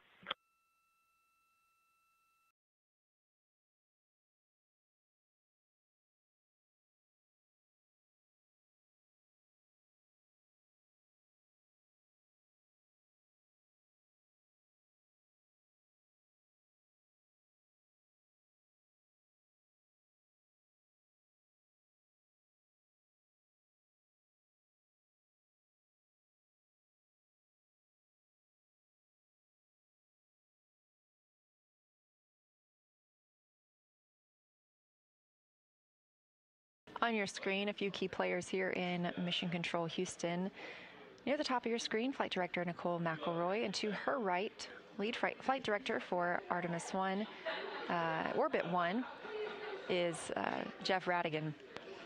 Down at the Capcom console, NASA astronaut Stan Love, and to his right, NASA astronaut Tracy Caldwell-Dyson. Those calls to the crew letting them know we are going to be maneuvering the spacecraft for OPCOM monitoring. This is laser, or the optical communications, which allows laser communications to use infrared light to send data to and from space rather than the traditional radio waves. So this higher frequency will allow more data to be sent in a single transmission to Earth. They want to be able to maneuver the spacecraft to give a better line of sight for those lasers.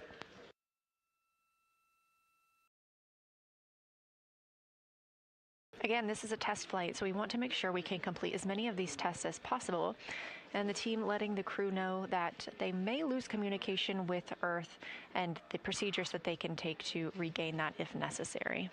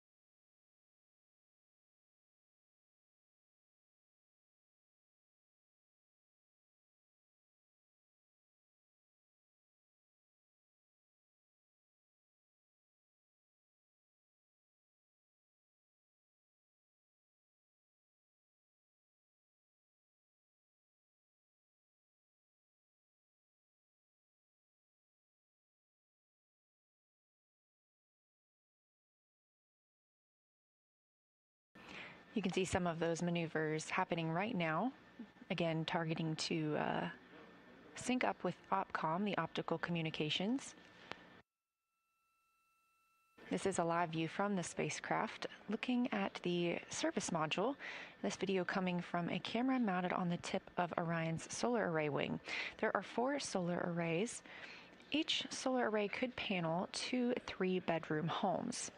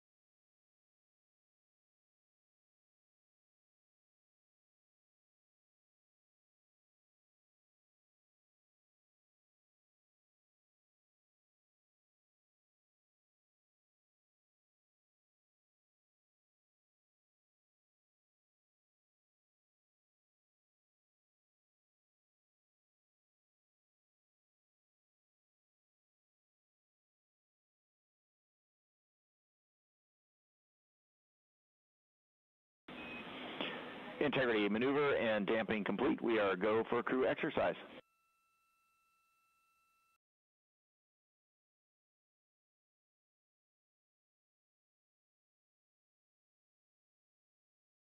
All right, we copy. Thanks, Dan.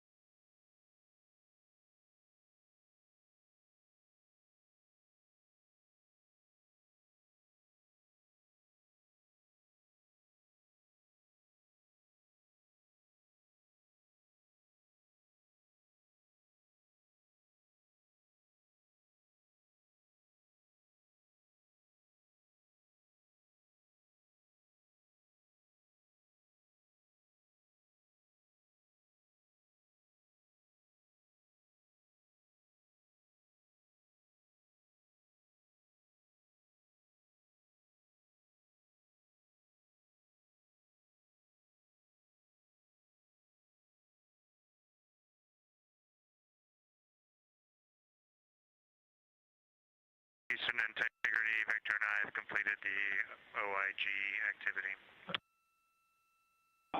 Copy OIG, thank you.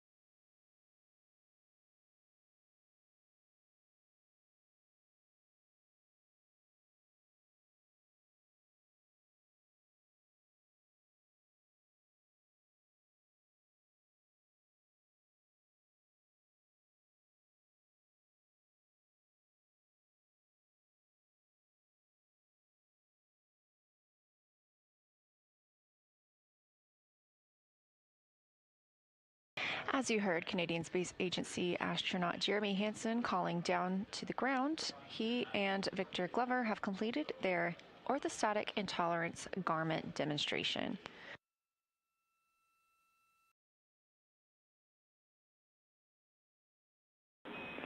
Integrity Houston for OPCOM. We have a good optical communication link now. We're watching video from the SAW, but we don't see 4K.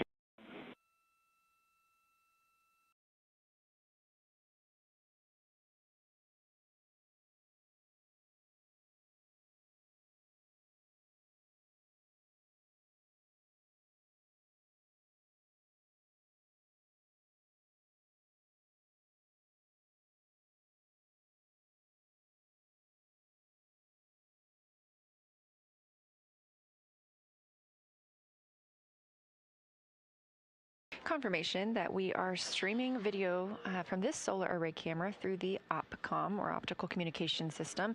Again, those are those laser communications rather than the traditional radio waves.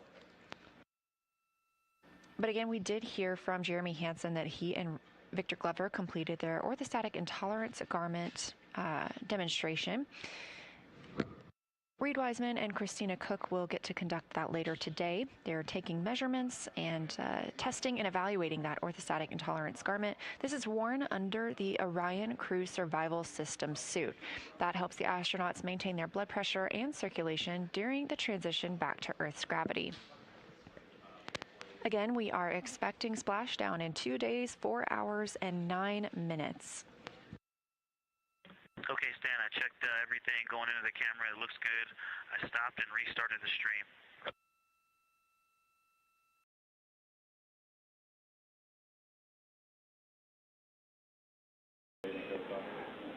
Roger, Victor. We're talking about batteries here. Just a second.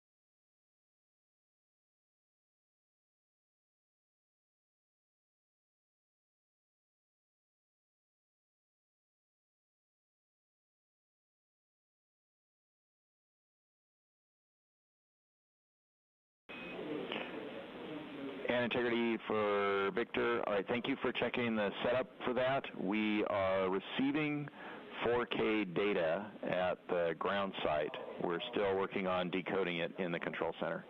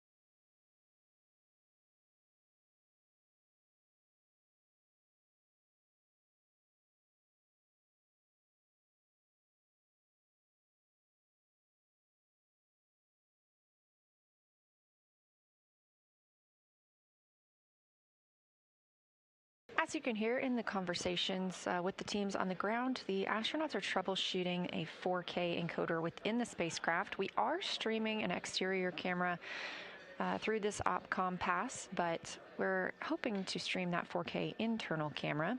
They're working through some actions on the ground to troubleshoot why we might not be seeing it. Again, this mission is a test flight, and we're testing every system possible to help us prepare for future missions around the moon.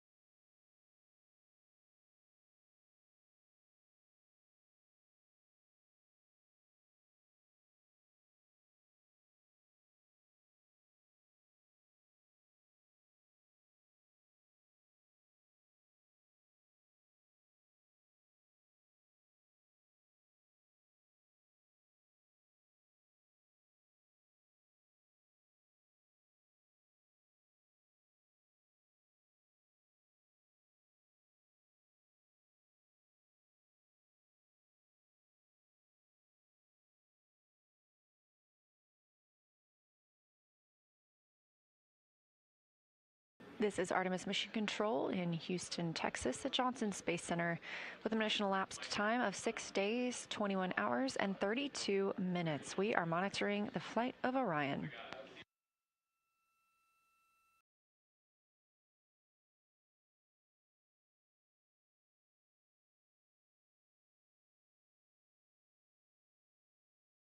The astronauts woke up today at 10:35 a.m. Central Time, got into their post-sleep period, and then their daily planning conference.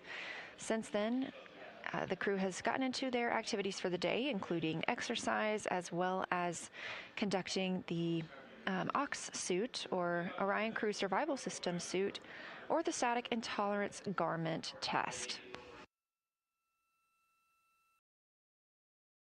That orthostatic intolerance garment applies lower body compression to counteract an effect that can make it difficult to stand up without some dizziness upon return to Earth. The crew members are taking turns conducting measurements on each other and then trying on those garments. The crew confirmed today that this is their last day that they will all be exercising. Currently, NASA astronaut Christina Cook has exercise on her timeline. Tomorrow will be full of preparations ahead of return to Earth. They'll be configuring the cabin and studying their re-entry preparations. Later this evening, they'll conduct the manual piloting demo. If you recall, we saw this happen a couple of days ago as well. This is the second part of that demonstration, where 2 other crew members will get a chance to manually fly Orion.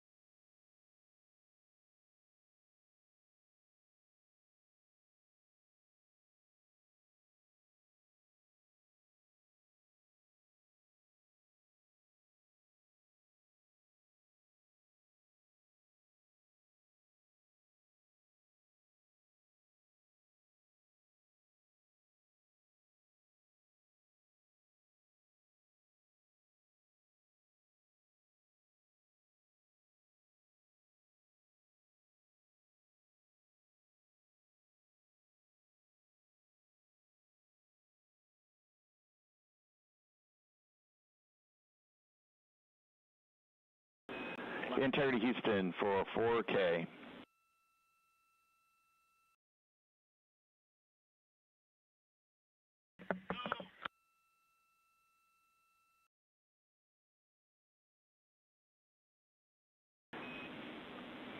Integrity for 4K. We're still having trouble getting 4K data on the ground. We'd like you to check in 26.4.2902 that the IP address is set correctly on the web page.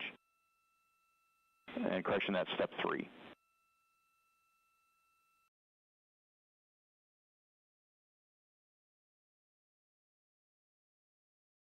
Okay, checking step 3.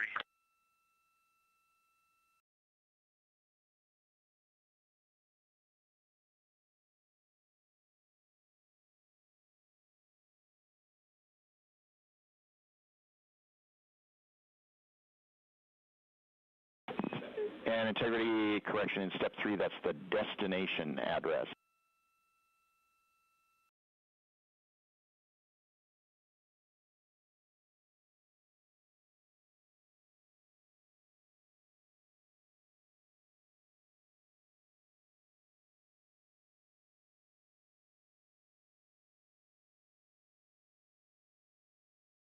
Okay, give me the procedure number again.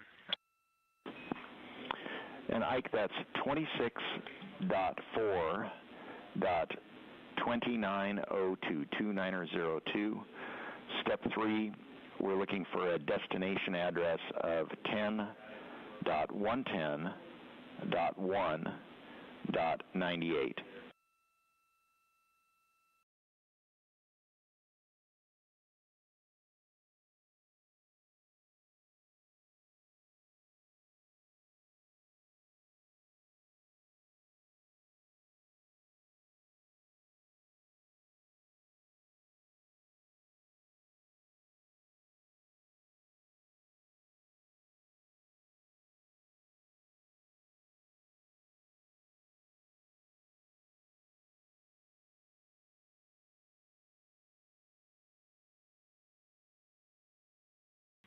Okay, Houston, yeah, I apologize for taking so long to get in sync with you. I was actually just looking to see where this procedure would have come up, and so I'm not finding it referenced in either the 4K downlink setup procedure or the 4K downlink test. So that's some feedback for you, or direct me to where I missed it. But now give me the procedure again, and then I'll call you when I'm ready to copy the IP address. All right, Victor, thanks for that feedback on the procedures. We are just getting in that the ground station is seeing good, clear video from Integrity. Now the problem is somewhere on the ground, and we'll sort it out from here. Thank you.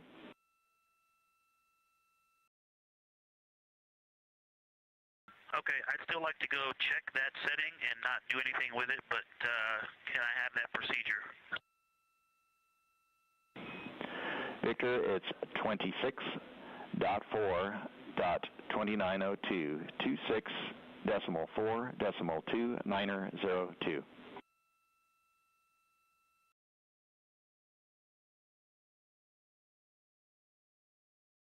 Okay, copy. Thank you for that. And I am going to look. I will not change anything, but I did not see a reference to this procedure in the previous two activities.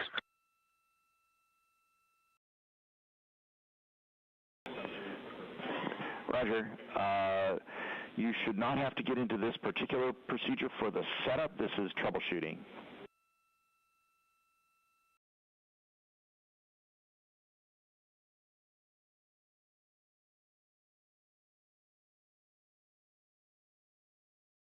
Okay, copy. That makes sense. Thank you for that. And just for your awareness, it is set up for the procedure. Perfect. Thank you.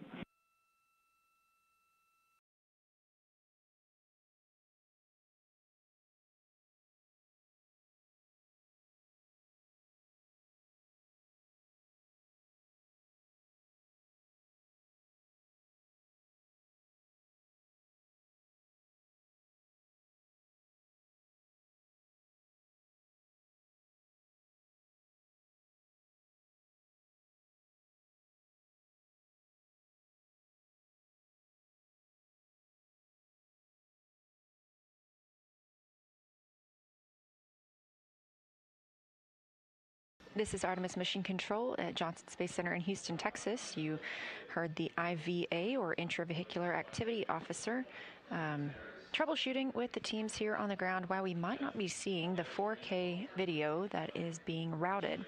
Got confirmation that one of the ground sites is able to receive that video, so teams here are troubleshooting why we might not be getting it in the room. Meanwhile, aboard the spacecraft, NASA astronaut Christina Cook is in her exercise period.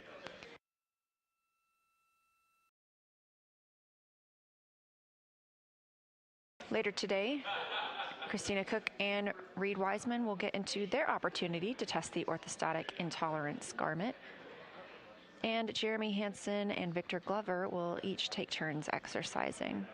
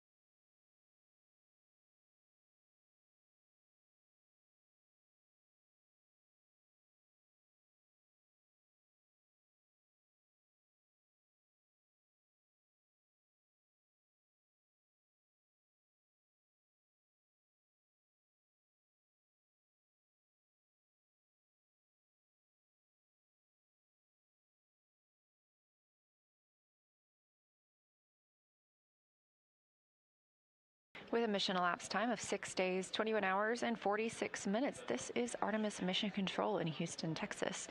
You're looking at a visualization known as ARROW, Artemis Real-Time Orbit website. You can access this on your own at any time by visiting nasa.gov/trackartemis.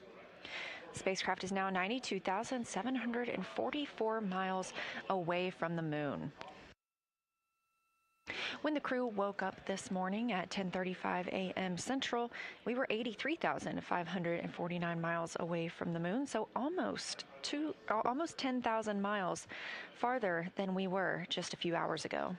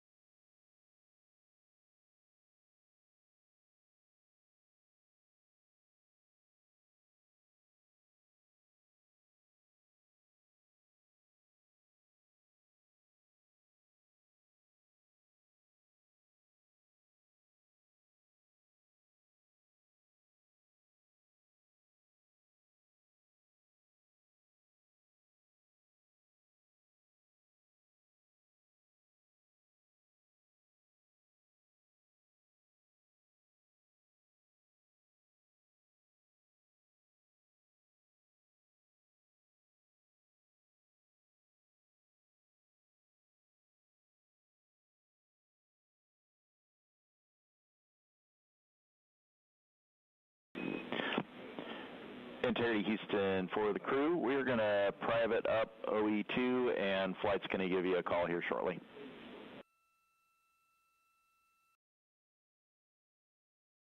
Copy, we're switching.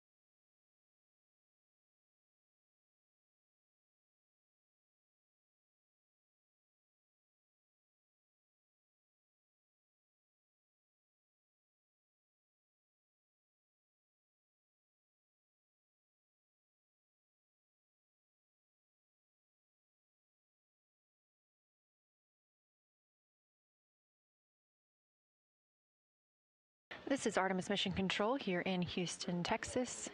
You did hear the team call up to the crew that they would have a privatized loop. This means they're allowed to have a private conversation with anyone here on the ground, specifically the flight director. It allows them to be transparent when asking or answering any questions, considering all of their other communications go out live.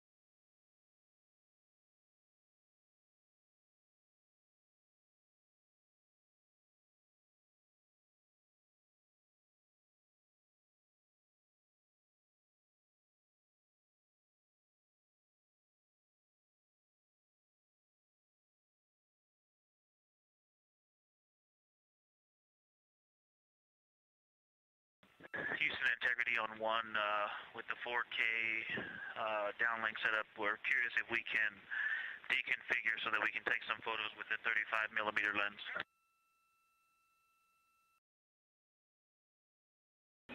Checking.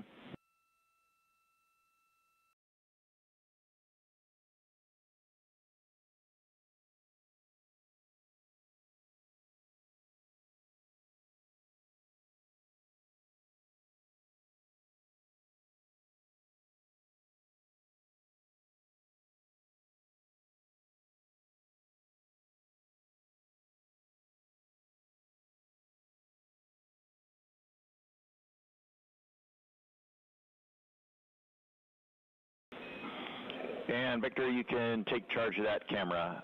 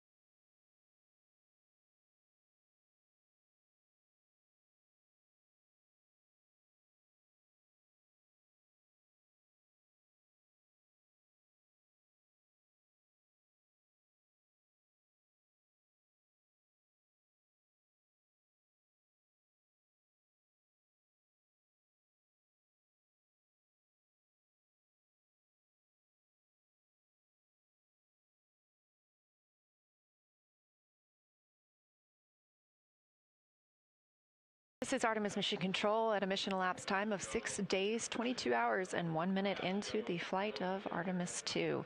As you can see, we've got some exercise happening on the spacecraft, judging by that movement.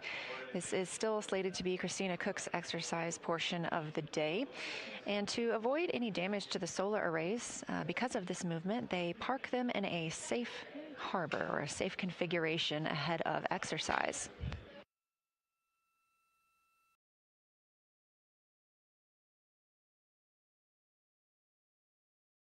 You heard some communications about the OPCOM demo, those laser communications that we are testing out to use infrared light instead of traditional radio waves.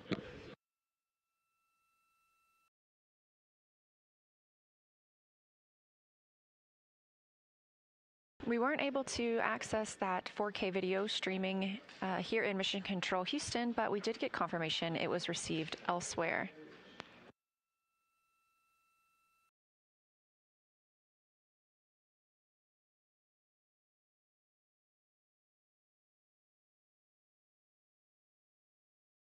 Coming up next, Mission Specialist 2, Canadian Space Agency astronaut Jeremy Hansen will get into his exercise.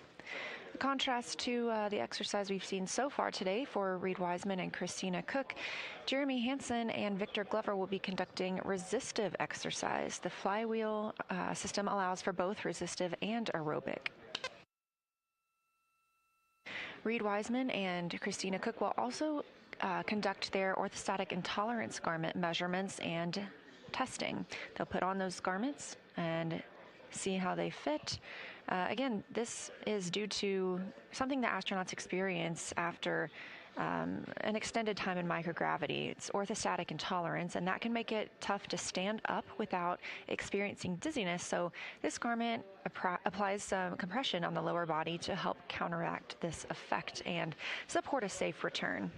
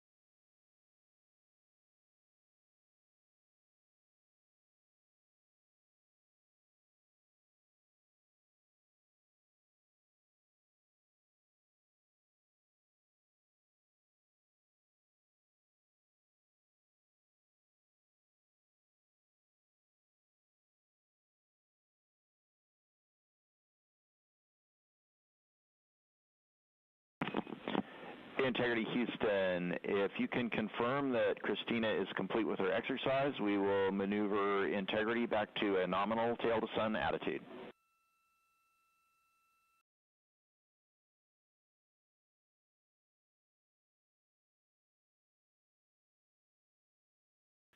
She has just stopped right this second. All right, we'll start our 2-minute array damping counter and then maneuver you. And of course, when we get into our nominal maneuver, you will not have to run the attitude maneuver procedure if there's a loss of comm.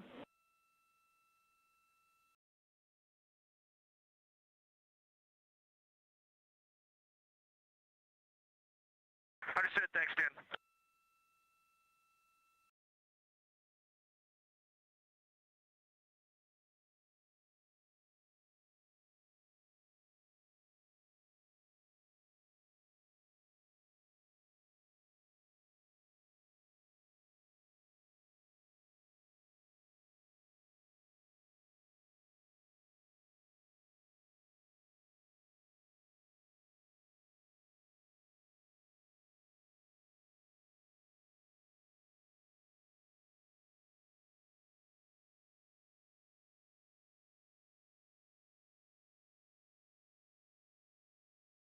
Those communications coming to you from the Orion spacecraft. Also named Integrity. The Artemis II crew members named their Orion spacecraft Integrity and announced that last year. They say it embodies the foundation of trust, respect, candor, and humility across the crew and the many engineers, technicians, scientists, planners, and dreamers required for mission success. Integrity is rooted in a shared core value of NASA, the agency's astronaut office, and the Canadian Space Agency. That was Christina Cook calling down to let the ground team know she had completed exercise. They are going to maneuver the spacecraft and have to set a short timer to allow the motion to settle out before they do so. We are about 15 minutes away from today's mission status briefing here at Johnson Space Center. And if you are interested in watching that, you don't need to go anywhere. You can remain on this YouTube feed on NASA's channel. But we do have a second feed if you are looking for clean audio and not the briefing. So you can stick right here if you're interested in the briefing. You won't need to leave at all. But if you want to switch over, we'll be over there as well.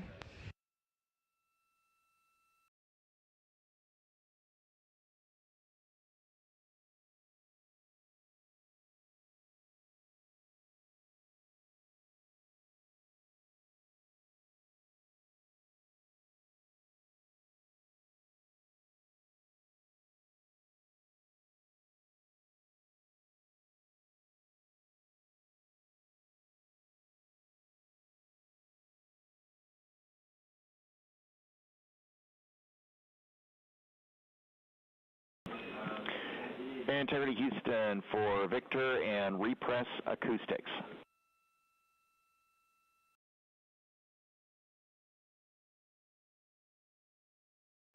Go. Victor, it's in the procedure, but we really need to make sure when you start the acoustic monitor, please give us a time hack for the repress acoustic.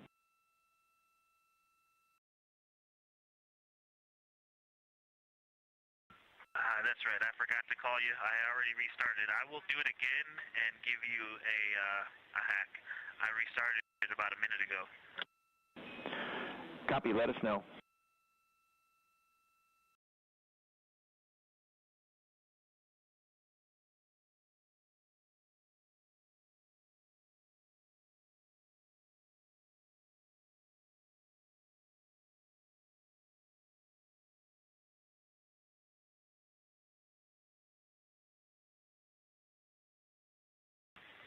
Houston Integrity restarting the acoustic monitor for the repress recording in 3,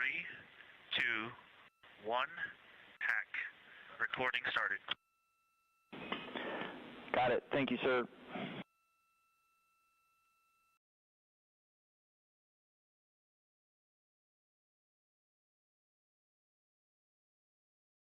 You are welcome.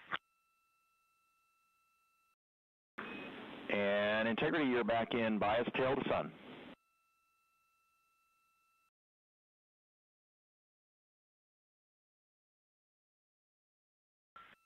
Okay, copy that, Stan. Is the vehicle ready for me to start exercise? We need a couple minutes, Jeremy.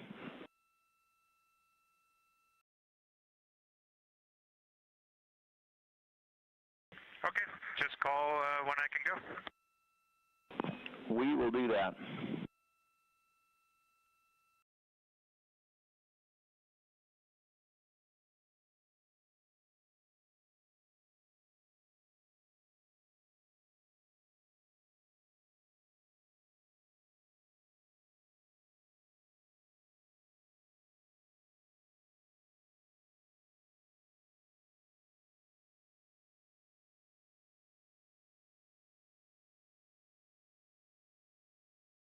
Here in Artemis Mission Control, the team's changing the attitude of the spacecraft and configuring the solar arrays yet again for another exercise opportunity, this time for Canadian Space Agency astronaut Jeremy Hansen.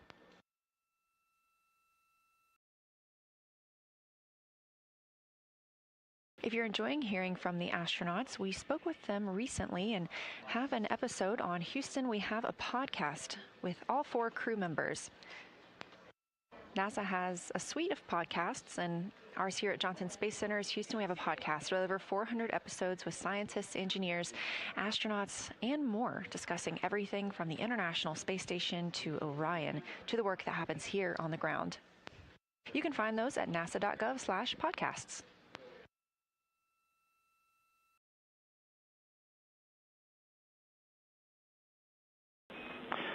Integrity, Jeremy, you are go for exercise.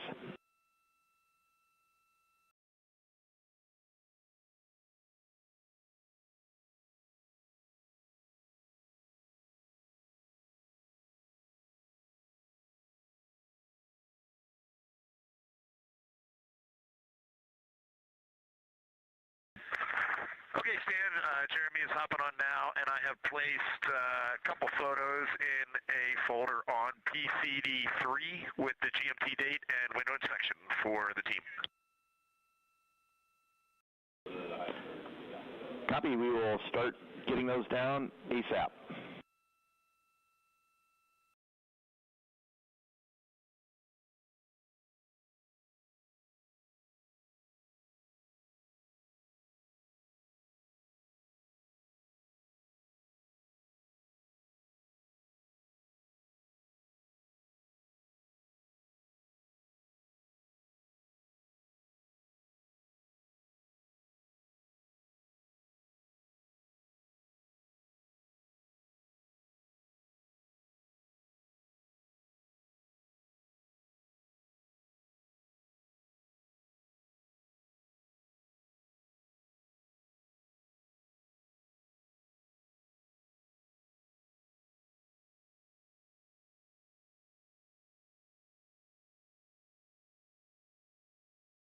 This is Artemis Mission Control at Johnson Space Center in Houston, Texas. A mission elapsed time of 6 days, 22 hours, and 16 minutes into the flight of humans aboard Orion. The first flight of humans aboard Orion, and the first time we've sent humans beyond the moon in over 50 years. Currently aboard the spacecraft, Canadian Space Agency astronaut Jeremy Hansen getting into his exercise period, while Reed Wiseman and Christina Cook will be stepping into their orthostatic intolerance garment testing. Again, a lower body compression garment to help support a safe return. You can track where Orion's at Integrity for exercise video. Go ahead, Christina. Hey, Stan, can you say again the instructions for making the LCD screen be off while you're recording video on the D5? We thought we heard you just press the live view button, but that seems to stop the recording as far as we could tell. My recording lasted for about 26 minutes, which was almost the entire duration, and then apparently stopped on its own. So we'd like to implement this for sure for Jeremy. All right, Christina, that was Capcom's bad words there. Apologize. you will turn off the recording if you turn off live view while you're recording. The actual correct thing to do is to turn off live view in between recording sessions to give the camera a chance to cool down.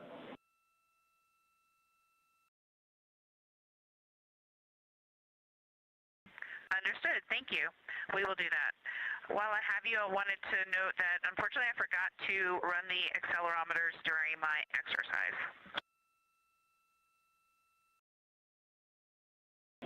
Copy. We appreciate the report.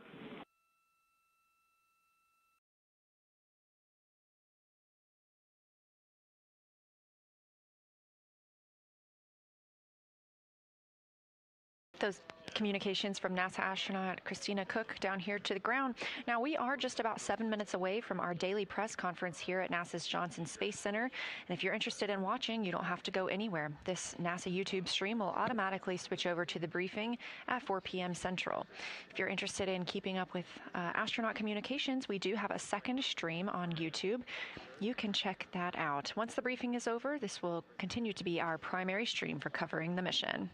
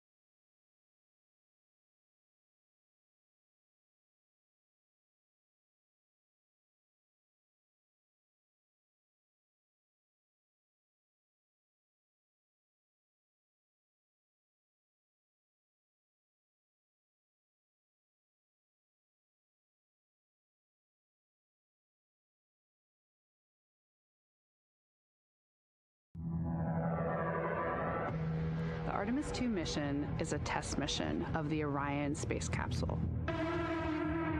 Artemis II will be the first time we put humans on this rocket. We're going back to the moon because it's the next step in our journey to Mars. We were always going to the moon. Pushing ourselves to explore is just core to who we are. That's a part of being a human. And liftoff.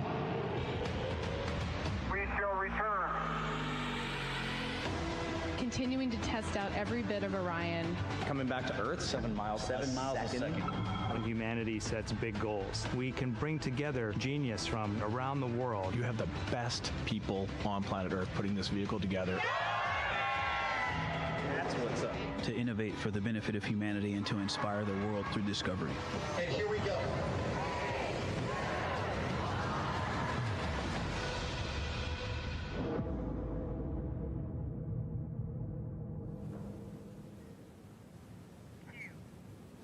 Good afternoon and welcome to NASA's Johnson Space Center in Houston.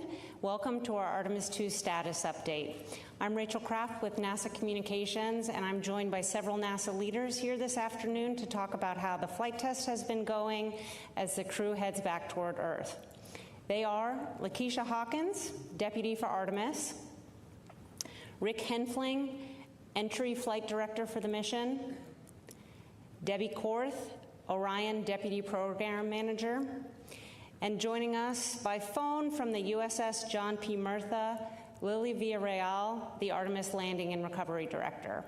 We'll have some opening remarks as usual, and then we'll get into questions, and we'll start with Lakeisha. Thank you. And thank you for your continued interest in our mission and in Artemis. So we're into flight day 8. And the mission continues to go well as the crew prepares to transition back to Earth and we get ready for entry day. After an exciting day of science on Monday and a day for the crew to recover and then achieve some other flight objectives yesterday, the team is turning our attention to the return and getting the crew safely home. Now, because this is a development flight, we are thinking about what we can still learn in the remaining days to better understand the systems and to inform future missions. And we're still getting a lot of imagery down from the spacecraft and from the crew. And I wanted to share a couple of the imagery highlights today. The crew was able to send down a group photo, and it's great to see them doing so well and in such great spirits. And I'm happy to see Rise there front and center with the team. We can't wait to welcome those smiling faces home. Now, the crew also took an image yesterday of the Milky Way, which is stunning. And free from atmospheric interference, the crew could see the glowing ribbon of stars and filaments, a clear view of our home galaxy. So I also wanted to highlight a few additional things that we're learning through this test. That are directly feeding forward to our next missions, including Artemis III. Now, in the area of science, in addition to the lunar science activities that we saw on Monday, our other science and payload activities continue to progress as planned. At the Marshall Space Flight Center in Huntsville, Alabama, our Payload and Mission Operations Division is operating our Avatar, or also the immune biomarkers experiment, as well as the standard measure activities. And these activities are going to really help us understand how the deep space environment impacts the astronauts during the Artemis missions. The experiments about human health are going to give us data that we need to be able to live on the moon longer as we develop the moon base and be able to prepare for farther trips like going on to Mars. During Apollo, they didn't gather this kind of human health data, and we can't get this information during low Earth orbit missions. So in terms of performance of the hardware, as we heard from the administrator yesterday, the mobile launcher is in good condition overall. And while we need to fix a few things, having the mobile launcher in good condition really ensures that we'll be ready to start stacking the Artemis III vehicle according to the timeline that supports launching that mission next year. You heard previously that the SLS performance was about as good and flawless as we could have expected. And the SLS team already has begun digging into all of that data for detailed post-flight analysis to see if any refinements need to be made going forward. And the data that we're getting from the Orion manual piloting demonstrations, including the proximity operations demonstration we had after launch, are critical to ensuring that we can dock with human landers during Artemis 3 and beyond. And we heard in real time from Victor during the ProxOps demonstration how precise the handling appeared to have been, and the other demonstrations are proving us with even more data. We have lessons we're going to address before Artemis 3, including some of our water valve operations, the wastewater venting that you've heard quite a bit about, as well as the service module pressure control assembly operations. And we're also learning about how long some of the activities inside the cabin should take. Our suit demonstration from several days ago provided helpful insights for future suit crew emergency operations if we should need them. We've also elected to skip the radiation shielding or parts of it, the demonstration, to allow more time for transition of the cabin to prepare for entry. And Rick will talk a little bit more about that. And these learnings are helping us get ready for our next mission. And when the mission goes well, it can look like flying to the moon is easy. It certainly is not. We can't forget that this is a test flight and are taking everything that we're learning forward to support the next mission. This has been a good mission so far, and we're nearing the end, having retired a significant number of risks over recent days. But the team remains focused, and we're making sure that we don't take our eye off the ball. Countless hours of people working together behind the scenes have been preparing for these moments, and people are still giving their all to ensure mission success. We continue to improve to make our ultimate goals of going to the lunar surface, building the moon base, and eventually sending the first humans to Mars a reality. So I appreciate your continued interest, and with that, I'll pass it to Rick to provide an update on operations as we get ready to bring the crew home. Thanks, Lakeisha. So since we last got together, there's been a number of activities completed last night as well as today. Our primary activity yesterday evening was to perform our first return trajectory correction maneuver, RTC number 1. That was 1.6 feet per second.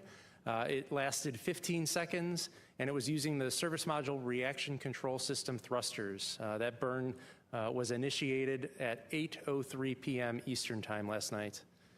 As far as today, we were able to get the crew in their orthostatic intolerance garments. These are special garments designed to help ensure the proper blood flow for the crew members when they return to the pull of Earth's gravity. It was important to get this and try this out today so that the crew has an understanding of what it's like to put this on entry day. We also were able to successfully stream a 4K video using the optical communication system, which continues to prove to be an extremely valuable tool in our beyond Earth orbit space flights. The crew also performed a couple of recordings for their National Geographic payload activity. They did a few PAO events. And later this evening, we're going to do a couple of manual piloting demonstrations. One will be to use the docking camera to point the spacecraft towards a celestial body. And the celestial body we're going to use for that activity is Arcturus. Once that activity is complete, we're going to do another manual piloting demonstration where the crew is going to center the Earth in the field of view of one of the windows, and then they're going to fly the spacecraft to an attitude where the tail points towards the sun. This is important in order to be able to show that the flight crew can maneuver their spacecraft to get power and generate power so they can continue to power the subsystems on board the spacecraft. Finally, we're going to finish with a portion of that radiation shelter demonstration that Lakeisha talked about. Ultimately, the radiation shelter demo was largely a stowage activity for us. We had to remove a bunch of stowage from a couple of lockers and show that we could get a crew member to shelter in that locker. While we don't need any more practice moving stowage around, we're going to get plenty of that on flight days 9 and 10. It was important to show that we could provide proper ventilation to the astronaut if they were to shelter in that stowage. And so the way we're going to provide good ventilation is through the suit umbilical. So when the crew members put their launch and entry suits on for entry, one of the umbilicals they made is for airflow, and we would repurpose that umbilical and show that we could provide proper airflow to the astronauts when they're in somewhat of a confined space of the stowage locker.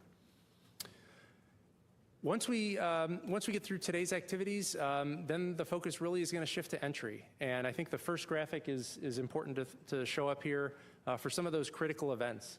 You know, the first one that we're really going to have to keep our eye on is crew module and service module separation. That's going to happen about 20 minutes before entry interface. Once we get through the separation of the service module, we're going to do one final burn. It's called our crew module raise burn. This is typically not a burn that's going to be required, but it's our final opportunity to fine-tune our flight path angle before entry interface. So we'll perform that about 16.5 minutes before entry interface. Once that burn is complete, the spacecraft is going to make a couple of roll maneuvers.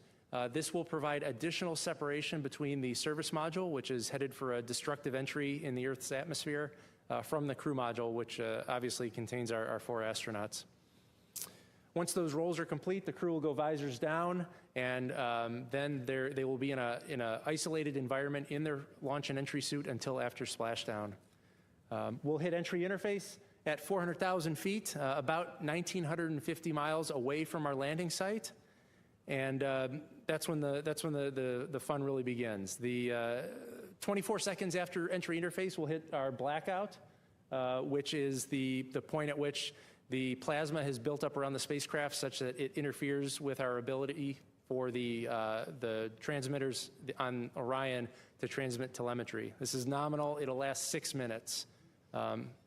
Once that 6-minute blackout is done, Orion's going to be at about 150,000 feet. So still falling pretty quickly. We're going to be within a couple tens of miles of the landing site by that point. And then our focus is going to shift to deploying the parachutes. We've got 2 drogue parachutes that'll deploy. It'll be about 22,000 feet. That'll slow us down to about 200 miles an hour. And then we'll deploy the 3 main parachutes. Those are the orange parachutes you see in the image. That'll happen about 6,000 feet altitude, which will slow the spacecraft and her 4 inhabitants down to a gentle 20-mile-an-hour splashdown in the Pacific Ocean. We'll get the spacecraft power down about 15 minutes after splashdown, and then I'm going to hand over to Lily Villarreal, our recovery director, for mission authority. Let's go to the next graphic, which has a little bit more detail on some of those events. Here's a plot of what entry is going to look like. You can see it's only 13 minutes from entry interface until splashdown, so it's going to happen pretty quick. And the flight control team here in Houston, we're going to be without comms with the flight crew for 6 of those minutes. So it's going to start quickly, and it's going to be over even faster. Next page.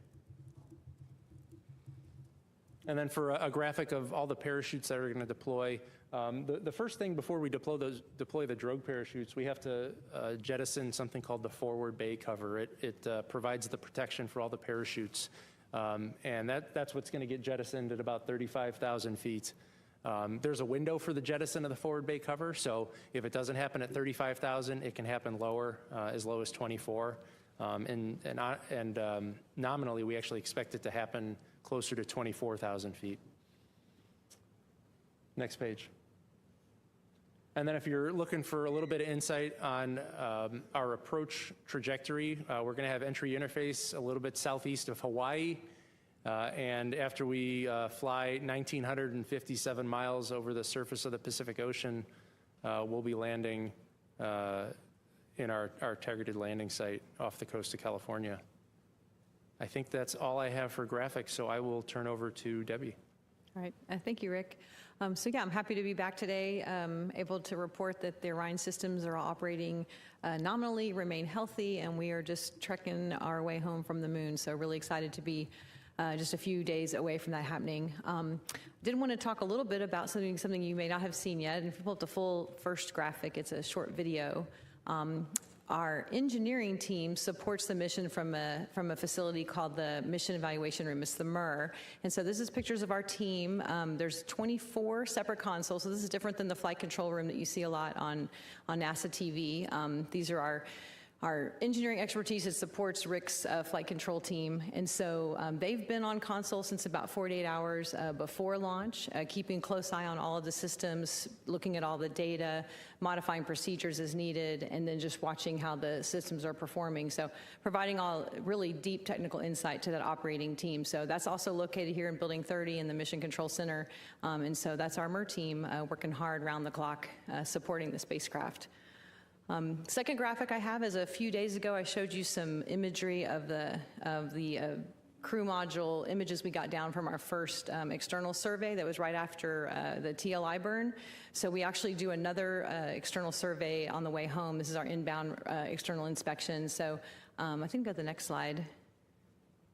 Yeah, so this is kind of two different views of the spacecraft. Again, did a comprehensive review of all the imagery that we were getting down off the surface of the crew module. No concerns, no issues seen that would make us have any pause for the reentry phase. Everything is in excellent condition for that entry. So that's our pretty crew module. I think we have a couple of pictures of the service module as well. Yeah, so we obviously don't bring the service module home. As we mentioned, that gets separated about 40 minutes before we splash down. But we did get some nice imagery. And the next one I thought was interesting. It's a picture of the solar arrays, but it's actually the backside of the solar array, which we don't normally see. So anyway, poured over all this imagery, and everything looks really good for the return.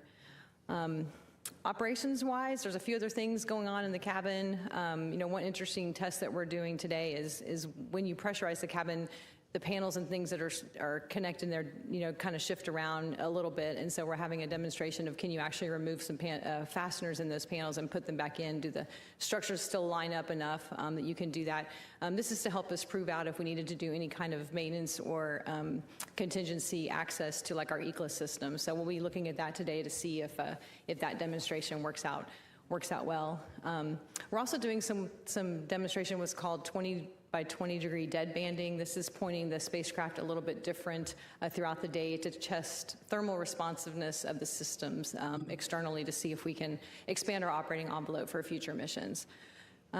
So I guess some other things, we've collected a lot of data on this mission. We'll be getting a lot of that data back when it comes back, but did want to mention a couple things. We've consumed 2,964 pounds of fuel in the service module. We have 4,285 to go. So clearly we had put a lot of margin into this mission to make sure we could fly it properly. 9,855 commands have been uplinked, so been busy for the flight control team and the MIR team doing all of that. And then we mentioned the optical comm and how effective that has been in getting data down. 122 gigabytes of data downloaded. That was a record. That was in a single day. That was today. And a total of over 312 gigabytes of data coming down on that optical comm system. So that's been really helpful for us getting down some of this beautiful imagery. Cabin is currently at a 76 Fahrenheit degree, so the crew's quite comfortable. Everything looks really well. And I think that's probably it from me. Spacecrafts continue to operate nominally, and we are hard at work monitoring it until it gets home. So with that, I will hand it over to Lily. Hi, good afternoon. Just checking to make sure you guys can hear me first. We hear you, Lily. Okay, great. Thank you for joining us today. I'm currently at sea aboard the USS John P. Murtha with the joint NASA and military team who are ready to safely recover the crew once they splash down off the coast of California. The ship departed from Naval Base San Diego on time, and we are currently maneuvering the ship to the landing zone. Over the past couple of days, we have been completing final preparations on the ship, including training with the joint NASA and military team to refresh the skills and procedures that we've been practicing during underway recovery tests. I want to quickly walk you, however, through the process of how we will safely recover the Artemis II crew and the Orion spacecraft once they return from their trip around the moon. The ship and the small boats will be positioned at a safe distance at splashdown until the team has determined that their path of travel will be clear of any of the jettison hardware that Rick talked about. At splashdown, the crew in Houston will follow their post-landing procedures while our divers maintain a distance of about 120 yards to the capsule once we're cleared to go to the capsule. After handover from the flight director to the landing recovery director, the divers will approach Orion and they will conduct assessments of the air and water surrounding the capsule just to make sure that it's safe to approach and help the crew exit Orion. After ensuring the area is safe, they're going to go ahead and open the Orion hatch and help the astronauts from their seats to a large inflatable raft that we call the front porch. Once all 4 astronauts are on the front porch, we will tow the capsule away from the front porch, and the team will pick up from Navy helicopters which are deployed from the recovery vessel. 2 helicopters are going to rotate, picking up all 4 crew members before they return to the recovery ship within a few minutes of each other. Once the crew has exited the helicopters, they will proceed to the ship's medical bay to undergo routine post-flight medical checkups. We expect to recover the crew and deliver them to the medical bay within 2 hours of splashdown. With the crew safely out of the capsule and in tandem to the recovery, teams will work on towing Orion into the well deck of the ship using procedures that were very similar to those that we used on Artemis 1. Once we have Orion safely inside, and all the small boats are back on the ship, we will start making our return to Naval Base San Diego. Depending on our distance, by then the Artemis II crew will fly off the ship back to shore, we anticipate within 12 to 24 hours post-splashdown. Before I wrap up my remarks, I do want to take a moment to thank our partners from the U.S. military who are supporting our Artemis recovery efforts. Without them, we couldn't do what we're doing. We had a very successful recovery of the uncrewed Orion spacecraft during the Artemis I mission, and we feel confident that through our testing and training alongside the Navy and other collaborators, we will make Artemis II just as successful. With that, thank you, and I'll pass it back to Rachel. Okay, it's time now for questions. We'll take questions here in the room and on the phone bridge. A reminder to those of you joining by phone, you can press *1 to get into the question queue. Please limit your question to 1, and especially with Lily joining us remotely, please let us know who your question is for. Let's start here with Jackie. Hi, Jackie Waddles, CNN. Quick question for Rick. Can you walk us through, I understand that loft trajectory was specifically planned out, but are there any contingency trajectories that you're also prepared to do in case anything is off nominal? And then I'd also love to clarify exactly what G-forces the astronauts are expecting to experience, whether in an off nominal or nominal situation. Thanks so much. Yeah, good questions. I'll start with the more straightforward one with the G loads. For a nominal landing off the coast of San Diego, we're expecting 3.9 Gs. But we have a number of contingency trajectories which would land us further uprange or further away from our targeted landing site. We have, and when these contingencies are selected based on the severity of the problem. So we step deeper and deeper into the severity of the problem, which requires us to land shorter and shorter or further and further away from the landing sites. If we pursue one of those contingency trajectories, you could see G loads as high as 7 or 7.5 Gs.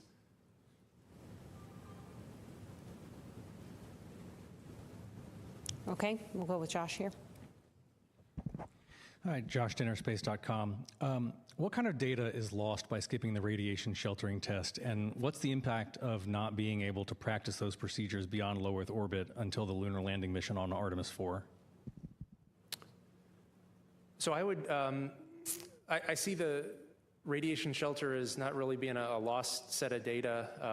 As we reassess the timeline for the remainder of the mission, we found that there was still an opportunity to test out that suit umbilical airflow, which is arguably, in my mind, is the most important part of that demo, because the radiation shelter was, it's an area in the spacecraft that is kind of deep down in one of the stowage lockers. And so the part of the demo that we're not going to practice is the removal of the stowage from the stowage locker, which is something that we don't necessarily need to demonstrate as part of that particular test. We know how to remove stowage. The really important thing is to make sure that we can provide a habitable environment when the crew member is down in that locker. And airflow is critical to that. If you're in zero gravity, you can develop pockets of carbon dioxide if you don't have sufficient airflow, because there's no convection to move the air around when you're breathing, and you end up having kind of a pocket of CO2 forming around your face. So the airflow is the most important part of that demo, and we did find a way to achieve that objective. Yeah, and I should maybe add too, the stowage part of that is practiced quite a bit over in the mock up here in Building 9. So the part of that you can really do in 1G, they've practiced many times. So feel confident it'll work. I'll just add that we will also still get data with respect to radiation, as well as the avatar data, where we are getting effects of radiation on tissue chips from the crews. So in terms of actual better understanding of the impact of radiation, we will still get data associated with that. Okay, we'll go here to Eric Berger and then to Marcia. Eric Berger, Ars Technica. Question for Debbie, I think. You mentioned the external survey. There were no concerns, no issues that would give us any pause. Let's say in the very unexpected event that there was some serious MMOD damage, on the edge of the heat shield that you could see, or with the spacecraft. I mean, I think I know the answer to this, but what is the contingency plan? That there isn't one, right? Correct. I mean, we aren't looking at the heat shield. Obviously, that's still covered by the service module. So this is just your thermal protection system. My understanding is we would modify our flight profile to try and accommodate that, but I don't know. There's nothing we can do hardware-wise. There's no way to go repair, for example. I would add that depending on the nature of the damage, if that were even something that we would have to consider, you can assess the various flight profiles, the ballistic landing profile, the loads managed, and you could try to pick one that was the least stressing if there were something of concern. But as Debbie said, we did the survey, and there's nothing to be concerned about for entry. Marcia. Marcia Dunn, Associated Press. For you, Rick, what's the maximum speed coming back? Isn't it going to set a record? I think you promised us that. Yes, we did. Yes, and when and how will the capsule be coming back to Florida? So as far as the speed, our prediction for Artemis 2, we're going to reach a max velocity of 34,965 feet per second, and that is less than the Apollo 10 record of 36,397. And the answer on how it comes back to Florida, we'll be trucking it back. So it'll get some conditioning done as soon as it gets back to San Diego, some quick inspections and other things we do there, but immediately, as quickly as we can, put it on a truck and it gets driven back to Florida, back to the facility where we'll start doing the deservicing there. It's closer to two weeks. Mm-hmm. Mark. Mark Carreau with Aviation Week.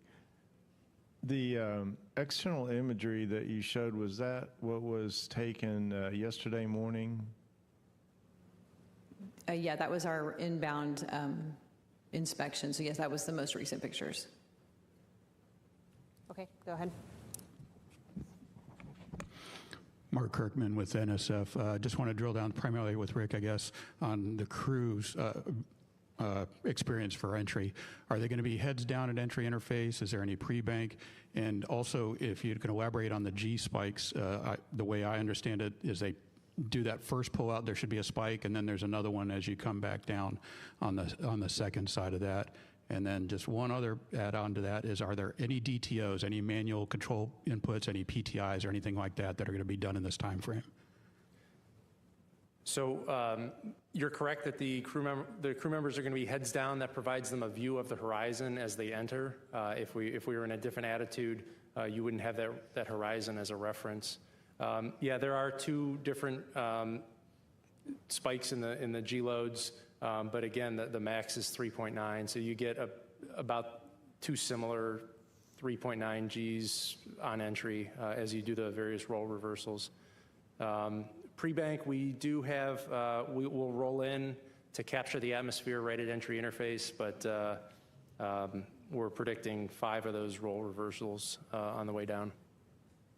Jonathan. Jonathan Seri with Fox News. Follow-up to that, we're talking about the Gs that the Artemis crew will experience. How does that compare to crews coming back from LEO, say in a Crew Dragon, in terms of Gs and also duration of reentry?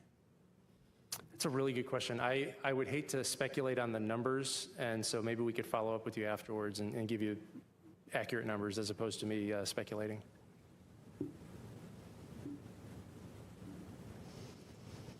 Okay, we'll take a couple questions from the phone. The first is from Lauren Grush with Bloomberg. Hi, thank you so much for taking my question. I'm wondering if you can just walk us through the weather constraints for the landing location, if those do exist. And just to clarify, I guess I'm wondering what are the variables that you can change with this splashdown if there is some kind of technical issue discovered ahead of the reentry, and what can't you change? Thanks so much. Sure. So for the weather constraints for splashdown, we're primarily looking at the wind conditions. We're looking at some of the wave conditions. We're looking at precipitation and thunderstorms. And as of now, our forecast for our landing site is winds out of the southwest, 10 knots, waves less than 4 feet with a wave period of 17 seconds. We're watching that cold front that I had mentioned over the past couple days. It's slowed down. It's also weakened in nature. And so the precipitation that we were watching is forecasted to be greater than 60 miles from the intended splashdown location. So we have some really favorable conditions. Should be a real nice day during the day in San Diego. That cold front will push through after splashdown, but it's looking like we'll have some favorable conditions for a nice landing on Friday. And there was another question, I think. Was there another? Maybe not. Okay. I think so. About what variables you can affect? Oh, that's right. Yeah. So as far as the variables that affect the landing down modes, we call them down modes. If you have a contingency, we're really looking at things that affect the guidance, navigation, and control, and the propulsion systems. So we want to ensure that the spacecraft can still fly safely home. So we have some ways to alter the landing, which shortens our entry profile. We land further uprange, but they are certified spacecraft guidance, navigation, and control modes that will ensure a safe landing in multiple failure condition contingencies. Okay, next we'll stick with the phone. We have Ken Chang with the New York Times. Hi, thank you. This is another question for Rick. What do you lose by not doing a skip reentry? Does that reduce the flexibility of where you can land? From an operational perspective, it's that reduced range within which we can assess the weather conditions. But I don't know if Debbie has anything from a heat shield performance perspective to add. Well, I think we did a lot of investigation after Artemis 1. We did do the full skip there, so we understand how the rest of the vehicle behaves, and done an extensive ground test program to understand how this heat shield behaves, and then so we can expand that to a larger skip, a real skip entry, starting with Artemis 3 again. So this is just one piece of our test flight program to get the full capability. I wouldn't say we're losing anything by going with the lofted entry on this flight. We knew that going into it, and we've built in the ground test program to get us the full skip entry for the future. We'll do one more question on the phone, then come back to the room. The next question is from Nell Greenfield-Boyce with NPR. Thank you. I'm asking a little bit more about the reentry inspection. So it seems like the heat shield's really kind of covered up. So I'm wondering, like, what you all are really looking for in the inspection. You said everything looked fine, but I'm wondering, what wouldn't be fine. And I'm also wondering, like, do we have any data on the heat shield that can't be seen? I don't know what it would be. I'm assuming not, but I'm just asking what, if anything's known about what's going on in the parts that are covered. Thanks. Yeah, so the inspection we did was primarily for the back shells, and so that's I think it's about 1,300 different back shell tiles that are covered with that Ciox tape in most cases. So we're just looking to see if we see any notable damage that might give us a concern, that might want us to change how we do our reentry profile. The tiles themselves are very robust and they have huge levels of margin, so we can accommodate some MMOD damage without compromising the vehicle. So we're just looking to evaluate, do we see anything that would be beyond what we think we can accommodate, and we really didn't see anything at all. So that's what we're looking at. In terms of the heat shield, no, we're not getting data off of that at this time. You know, that's been covered with the service module. And so we will not be getting any data off of that until we hit that separation phase. Bill Harwood with CBS. A question for Lily. Is Lily still on the line? Yes. Can you go over the crew extraction sequence? In other words, which astronaut comes off first? Do you alternate one on one chopper, one on the other, and then rotate back through? Can you like tell us who's first off, who's last off, and how they sequence the choppers? Thanks. Yes, I can definitely answer that. The nominal plan is to open the hatch, and the first medic will go in and assess the crew right away, and then he will be helping the first crew member in seat 3, which is actually Jeremy. And then the second medic will enter, and he will go to Reed, and then we'll have the 2 follow-on medics along with the medical officer. The Navy medical officer will go in and take care of Victor and Christina. Once they assess that everything's well, the plan is to egress Christina first, then Victor, then Jeremy, and then Reed. Of course, if there are any situations medically where there's some concern, the medical officer has the right to egress the person who is impaired first if needed. And that's pretty much the sequence that we will also pick up via helicopter. We'll go with Will. Thank you. Will Robinson-Smith with Spaceflight Now. Thank you all for taking the time. Question to Rick. You mentioned the remaining manual piloting events that are still left. Can you talk about which crew members are going to be doing what? And then just a quick one to Lakeisha. We've heard the crew during each of the crew planning briefings talk about the lights on the Avatar experiments. Some are on, some are off. Can you explain what a light being off actually means? Thanks. Sure.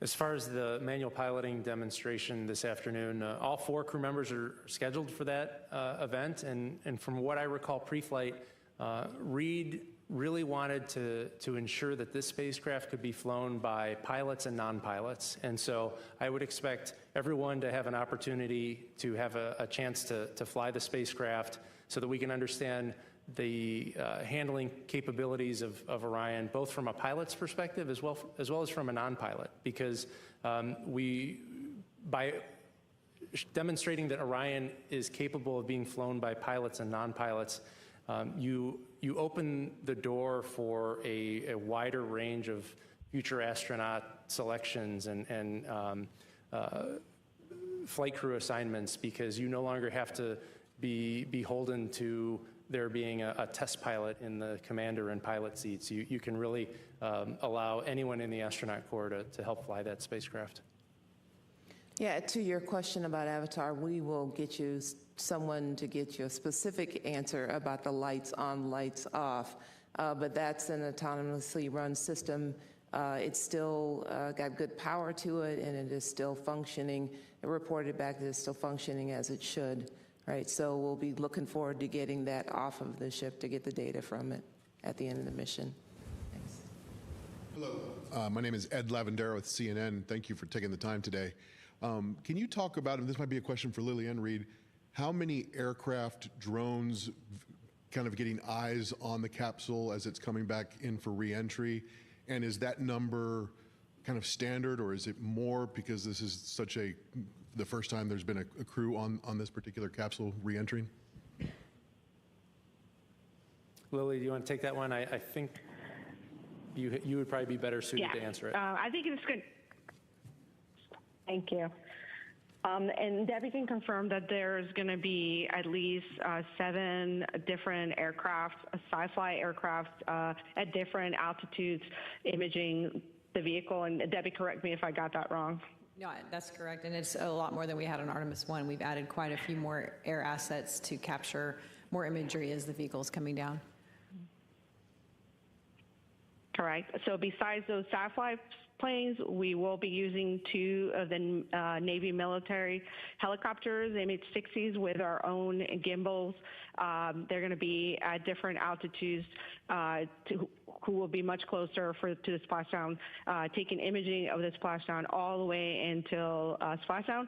If for some reason we have clouds, we also have additional gimbals on the bow of the ship to be able to capture that landing right when it happens right in front of the ship for us.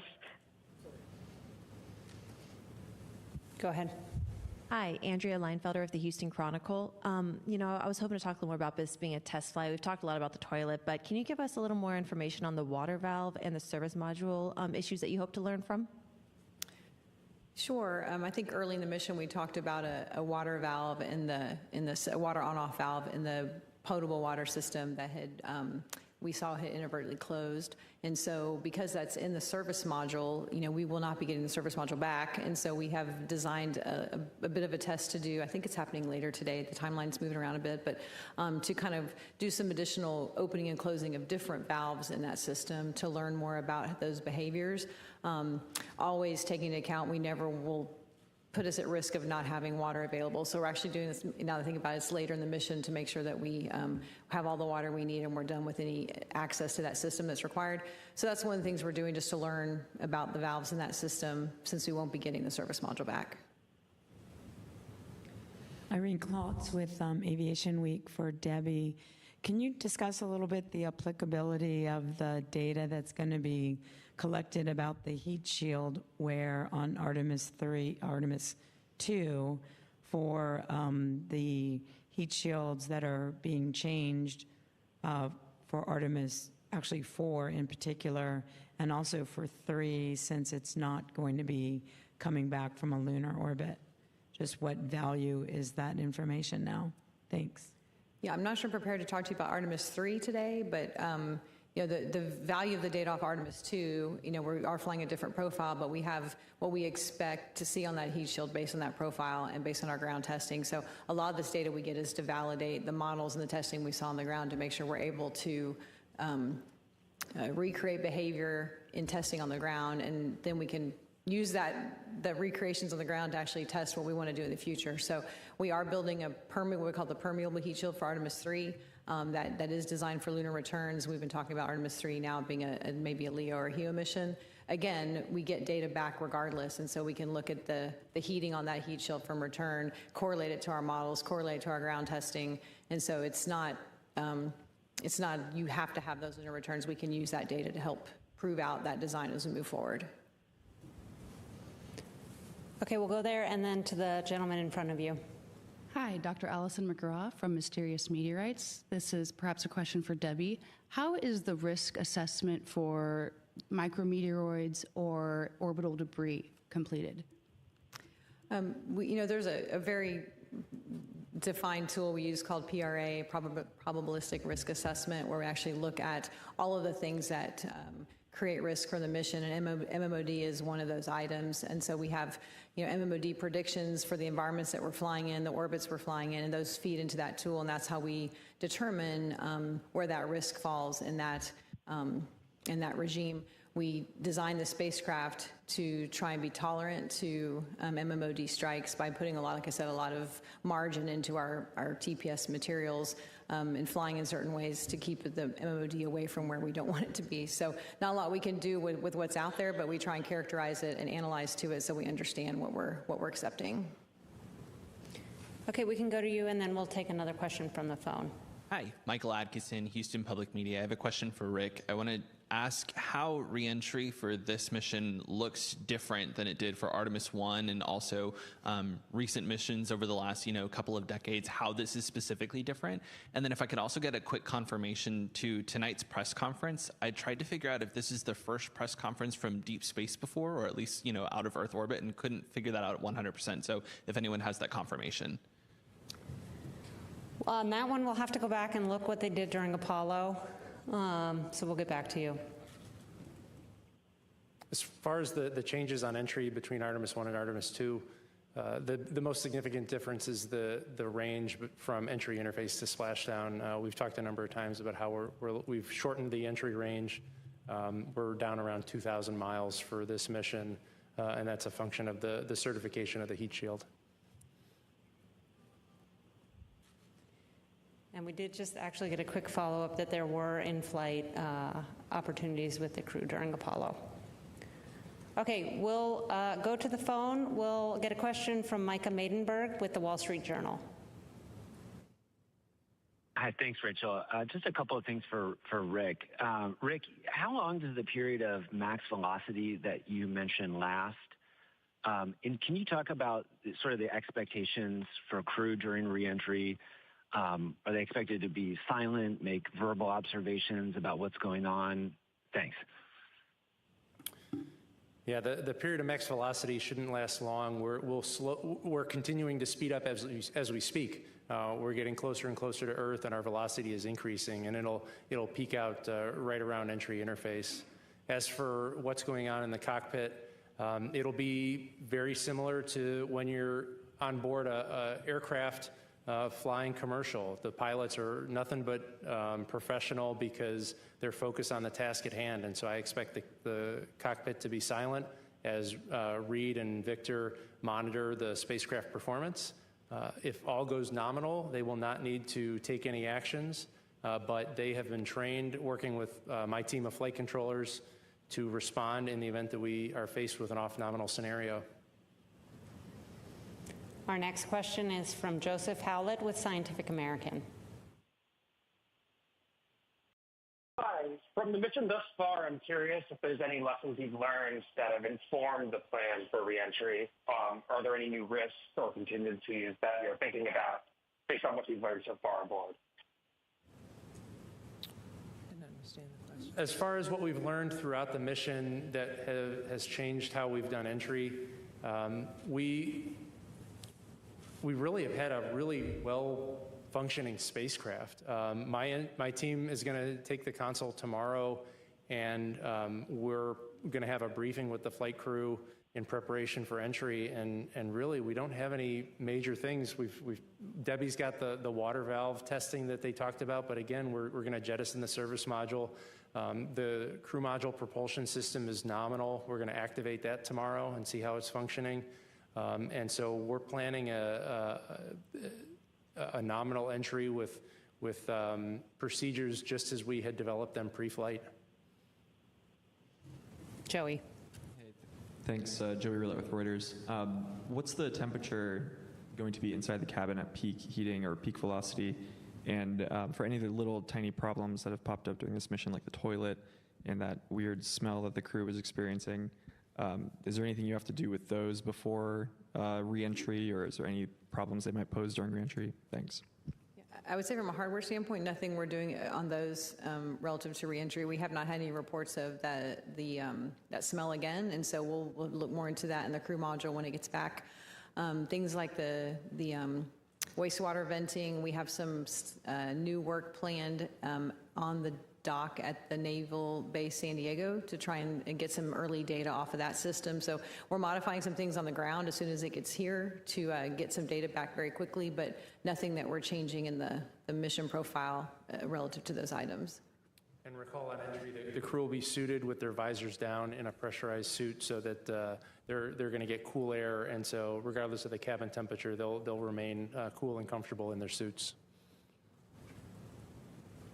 Jackie Goddard for the Times of London. I wondered if Lily could just tell us, are there any other recovery or rescue assets in the area? The expectation that the capsule is just going to plot right in front of the vessel. I was just wondering if there's other stuff in the area in case it doesn't. And also, could anybody just talk us through how you, what's going to happen with the astronauts after they come back here? Has there been conversation about what their wishes are in terms of public appearance and so on? Thank you. Okay, this is Lily. I'll answer the first one. Yes, we still are working with the military to ensure that if there is an off-nominal event, that we have rescue forces ready to go to the site of the off-nominal landing. And so we have C-17s with PJs that are stationed at Joint Base Charleston, ready to deploy if needed. And then we have a C-17 with PJs and also all of the hardware that's needed to rescue the crew at Joint Base Pearl Harbor, ready to go at entry. So we're pretty much covered if there is an off-nominal event and they do not land where the ship is. Now, if they land, a short distance from the ship, obviously we will start heading towards the splashdown site. And I'll let somebody else take the second question. Yes, we do hope to have an opportunity to hear directly from the crew once they return to Earth several days after their return.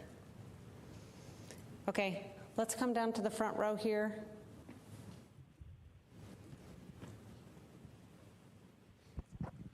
Zachary Albert with the Launchpad. Can you take us through the timeline of getting the experiments and science out of Orion? I know coming home from the ISS, there's some that we rapidly get back off the vessel. Is there any plans with that with Orion, or is it going to more just ship back with it when it comes back to Florida? It's a combination. There's early desto bags that come out right away. They get shipped back on aircraft. Some of the data storage that's got some of the imagery and other technical data will actually be downloading those cards onto computers, making copies there in San Diego. So it's a combination depending on the criticality, and then the vehicle itself comes back, with the rest of the equipment. TJ Muscure with the Epoch Times. Thanks so much. For Lakeisha, sorry if I missed it earlier. I know we were talking about radiation data. Have you all been able to gather or have any of that radiation data downlinked yet? And have you guys been able to take a look at it? Or is that all going to be after? So I think I was referring to the Avatar data, and that data will obviously be brought off of the ship once it's returned. Okay, we'll take one from the phone. This from Manuel Mazzanetti with Exploración Espacial. Thank you so much. Manuel Mazzanetti with Exploración Espacial. A question maybe for Rick. This is not regarding entry, but the simulation that the crew performed with the oxysuits. I would like to know if they provided some feedback after this exercise. I understand that they were doing in different speeds, how they felt about it, and if you received some feedback from this test. Thank you. Manuel, we have not, we're not hearing you quite clearly. Can you try again, please?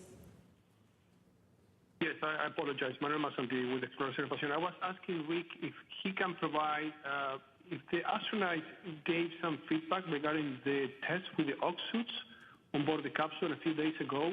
They were doing at different speeds, and I wonder if the crew provided some feedback of improving the process or if they felt okay with it. So I'm not particularly aware of any specific feedback that we've gotten yet from the oxysuits from putting them on before, from putting them on earlier in the mission, but the experience gained from having a chance to put them on during the mission and not just before entry is invaluable to the crew. They will have, no one's put an oxysuit on in zero gravity before, and so the lessons that they learned from doing it in a arguably less stressful time in the middle of the mission, it's going to pay dividends for when they have to put it on entry day, when there is a little bit of a time constraint, because we need to ensure that they're suited and seated before entry. Miles. Hi, Miles Doran, CBS News. One question for Rick and one for Debbie. Rick, how long before entry interface and roughly at what altitude, if you know it, are you switching back over to TDRS and getting GPS back? How quickly is that sequence of events happening? And Debbie, after Artemis 1, the main parachutes and the forward bay cover weren't able to be recovered for inspection. Is there anything you wish you knew about how they performed that you don't know based on other data that you were able to get? Thanks. So as far as the handover from the Deep Space Network to TDRS, that's going to occur approximately 38 minutes prior to entry interface. Once the handover is complete, you'll hear a comm check from Capcom to confirm we have a good link. And think this is a good time to acknowledge that the Deep Space Network has been performing exceptionally through the mission. It was a watch item as we were preparing for the mission over the past couple months, but the team that has been managing those systems and ensuring good communications has really performed tremendously, and their efforts pre-flight have paid dividends. Yeah, I'd say on the parachute question, the Artemis 1 was one data point, and so we really don't, it's a demonstration of how the parachutes perform, but our certification is really based on extensive ground tests where we are, chunking parachute assets out the back of a plane in Yuma and looking at all different kind of corners of the box when you have one chute out or two chutes out or one drogue and you miss a main. And so you're doing these tests on the ground to really prove out that system. So I'd say, not getting the asset back, that, you can always learn by visually inspecting it when it comes back, but that's not what we base our certification on. We are putting the parachutes for Artemis 2 on the, we would like to recover them and see if we get those back. But part of the reason of adding all the additional air assets that we spoke of earlier was to get some really good imagery of those chutes if we don't get them back. Okay, we'll take one or two more, and then we'll go ahead and wrap up. Go ahead. Hi, Nick Notario with ABC 13. Question, Rick, for you. Give us the difficulty about what you're going to do relative to the launch, the lunar flyby. For people at home, how hard is this splashdown that you all are trying to accomplish? And what are the nerves like here at JSC to make sure that those astronauts return safely to Earth? I don't know if it's necessarily harder. I think it's just a different environment. It's very dynamic, so similarly to the launch environment, there's not a lot of time to react. When we're performing the launch of any rocket, no matter who's in charge of the launch, there's not a lot of time to respond. And we've talked a little bit, and we showed the video of the engineering team and how the operations teams and engineering teams have been working well together. Unfortunately, when we're in a really time-critical, dynamic environment, we don't have as much of an opportunity to exchange information and talk through nuances of failures. And so what's different for entry is more that there's more of a reliance on the operations teams as the experts to provide a recommendation and safely ensure that the astronauts return home. I'll just mention that Debbie mentioned a little earlier about the probabilistic risk assessment.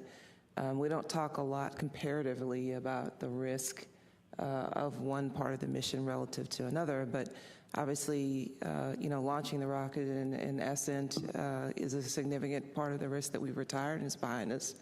But obviously, we're down to the wire now. We're down to the end of the mission. And obviously getting the crew back home and getting them landed safely is a significant part of the risk that's still in front of us. So. Okay, we'll take one final question here, and then we'll go ahead and conclude. You just wait for the mic.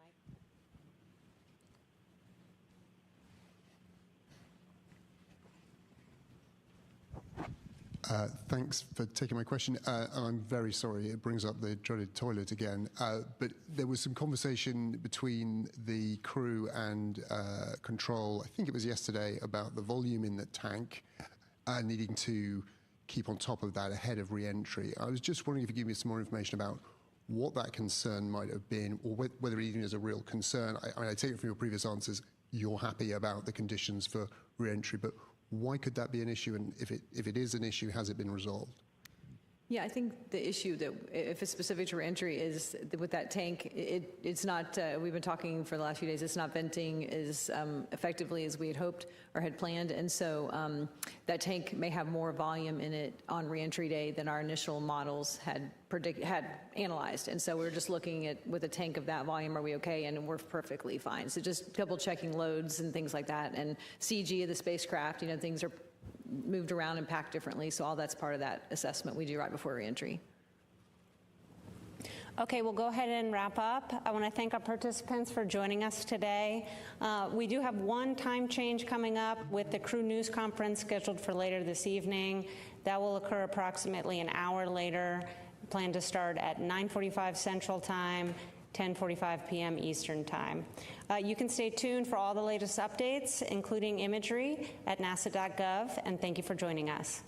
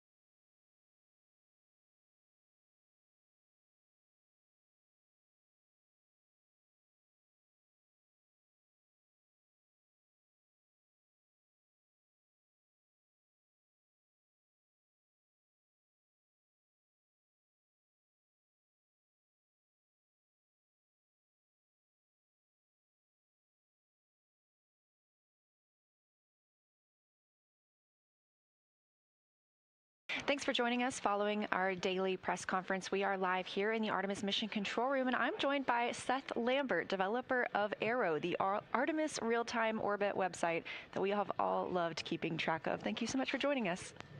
Thank you. My pleasure. So can you tell us about how Arrow works? How do you get that telemetry from Orion and then turn it into something that we can all access? Yeah, absolutely. So Orion's thousands of sensors are downlinking telemetry to mission control here, and the Flight Operations Directorate takes that data, pulls out a subset of it, and passes it along to me. Arrow ingests it as text, and then goes through a parsing algorithm, evaluates that everything is looking good, and then applies the vehicle data like position, velocity, orientation to a 3D model of Orion, and then it takes the time data and passes that to the astronomy calculator, and that's how we get the position of the moon and sun relative to Earth, so that we have Orion in the context of the mission as a whole and accurate lighting. An astronomy calculator. That is so interesting. Well, longtime fans of Artemis will remember that we also had Arrow for Artemis 1. So can you tell me what has changed since then? Yeah, absolutely. So a lot of the telemetry parameters have changed nominally. There's also new components to this flight. There was ICPS and the RPO maneuver, but there's also a lot of work that went into updating the graphics for Arrow this time around, as well as adding in the mobile app. Well, I remember when Arrow started as an intern project of yours, and your background is in game development. That's that right? How did you end up at NASA, and how do your game development skills contribute to this? Yeah, absolutely. I started as an intern while I was getting my education in game development. I kind of just fell into it. I never anticipated that I'd end up at NASA. I started developing a educational kiosk app, and when the opportunity to make Arrow came up, I jumped on it. Turns out there's a lot of overlap in the mathematics. The Flywheel team, this is a great device. We really enjoyed it in this small cabin. It's perfect, and it gave us a lot of good opportunity to get our heart rate up and also get some great resistance exercise. So we just wanted to shout out a nice thank you. Here we go.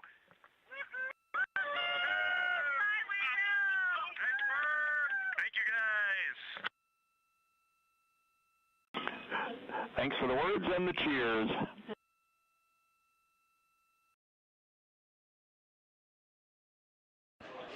That was Commander Reed Wiseman calling down that they have finished exercise for the mission, and that's worth celebrating. So sorry to interrupt you, but please tell us more about your background and how that helped you build Arrow.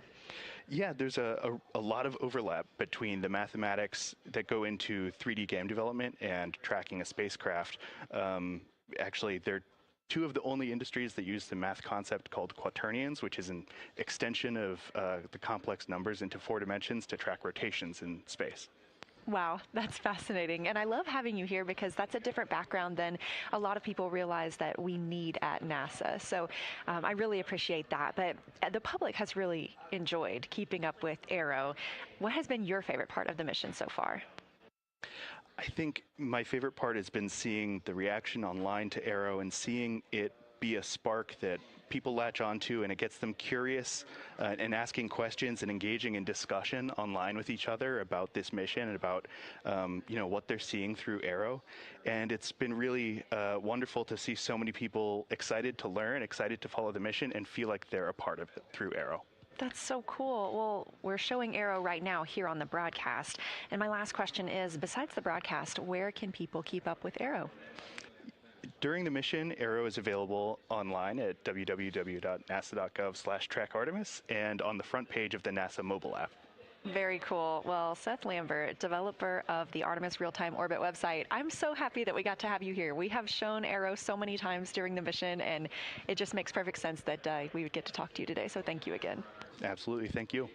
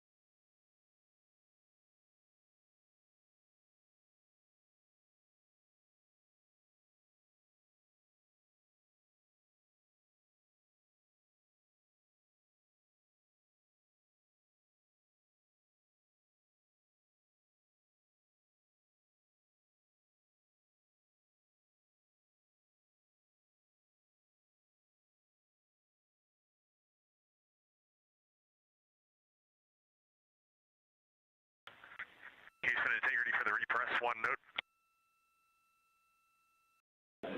Go ahead.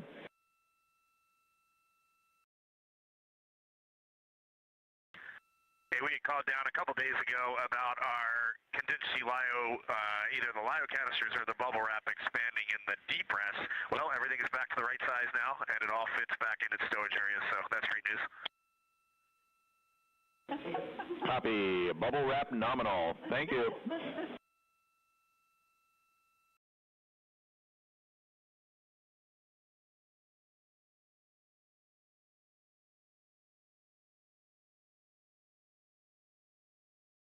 That call from Commander Reed Wiseman down to the ground, keeping us updated on the cabin pressurization.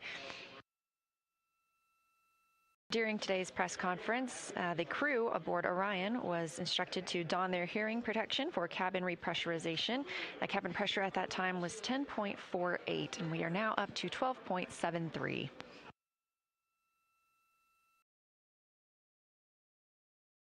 Additionally, we are tracking a shift to our crew news conference tonight that is now targeted for 9:45 p.m. Central Time, 10:45 p.m. Eastern Time.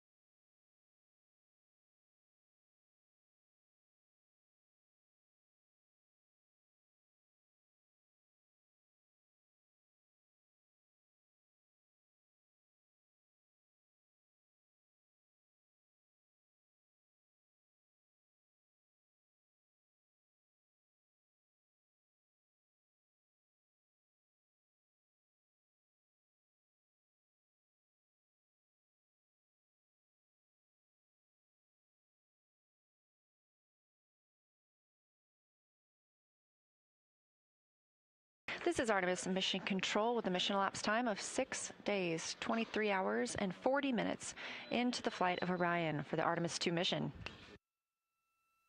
Currently, the spacecraft is 187,694 miles away from Earth. As you can see, that little crescent Earth is even bigger than we saw it this morning.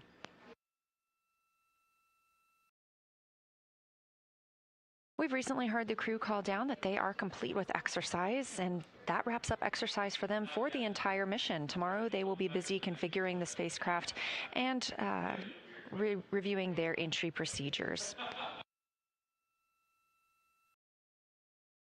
During the briefing, we also heard the crew call down that all of 4 crew members had completed their orthostatic intolerance garment testing. All crew members took turns testing and evaluating that orthostatic intolerance garment. That's worn under the Orion Crew Survival System suit, or OX suit, and that helps the astronauts maintain blood pressure and circulation during the transition back to Earth's gravity. That garment is used to apply lower body compression.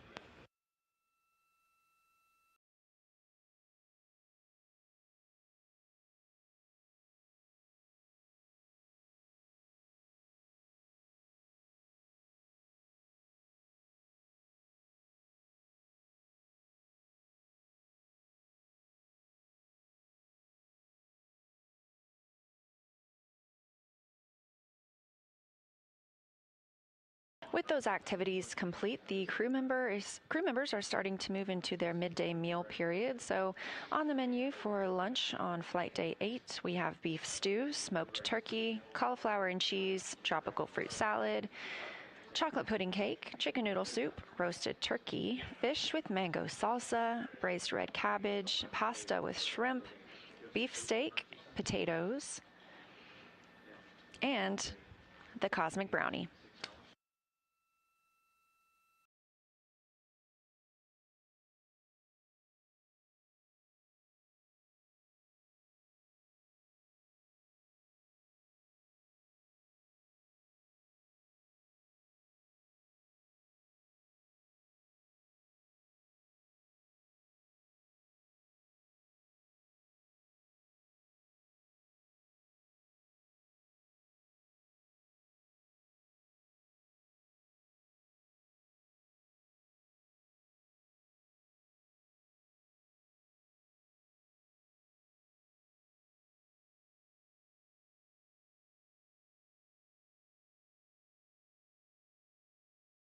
Coming up, Reed Wiseman and Christina Cook are also scheduled to conduct some National Geographic interviews. Through a competitive selection process, NASA selected National Geographic to help tell the story of Artemis II. The crew is equipped with multiple GoPros, both Max and Hero 11, and every day they are timelined to film from a shot list provided by National Geographic. That includes their morning routine, talking with their families, exercising, and other thoughts on the mission. In about an hour, we also expect to have a public affairs event with the Canadian Space Agency.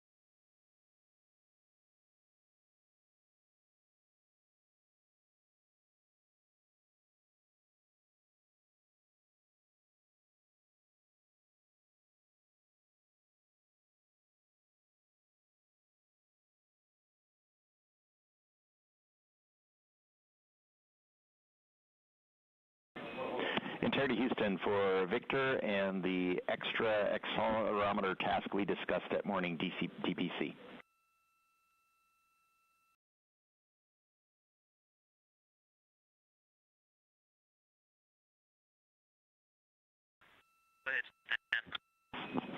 Hey Victor, just for data correlation on the ground, when you do that 5-minute accelerometer test, please give us a call at the beginning and the end of that 5 minutes.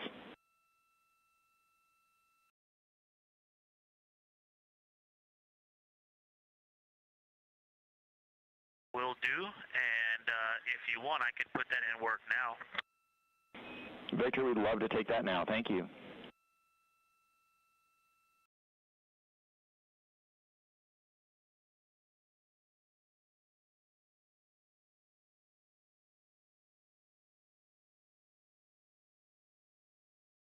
Okay, Houston, the accelerometers are coming on in 3, 2, 1, hack. Accelerometers on, 5-minute timer started. Copy, on for 5 minutes. Thank you.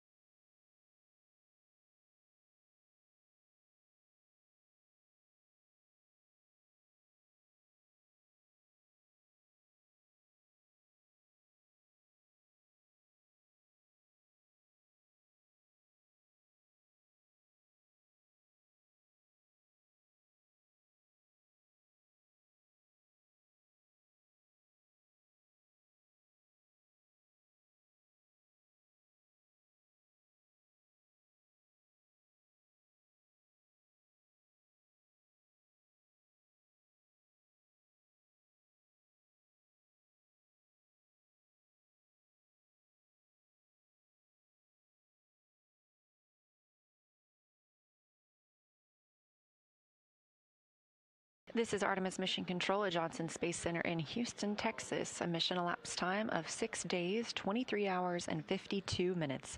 Meaning this time last week, we had resumed that 10-minute hold, and we were in countdown for liftoff of Orion on the Space Launch System rocket. Currently, Orion is 187,283 miles from Earth and continuing to grow closer. This view coming from a camera mounted on one of its solar arrays, looking toward us on Earth.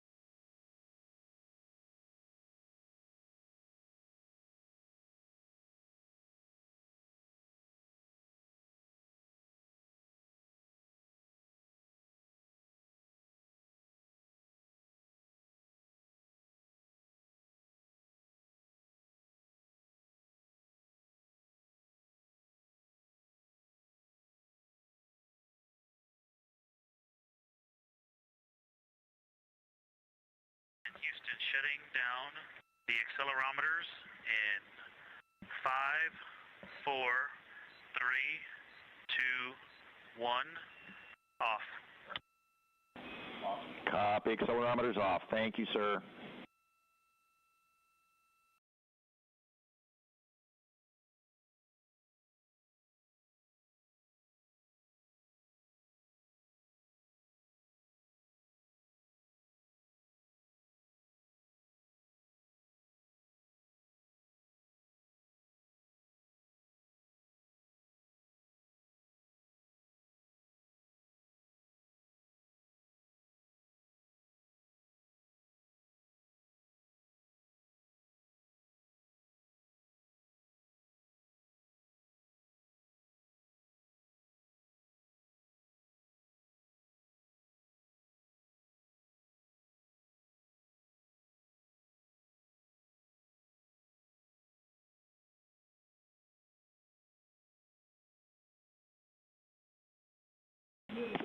Integrity Houston for timeline look ahead.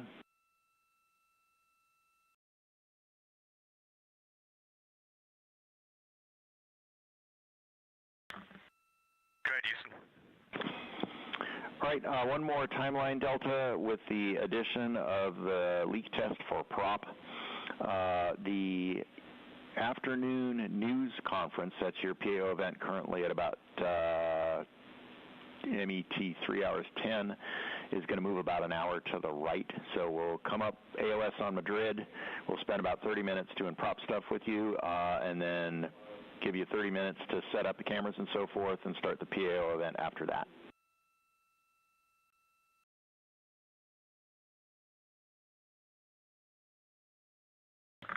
Okay, sounds great.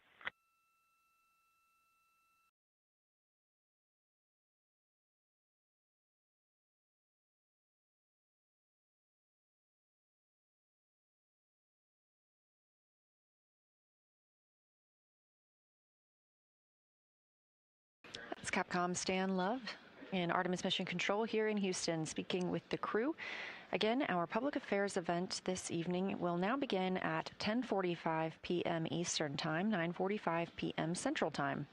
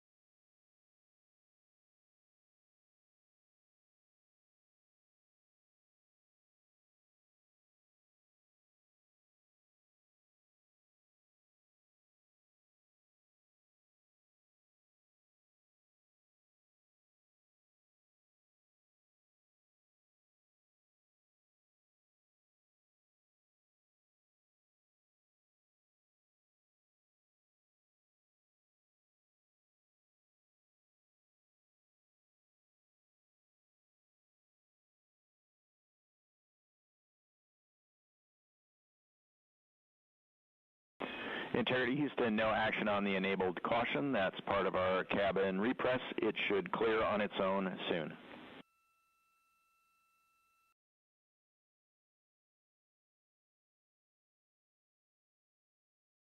Copy. Thanks, Dan.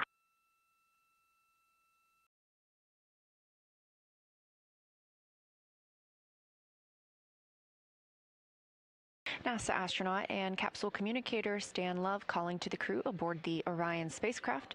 They received a caution about their cabin pressure. However, it will clear out on its own after the oxygen levels out inside the cabin. We are currently repressurizing Orion. There was a demonstration flight test objective to have the cabin pressure at 10.2 psi. That repressurization has been going on for about an hour and a half now, and the pressure is currently at 13.27.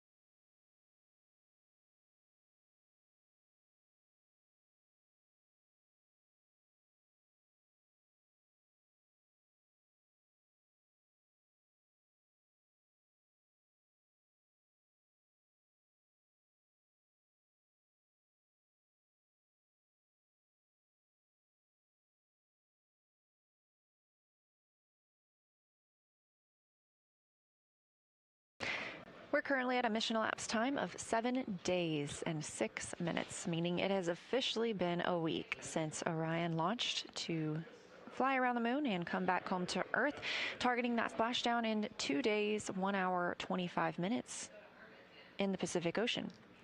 We do expect to see the crew and hear from them shortly during the Canadian Space Agency Public Affairs event. That'll be in about 40 minutes.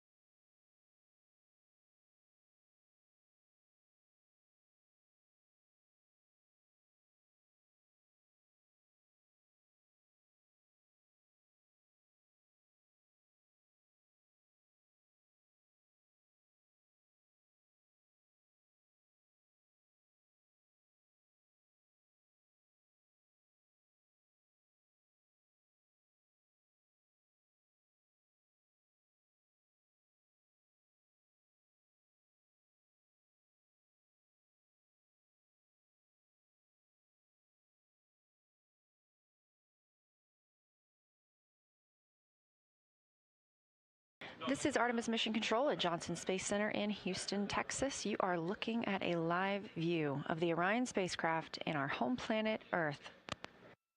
Earth will continue to grow in the frame as we are targeting splashdown now in 2 days, 1 hour, and 16 minutes.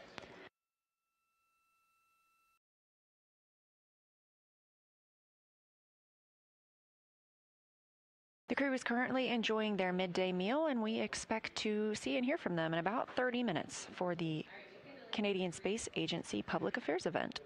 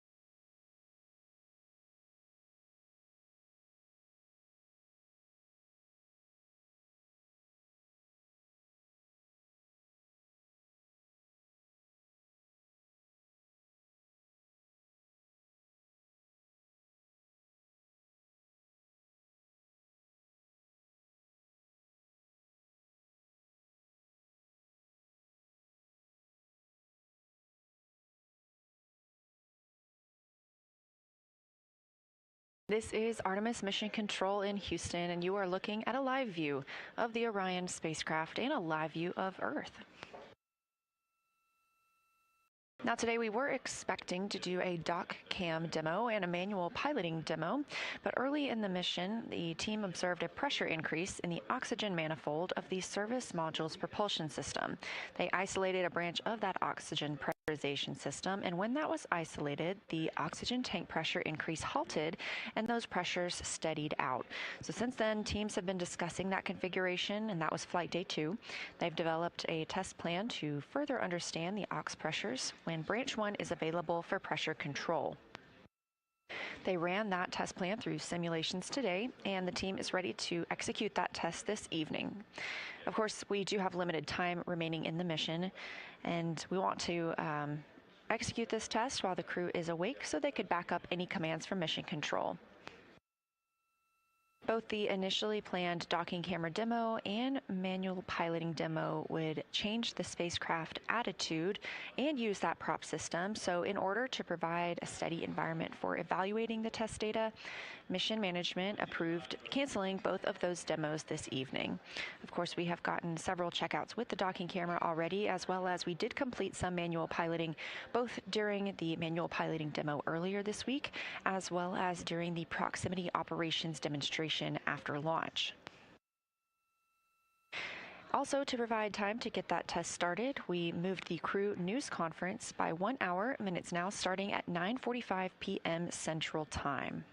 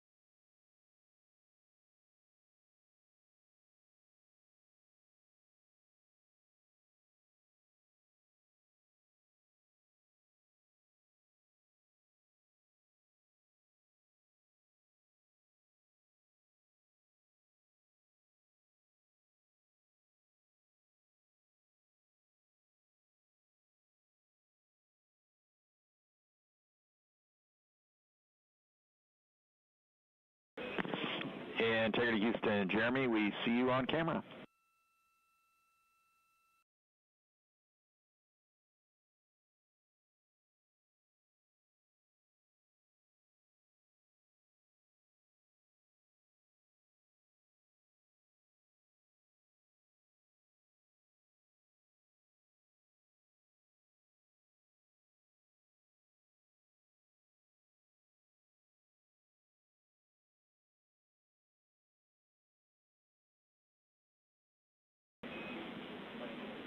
And Jeremy, we see your mouth moving with the handheld mic, but are not receiving audio.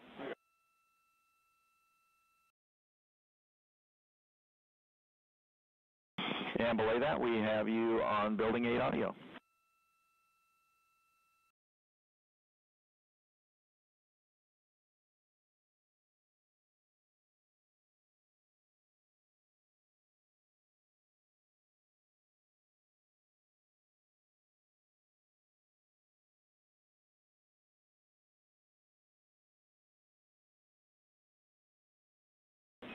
Wilco.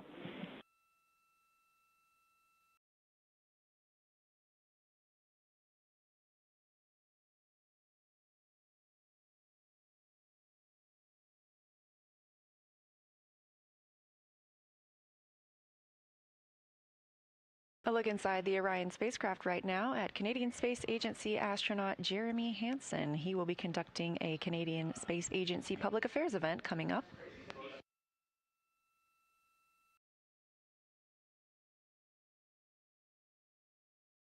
This is Hansen's first flight to space. Meanwhile, his crewmates, Reed Wiseman, Victor Glover, and Christina Cook, are in their midday meal period.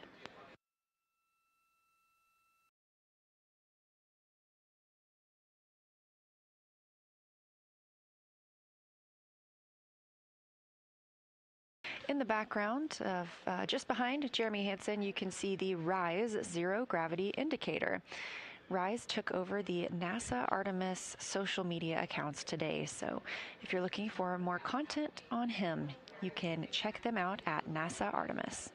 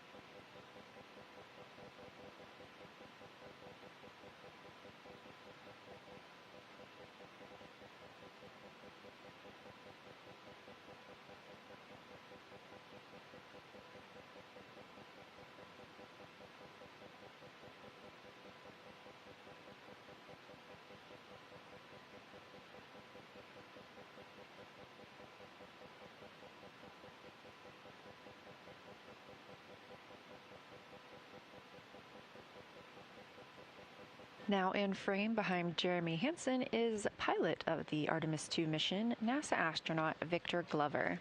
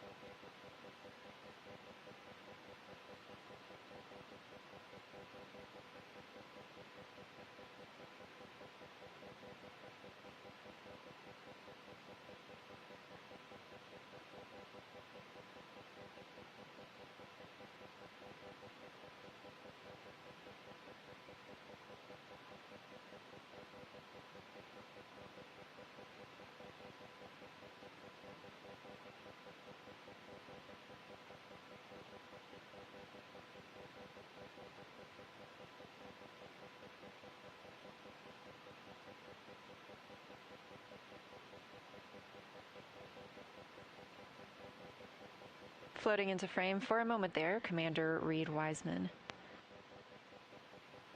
Again, the Houston integrity for images for downlink. Go ahead, Reed.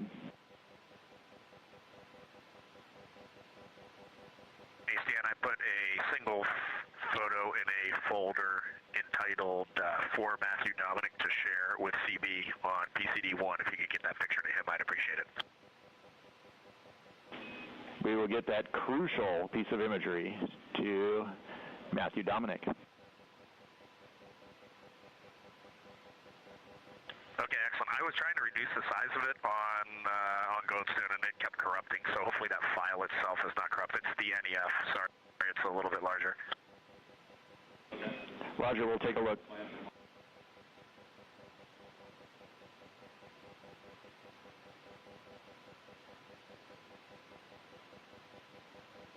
That was NASA astronaut and Artemis II Commander Reed Wiseman calling down about something they are sending to their friend, fellow NASA astronaut Matt Dominic. Meanwhile, we are standing by for the start of the Canadian Space Agency Public Affairs event. We expect that to start in about 13 minutes.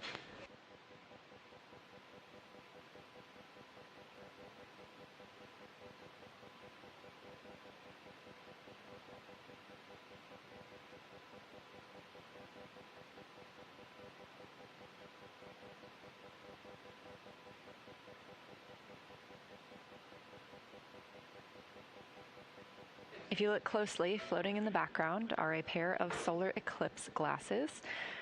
During the crew's lunar flyby on flight day 6, they were the first humans to witness a solar eclipse from the moon. Now, this solar eclipse was not visible from Earth. It was only visible to the crew when the moon passed in front of the sun. They were able to put on those eclipse glasses until the moment of totality, during which they were even able to see the corona of the sun around the moon. There are some incredible photos available from that portion of the lunar flyby during the time they were in the solar eclipse, as well as the rest of the flyby. Some beautiful photos of the moon. You can find those on images.nasa.gov or on NASA's social media. There's even a selfie of everyone in those eclipse glasses.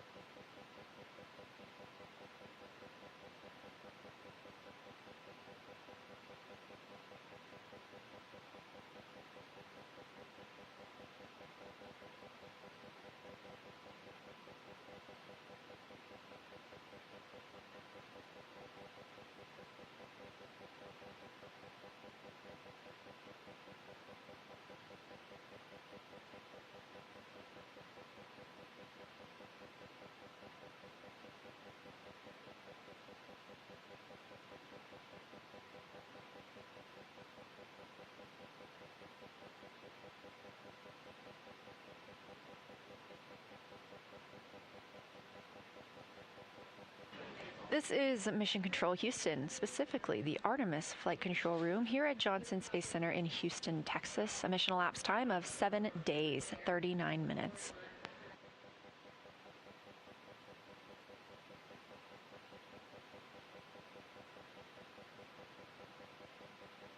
We are on flight day 8, and as earlier reported, we were anticipating the manual piloting demo, the second half of that, and the docking camera demo this evening.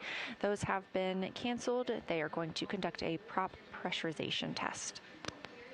Our public affairs event is also being shifted. That will start at 10:45 p.m. Eastern Time, 9:45 p.m. Central. We are also just moments away from a Canadian Space Agency public affairs event. As you can see, astronaut Jeremy Hansen there, center of your screen, getting set up. That event will start in 5 minutes.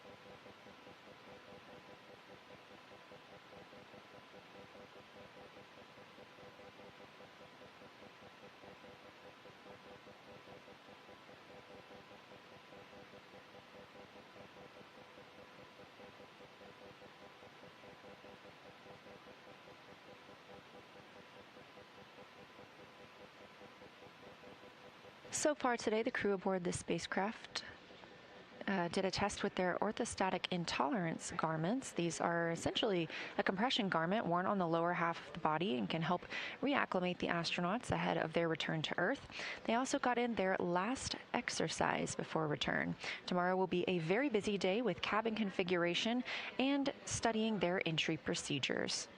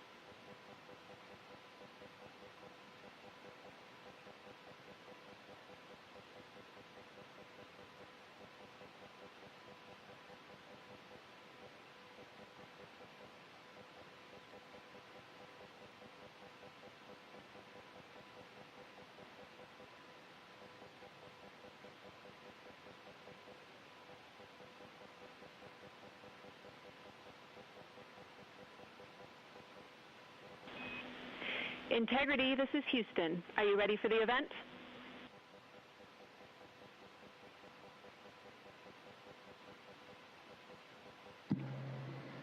Houston, this is Integrity. We sure are. Canadian Space Agency, this is Jenny from Mission Control Houston. Please call Integrity for a voice check. Jenny, hello and thank you. Integrity, this is Josh Kutrick at the Canadian Space Agency in St. Hubert. How do you hear us?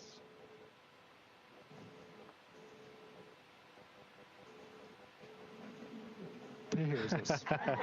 We got you loud and clear, Josh. Great to hear your voice. We got Jenny on Capcom, and it's great to have you on board Integrity. Thanks for joining.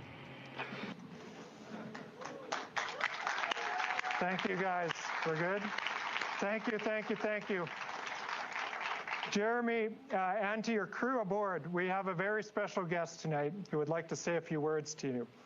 And so, c'est avec grand plaisir que je passe la parole au très honorable Mark Carney, Premier Ministre du Canada.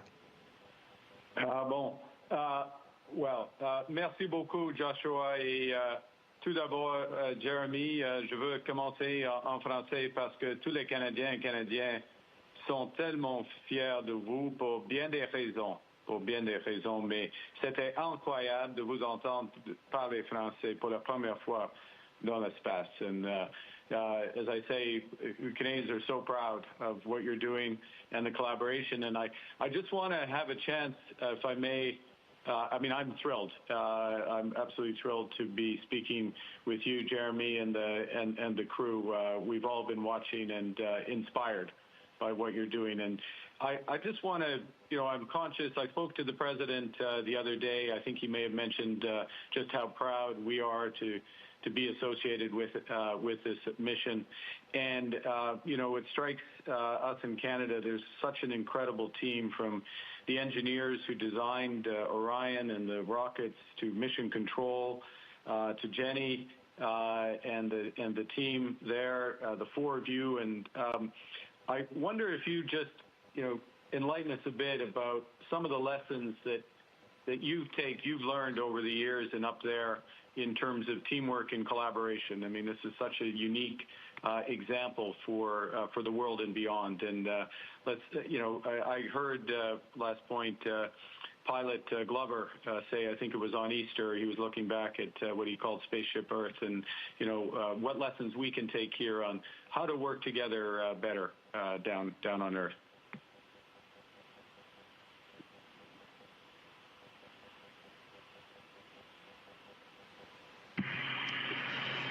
Premièrement, c'est un honneur pour nous d'avoir le Premier ministre à bord le vaisseau Integrity. Alors, merci beaucoup pour ça. Et pour moi, c'est juste important de communiquer que je suis tellement fier du Canada. C'est le Canada qui a fait le travail de créer cette opportunité d'être ici dans l'espace lointain. Alors, Canada, je suis aussi fier de vous. Also, why don't I pass the word or the mic around a little bit? I think my colleagues would love to say a couple words, and they know a lot about collaboration. You can see we got our flags here together. We're better together, and I'll pass the mic. Perfect.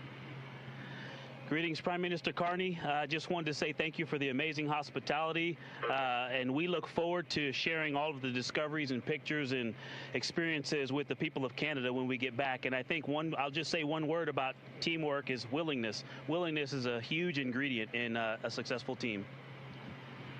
I'll just add that I flew to the International Space Station in 2014, and before we go up there, we have to go to Montreal to the Canadian Space Agency and do training up there.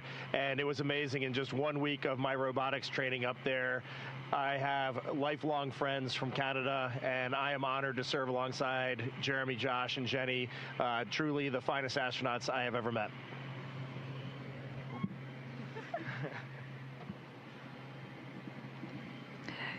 I completely agree. I love my crewmates' words. I think we're so in agreement on this. And really, the answer to your question, in so many ways, we are an example, I hope, of that collaboration, about how when you go together, when you bring in partners and contributors that are all excited about the same mission but have different talents, how you can go so much farther. It may be more complicated, but I think what we've shown time and time again, both in the International Space Station and with this vehicle and this mission, is that the impacts are just so much greater and they're compounded. Amazing, amazing. Well, can I pick up on just a couple of things you said? One is on hospitality, and it's great that you've been to Canada. I want to extend the invite on behalf of all Canadians to come to Canada. Certainly come to Ottawa. Don't look too closely right now. You'll notice that it's still pretty white, but it's the snow's going to go. And I just wonder, a lot of Canadians just want one point of reassurance that the preference is for maple syrup over Nutella on your pancakes in the morning.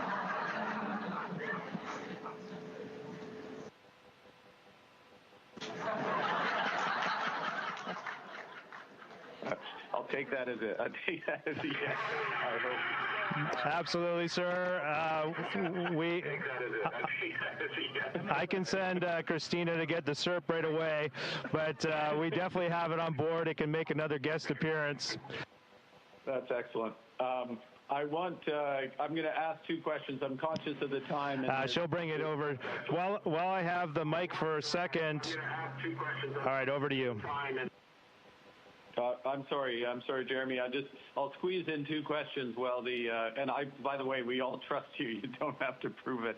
But I'm going to ask a serious. Well, they're both serious questions.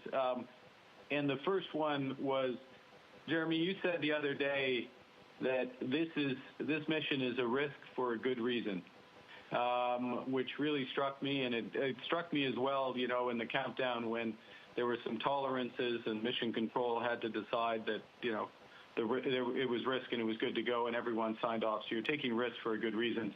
And I just wonder, maybe expand on that a bit. You know, you've got lots of young people watching and inspired, and, you know, the challenge that there is, and it's a positive challenge for this generation.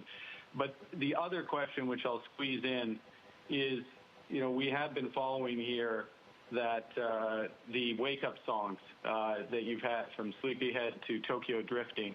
My daughter's making a playlist, so she wants to get some feedback on your favorites, your favorite wake-up songs.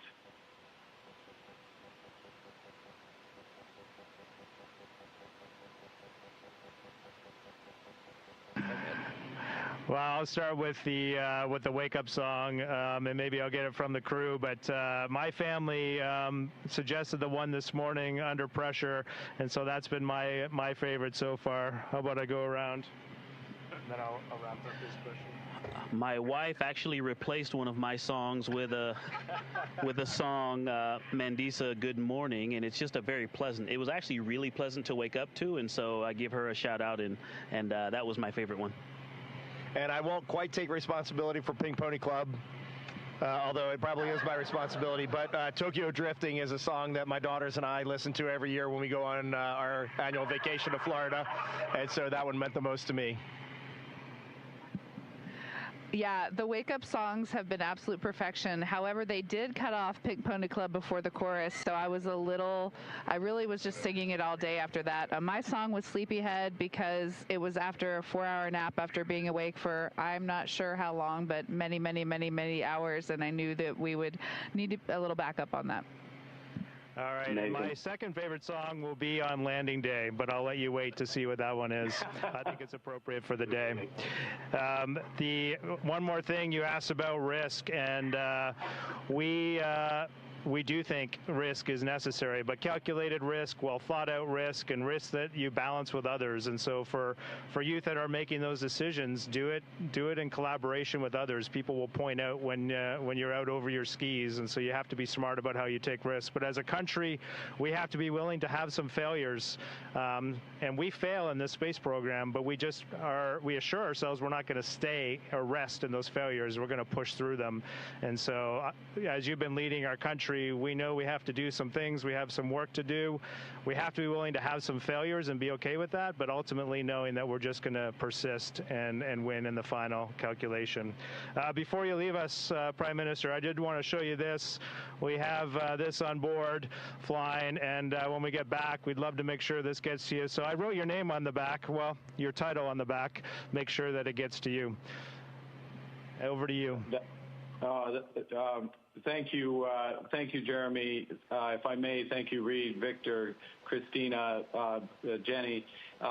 Extraordinary experience. And I'll just reinforce what you just said.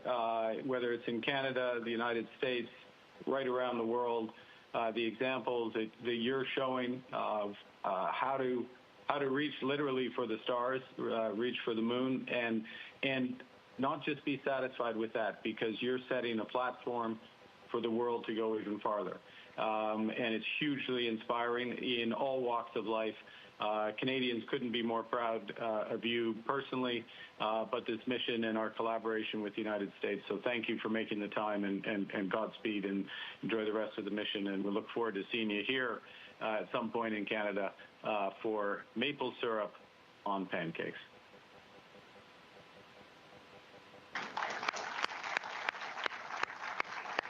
Thank you. Thank you. We love it. We love it, sir. That's great. Thank you, Prime Minister. Thank you, Jeremy. I would now like to invite the Honourable Mélanie Joly, Minister responsible for the Canadian Space Agency. The stage is yours. Yes, thank you, Josh. Hello. Hi, everyone. Hi, Jeremy. It's really a pleasure to see you and all the crew. Ça me fait vraiment plaisir de te voir. Écoute, on est extrêmement fiers, tout le monde ici, la grande famille de l'Agence spatiale canadienne. On te dit bonjour, puis on dit à quel point on est fiers de toi. And what I wanted to tell you is how much I've heard time and time again, people from across the country saying, oh my God, we're so not only proud, but it's good news. We're following because they're providing hope, and Jeremy is actually helping us go through our days. Because sometimes things can be a bit heavy, and there is sometimes anxiety, but all of you four have been really, really good news. And so I just wanted to convey that. And now, I know we can talk about maple syrup, and yes, you guys, you're invited to come here. Bien entendu, on va vous amener à la cabane à sucre avec plaisir. Avec plaisir. Mais j'aimerais savoir, what, now that you're a bit, you know, you've gone the furthest away from Earth and therefore from humankind, I have a deep question. Do you have a new perspective on humankind as you're coming back, or not? Does that change your point of view on things, or not? It just, you know, I think it's a question that many of us ask each other.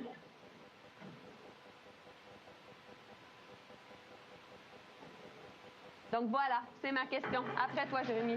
Merci encore. I think it's an excellent question, and you know, the answer for me.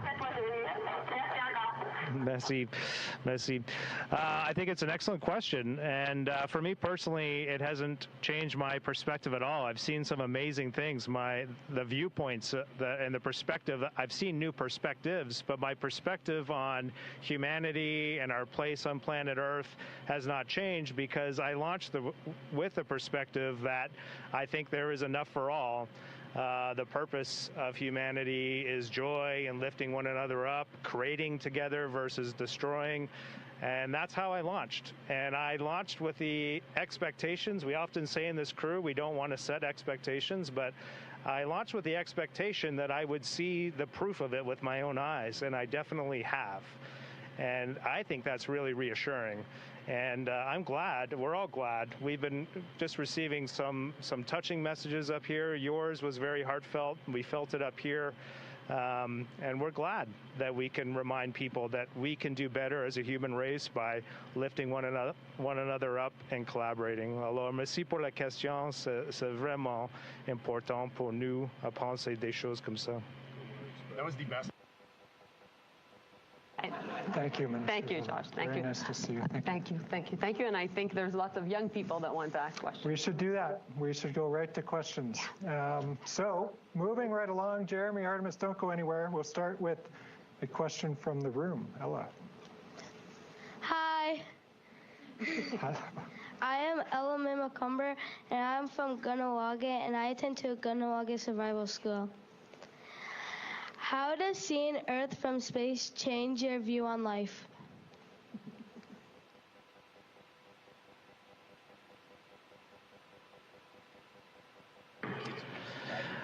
That's another deep question, and I've been to your school. I remember it well. I had a great experience there. I have to release my colleagues back to work because there's no rest up here. There's always a lot to do.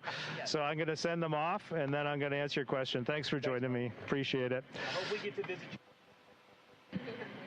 Victor says he hopes he gets to visit your school as well. And like I was saying to Minister Joly, my perspective hasn't expressly changed, but I do think it's important to reinforce that, well, what I have seen up here has reinforced my perspective. We live on this extraordinary planet Earth, and it is truly out in the void of space. It was really unique to see it from the far side of the moon, to look through the moon and see this three-dimensional moon out in front of you, and like just so oddly, this enormous sphere hanging in space, and we were on the far side of it looking back and seeing planet Earth, and then watching planet Earth disappear. We saw the Earth set behind the moon, and then we waited a little while, we lost contact with Earth, and then to see the Earth rise again and to be able to talk to Jenny back in Mission Control. That is an amazing perspective, and it's something we already know from science, but to see it with your own eyes, wow, seeing is believing. Thank you, Jeremy. There's some time for a few more. The next question is from Raya, Mississauga, Ontario.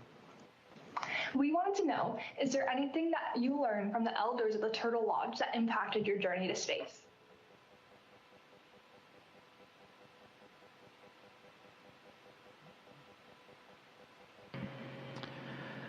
Oh, I love that question. Yeah, I've had many Indigenous elders spend time with me on my travels across the country, and I've always enjoyed it. If I can give you one piece of advice, sit with your elders and ask questions, but listen intently. Every time I've stopped to listen, I learn these amazing things. You've probably seen my mission patch. I have it with me here. I flew with it on my kneeboard, actually. Let me make sure I got it upside right. You've probably seen this. This encompasses a few of the things that I learned from the elders. But when I left the Vision Quest, I had a better understanding of it. And these animals in our patch, in this patch that was created by Anishinaabe artist Henry Guimont, from the Turtle Lodge, these animals represent some things that I try to think about every day. My mantra when I wake up is I am just going to try to spend my day walking with these attributes. And so I start with courage, humility, respect, love, honesty, wisdom, and truth. And my crewmates here, and one of the instructors that we went on a backpacking expedition with, taught us something about being in integrity. It's actually one of the reasons we named our spacecraft Integrity, is because as humans, you are not always in integrity. Sometimes you are in your integrity and sometimes you fall short, but you should strive to be in integrity. And so for me, being in integrity is walking in accordance with these 7 sacred laws. And it's just something that helps me guide me through life. Over to you. Thank you, Jeremy. Our next question is here in the room. Oh, it's not. It's online. Our next question is from David Leader, Middle School, also from Mississauga, Ontario. Our question to Jeremy is, with AI, robots, and climate change becoming big issues on Earth, how do you think missions like Artemis will change the way humans live on Earth in the next 20 to 30 years?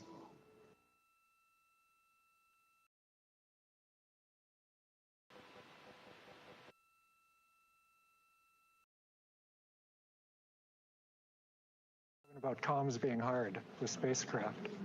Who's there? Is it it?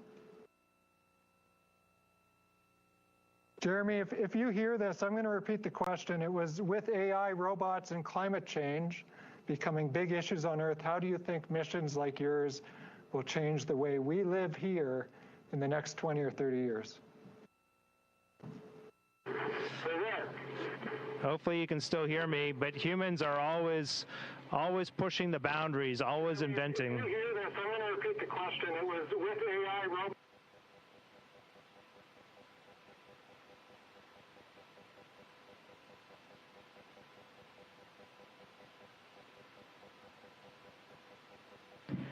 Yes, I heard the question the first time. Maybe my comm's not getting down. It's interesting to think about. Hopefully you're hearing this. Just interrupt me if you're not. We keep pushing the boundaries of innovation, and there's new technology, and that's great. We can leverage it for our advantages. We can also use it to do harm. And so we just have to strive to keep pushing innovation in ways that helps us collectively live better together. How do missions like Artemis help us? Well, one of the things I love about space exploration is we set really big goals, hard goals, like sending 4 humans out around the moon. And we have more goals. We're not stopping here. If you think this is neat, it's going to get really exciting in the next number of years. We plan to get back to the surface of the moon. We plan to create a permanent base there on the moon and eventually get to Mars. But what is awesome about when we set these big goals is it puts a focus point on actually getting it done. When you know, it's easy to dream about things and create innovations, but when you actually are going to bet your life on something and go out and do it, it really helps bring that innovation cycle all the way around, from original thought to scientific understanding to actually development and testing to actually doing. And doing is important. And we in the Artemis program are doing as an international collaboration and flexing one of the most important muscles we have, which is learning how to work better together. Over to you, Josh. Thank you, Jeremy. That was well received down here. We're hearing that is about all the time that we have. And so a heartfelt welcome and thank you to Jeremy, Christina, Victor, and Reed, the Artemis II crew. Bon voyage. We wish you a safe journey home. We hope to see you all again very soon. Thank you, everyone.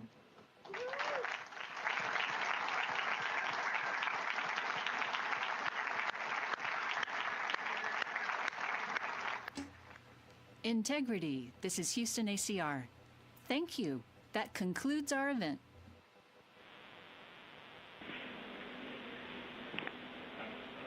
Merci tout le monde. Thank you to all participants. Integrity. We are now resuming operational audio communications. Thank you, Josh. The crew says thank you. Integrity.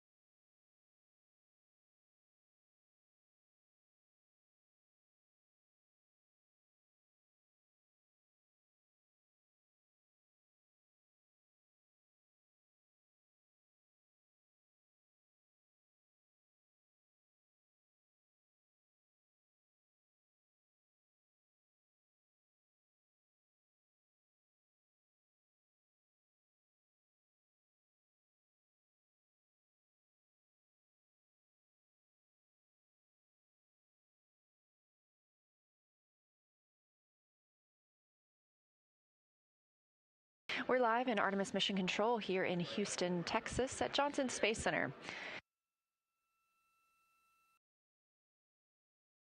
You just watched Jeremy Hansen speaking with members of the Canadian Space Agency and Prime Minister, as well as Canadian Space Agency astronaut Joshua Kutrick. Integrity for onboard camera.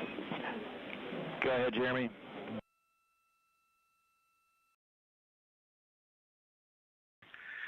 Just curious if you guys want to stay on board. I know we've got the other PAO event later. Maybe we could just stay on the D5. I don't know if that TS rate of 1300 is too much. I'm not sure if we can lower it, but either way, we're happy to have you on board with this camera, ideally, or we can switch over to the HHP. We're checking.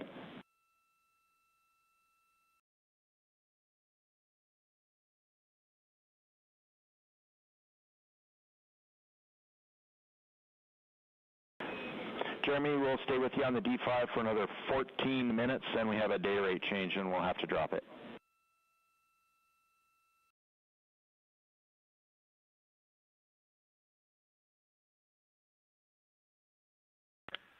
Okay, Stan.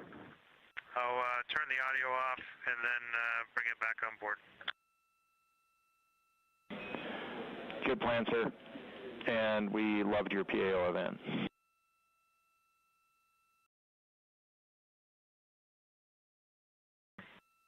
Thanks, Dan. Appreciate that.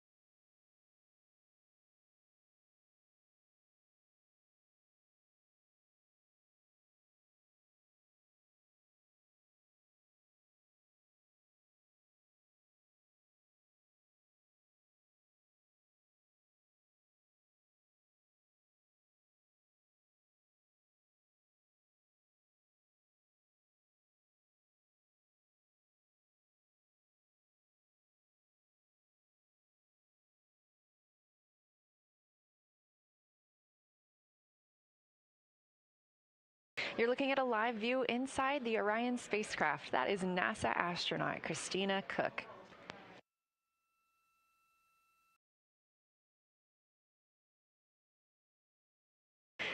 The Orion spacecraft is now 99,427 miles away from the moon, 184,498 miles away from Earth. Obviously, you can keep up with that at any time at nasa.gov/trackartemis.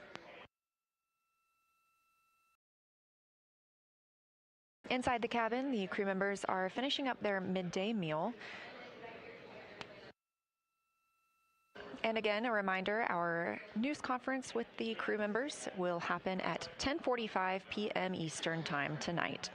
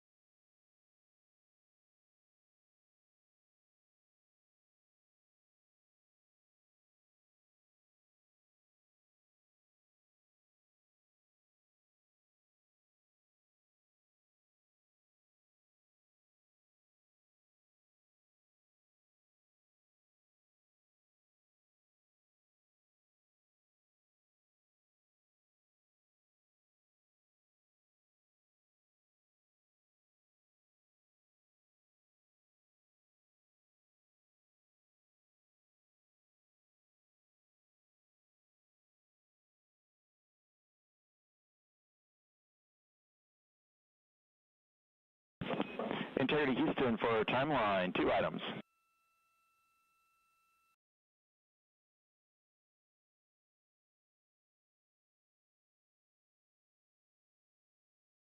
We're with you.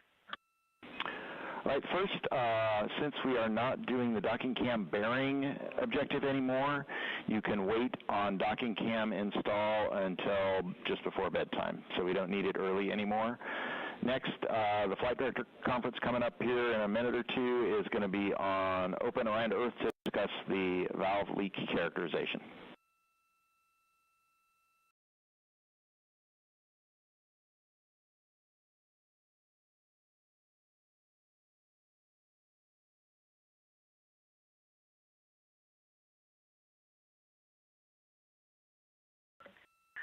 And one clarifying question with the docking cam, it sounded like you were just giving us that full length, but if we did want to take it down sooner, that's also okay.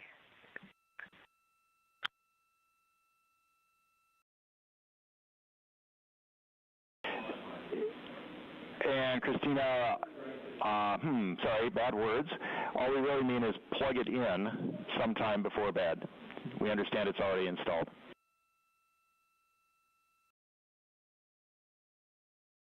Yep, and I messed that up too. Yep, we are talking about the power. That's the commodity here, and sounds like we can do it whenever. Appreciate it. Good words.